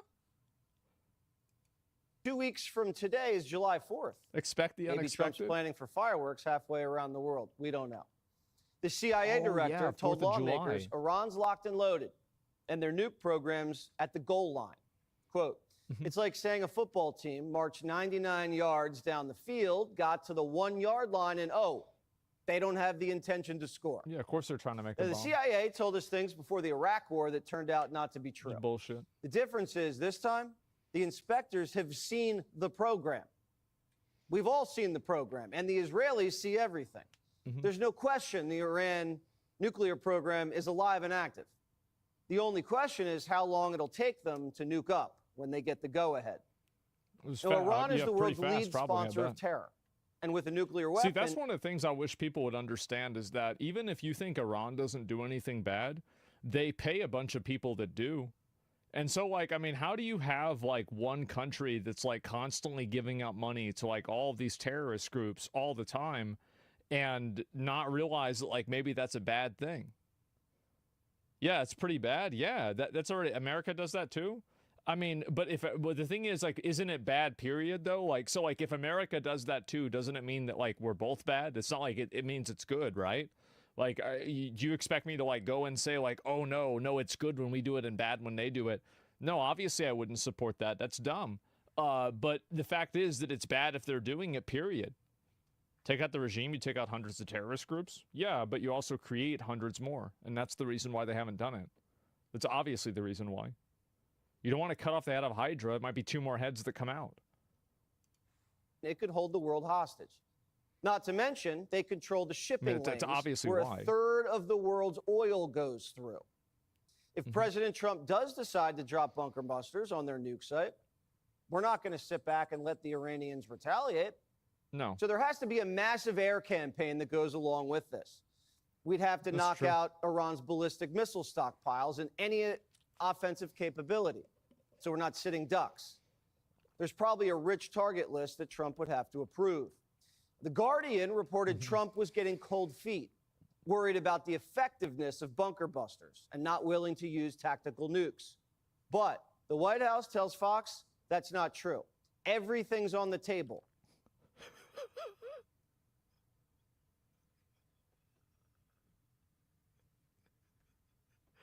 Oh my God. The tactical nukes, Jesus Christ. No, bro, like, how do you say that? How do you say that? I mean, he's probably just posturing and saying this is like, yes, obviously, you know, there's a situation we might do this. Like, it's probably not likely. But still, man, did you really have to say that? Even tactical nukes. Wow. The big question is if the United States does target Iran, what happens next? The White House isn't considering boots on the ground. Iran's 3 times the size of Texas and surrounded by mountains. They're bigger than, well, fuck Iran. Invading Iran They're by bigger. land, They're 3 almost times impossible. bigger than and Texas. here's why. To the west, the Zagros Mountains, a rocky wall with narrow passes, What the fuck? easy to defend, hard to attack. To the north, the Elburz Mountains, rising like a shield beside the Caspian Sea. To the east, more rugged mountains near Afghanistan and Pakistan. Still no easy entry. And in the middle, 2 deadly deserts, Dashti Kavir and Dashti Lut. Scorching heat, salt flats, sand that swallows tanks, mountains, deserts, bottlenecks. Iran. Who the fuck went over there like 3,000 years ago and said, oh, this seems like a good place to stay? Bro, fuck that. Is a natural fortress, and that's why invading Iran by land is a military nightmare. Iran's different than Iraq because you wouldn't have legions of foreign fighters pouring into the country to target Americans. Well, that's different. Because there won't be any Americans there, and 2, good luck getting in. The war is escalating quickly. Last night, an Iranian missile struck an Israeli hospital. Yeah, we saw this. Israel's calling it a war crime. And its defense minister says the Ayatollah... Bullshit. If Israel's calling it a war crime, they've committed so many war crimes. I don't even know why they would say that. ...can no longer continue to exist. Israel just destroyed a nuclear reactor, which was producing plutonium. And no one's coming to the Ayatollah's side. Hezbollah hasn't fired a single missile since the start of the campaign. If I was them, if I was Iran, I would be fucking furious. It's like, we funded your terrorist org for years. And now the one time that we need help, you're acting like, oh, you're not going to pick up the phone. Really? It's insane. The Shiites haven't targeted American military bases in Iraq, and the Houthis in Yemen have been quiet. The Ayatollah is all alone, hiding in a bunker. His nuclear scientists and generals all assassinated. He's 86 years old. It's crazy, honestly, that they killed all of those people. Like, pretty much every single one that was in charge, they killed them. That's nuts. He's ruled Iran with an iron fist for over 3 decades. They're scared of their phones man's now, a no proud, more pagers? stubborn, yeah, I would be too. Revolutionary. Something Shit. tells me he's going to go down fighting. Now, if the United States neutralizes his nukes and his missiles, is he still able to wield power? The Iranian economy is a disaster. He can't protect his people. He's mistreated them for years. So the streets will start to teeter. It's possible he hangs on. See, that's the best case scenario, by the way, is that we shut down there. We cut off enough heads that their leadership is so divided that the people are able to overthrow them and create a new government to replace this guy. That's the best case scenario. But a coup is likely. Or does Trump greenlight Israel to take him out? If the Ayatollah stays in command, he will retaliate, and Israel will kill him. Activate sleeper cells. Israel's going to kill him. Now, just guaranteed. We don't know that, but we have to use a light touch. This is delicate. We don't have a problem with the Iranian people. We have a problem with the regime. An unarmed Iran that's not an arch enemy of the United States could lead to the region uniting under American sponsorship and give us major leverage over the Chinese. The United States of the Middle East. Who import almost all of their oil. The risk is being too ambitious and not grounded in reality. There's also a risk of doing nothing. There's downside to everything. Sleeper cells could activate, cyber attacks, terror attacks. And the thing about the sleeper cells is he told it we have to worry about them because I guess they're being activated apparently. Well, I mean, they've already funded terrorism like how many fucking ways? I mean, it's obvious these guys are bad actors, right? I mean, like it's anybody that's like, oh well, let's just not do anything about it. It's like, okay, well, like then they're just gonna do something else bad again, right? I mean, you're not doing yourself any favors there. Donald Trump's deliberately and carefully calibrating each of these scenarios. And we elected him for moments like this. Define bad things, funding terrorist groups that kill civilians on purpose. Well, like on a regular basis. It all comes down to one thing. Like that would be it. Trust in President Trump. President Trump has incredible instincts, and President Trump kept America and the world safe in his first term as president in implementing a peace through strength foreign policy agenda. And with respect to Iran, nobody should be surprised by the president's position that Iran absolutely cannot obtain a nuclear weapon. He's been unequivocally clear about this for decades, not just as president, not just as a presidential candidate, but also as a private citizen. Click here to subscribe. Yeah, no, obviously, right? I mean, I think people are fucking tired of that shit in general. And there's a chance that, and this is what seems like it might happen. I don't necessarily know if it will. I guess we're going to find out. I guess we're gonna. The video should be out any time, either today or tomorrow, about the bombing. So, I mean, it's pretty close to see the fruit of our labor here. I'll have to check in later.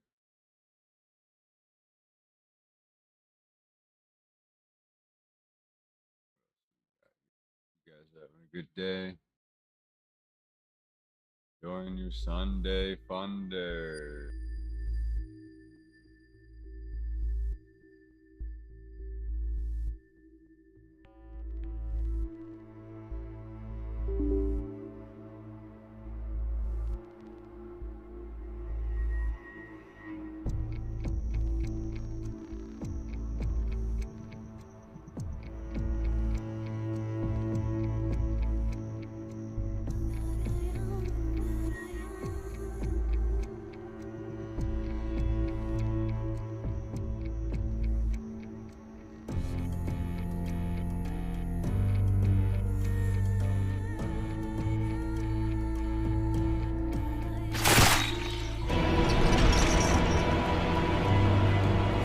Thus did hubris swallow me whole, wrought by my own folly. The void has consumed us all, forsaken by our God.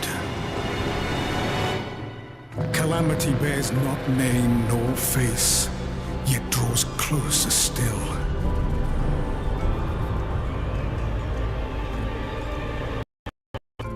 Is this the end? Nay, 'tis but the beginning.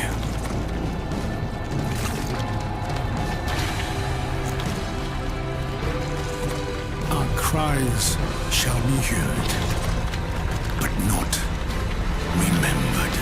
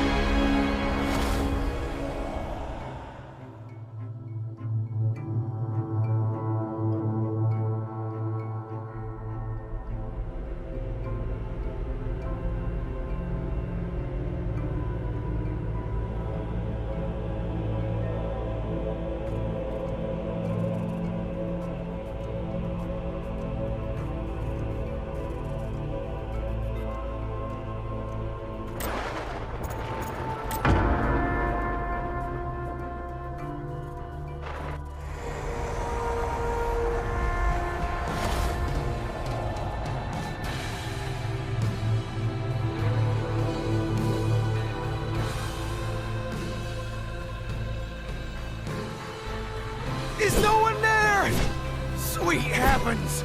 Oh, how I loathe these heights!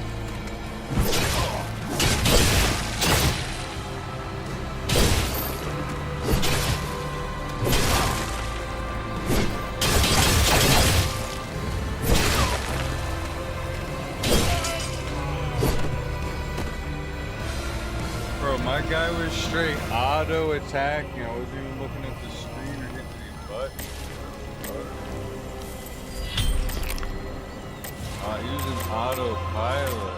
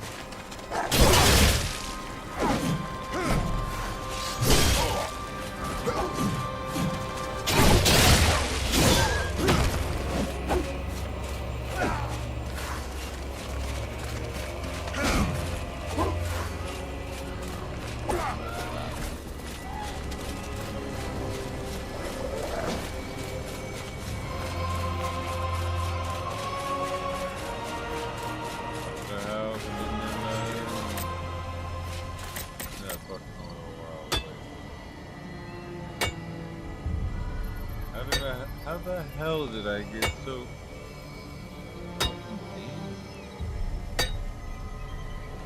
pantsless?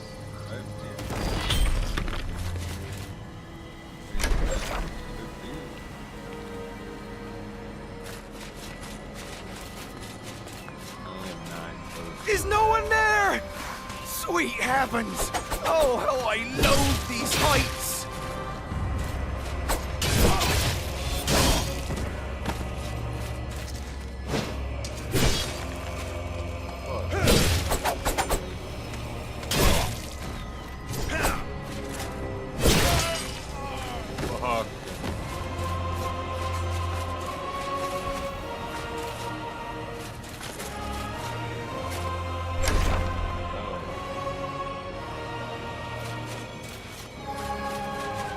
Is no one there? Sweet heavens! Oh, how I loathe these heights!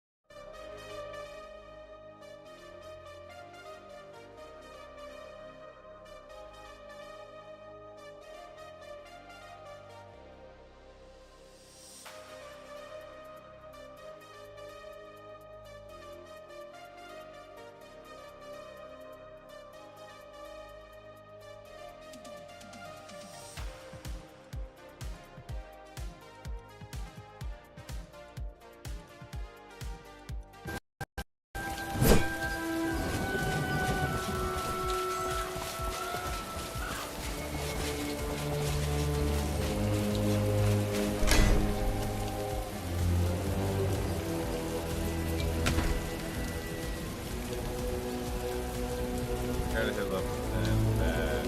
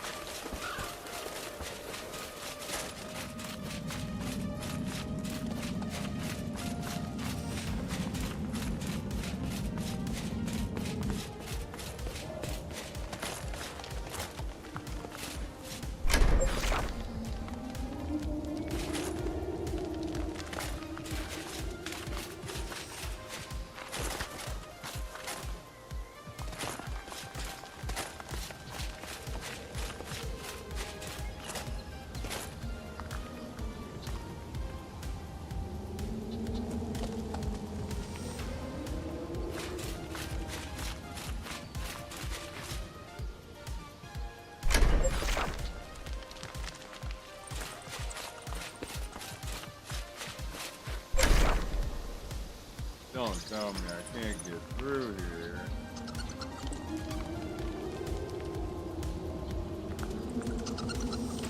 This is the only way in.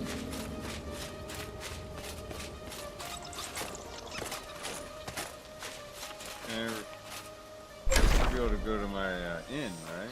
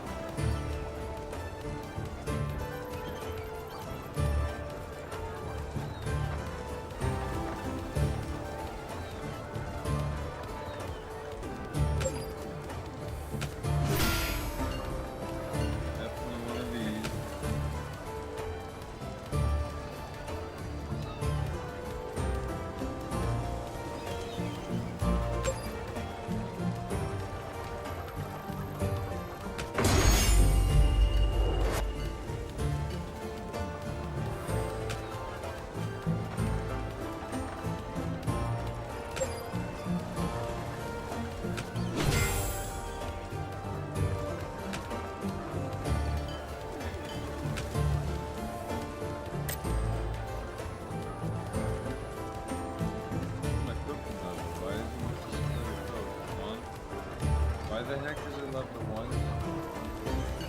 Ton of food, bro.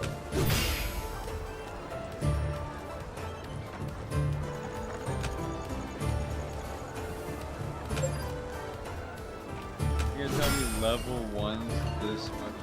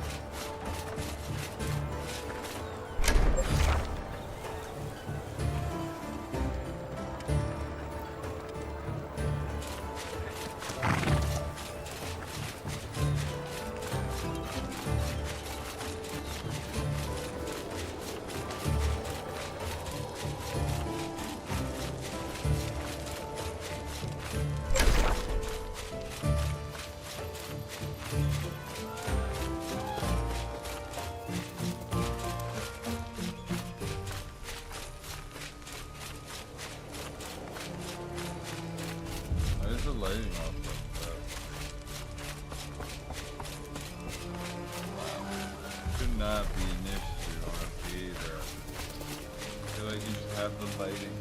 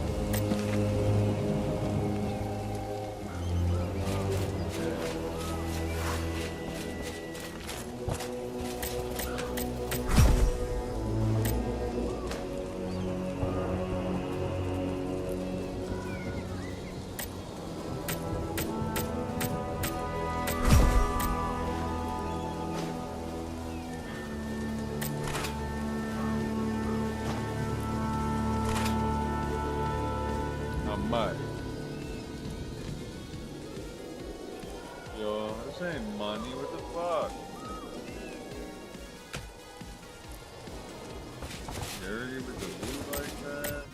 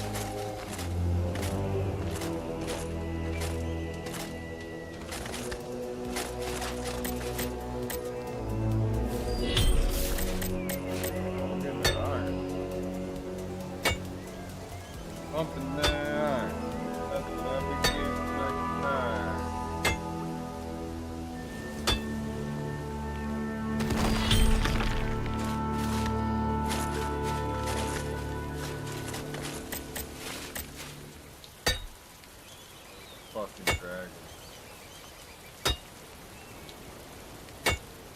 Hell yeah. Kick that dragon's ass, too.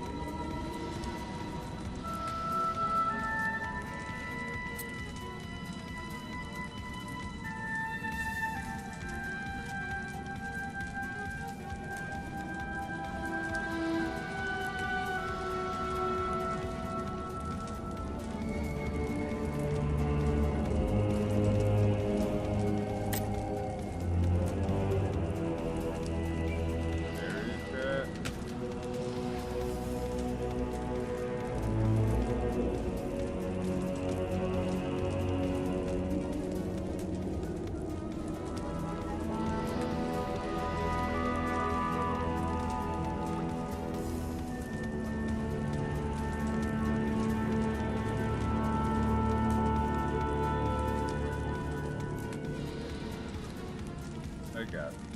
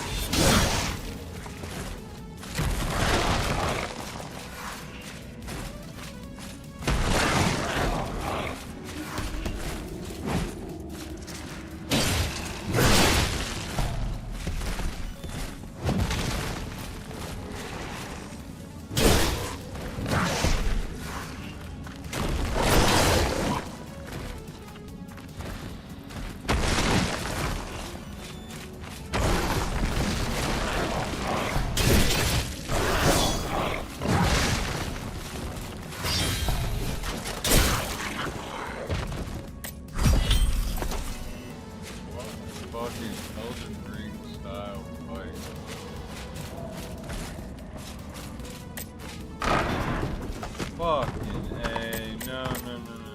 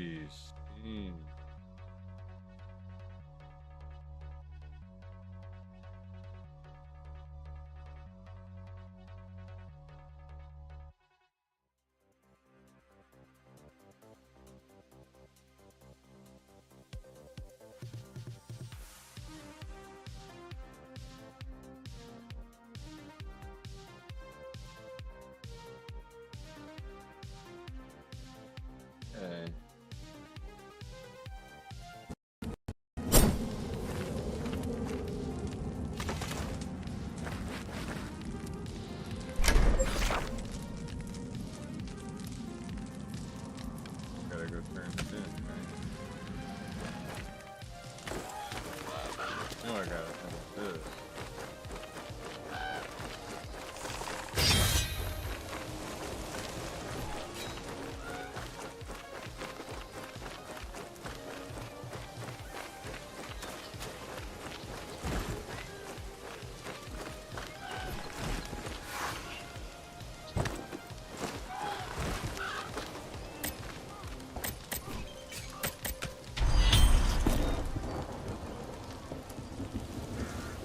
Oh.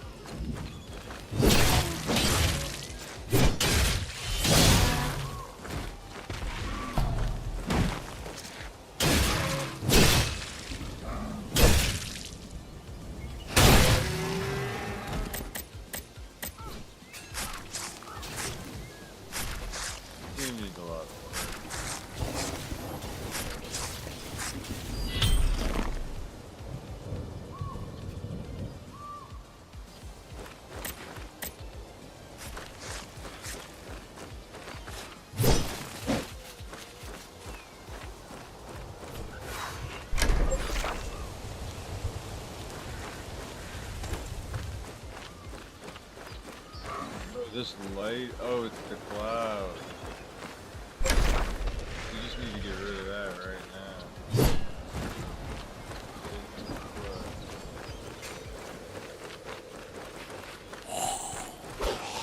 Cloud light.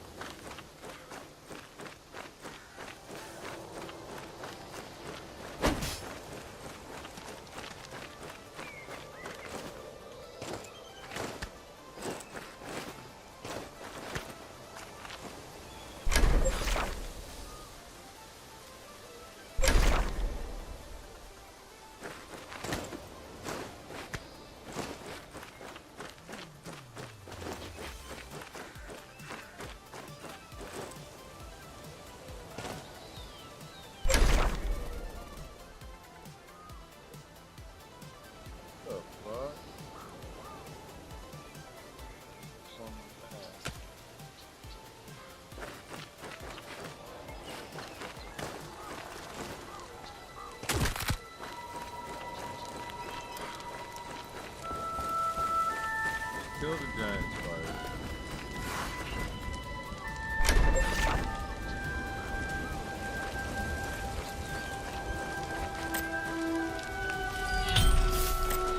Oh, forget a cat. Oh, this guy. Yeah, I guess.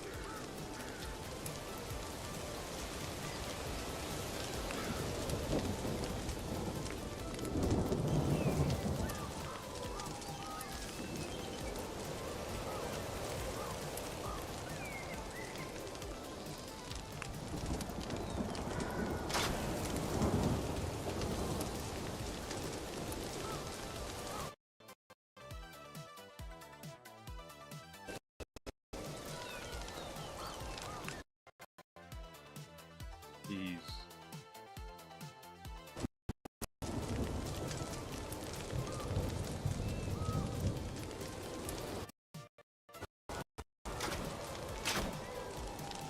A little bit better.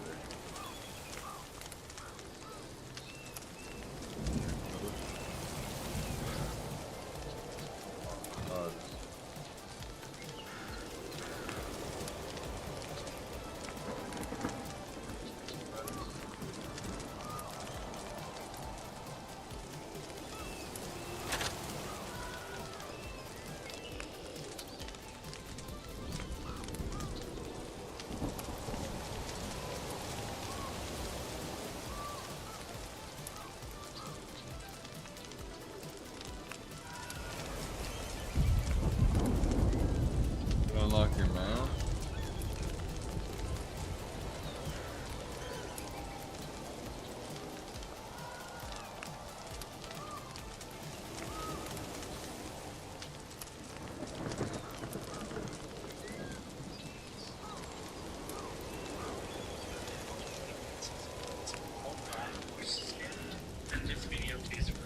Oh hell yeah. Pick up the skins. Let's just go ahead and jump right into it. This quick. First things first. Check out your program and up on the map.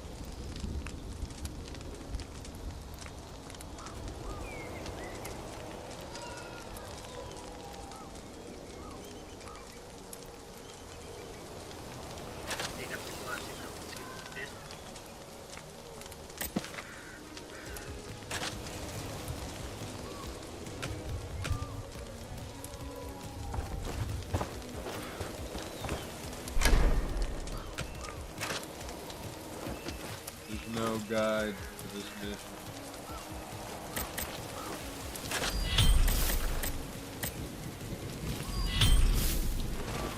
Kinda buff here.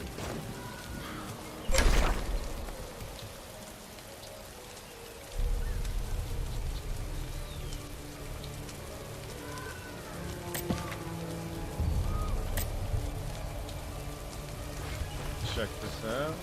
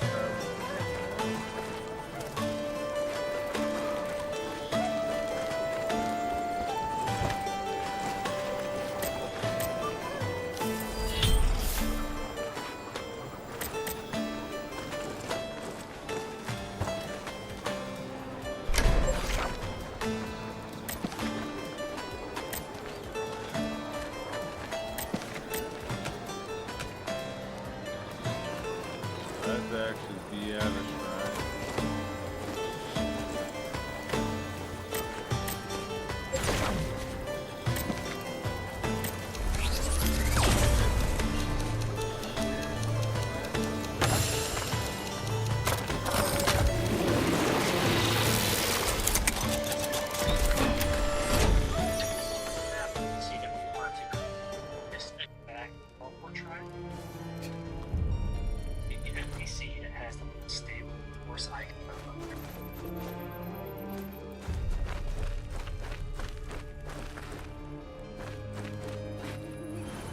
That guy at? Did I not go to the right track?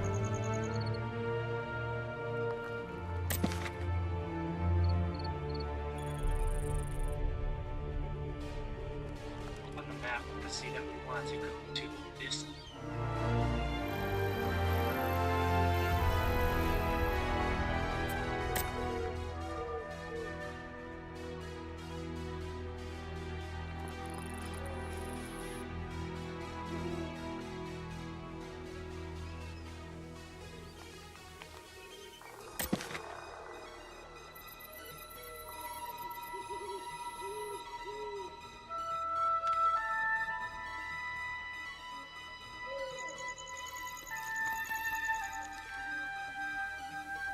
Or western.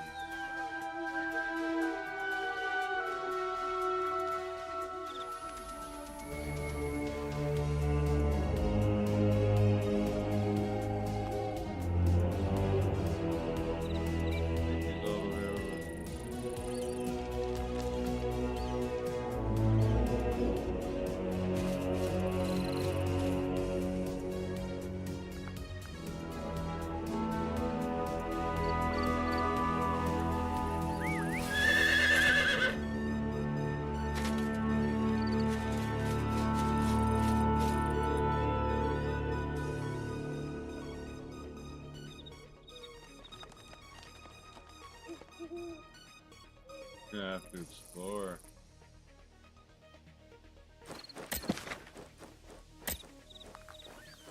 Speedruns, fucking trying.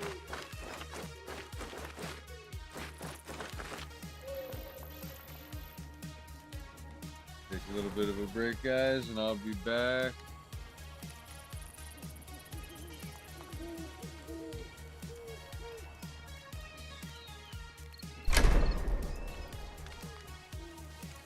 I'll be back, guys.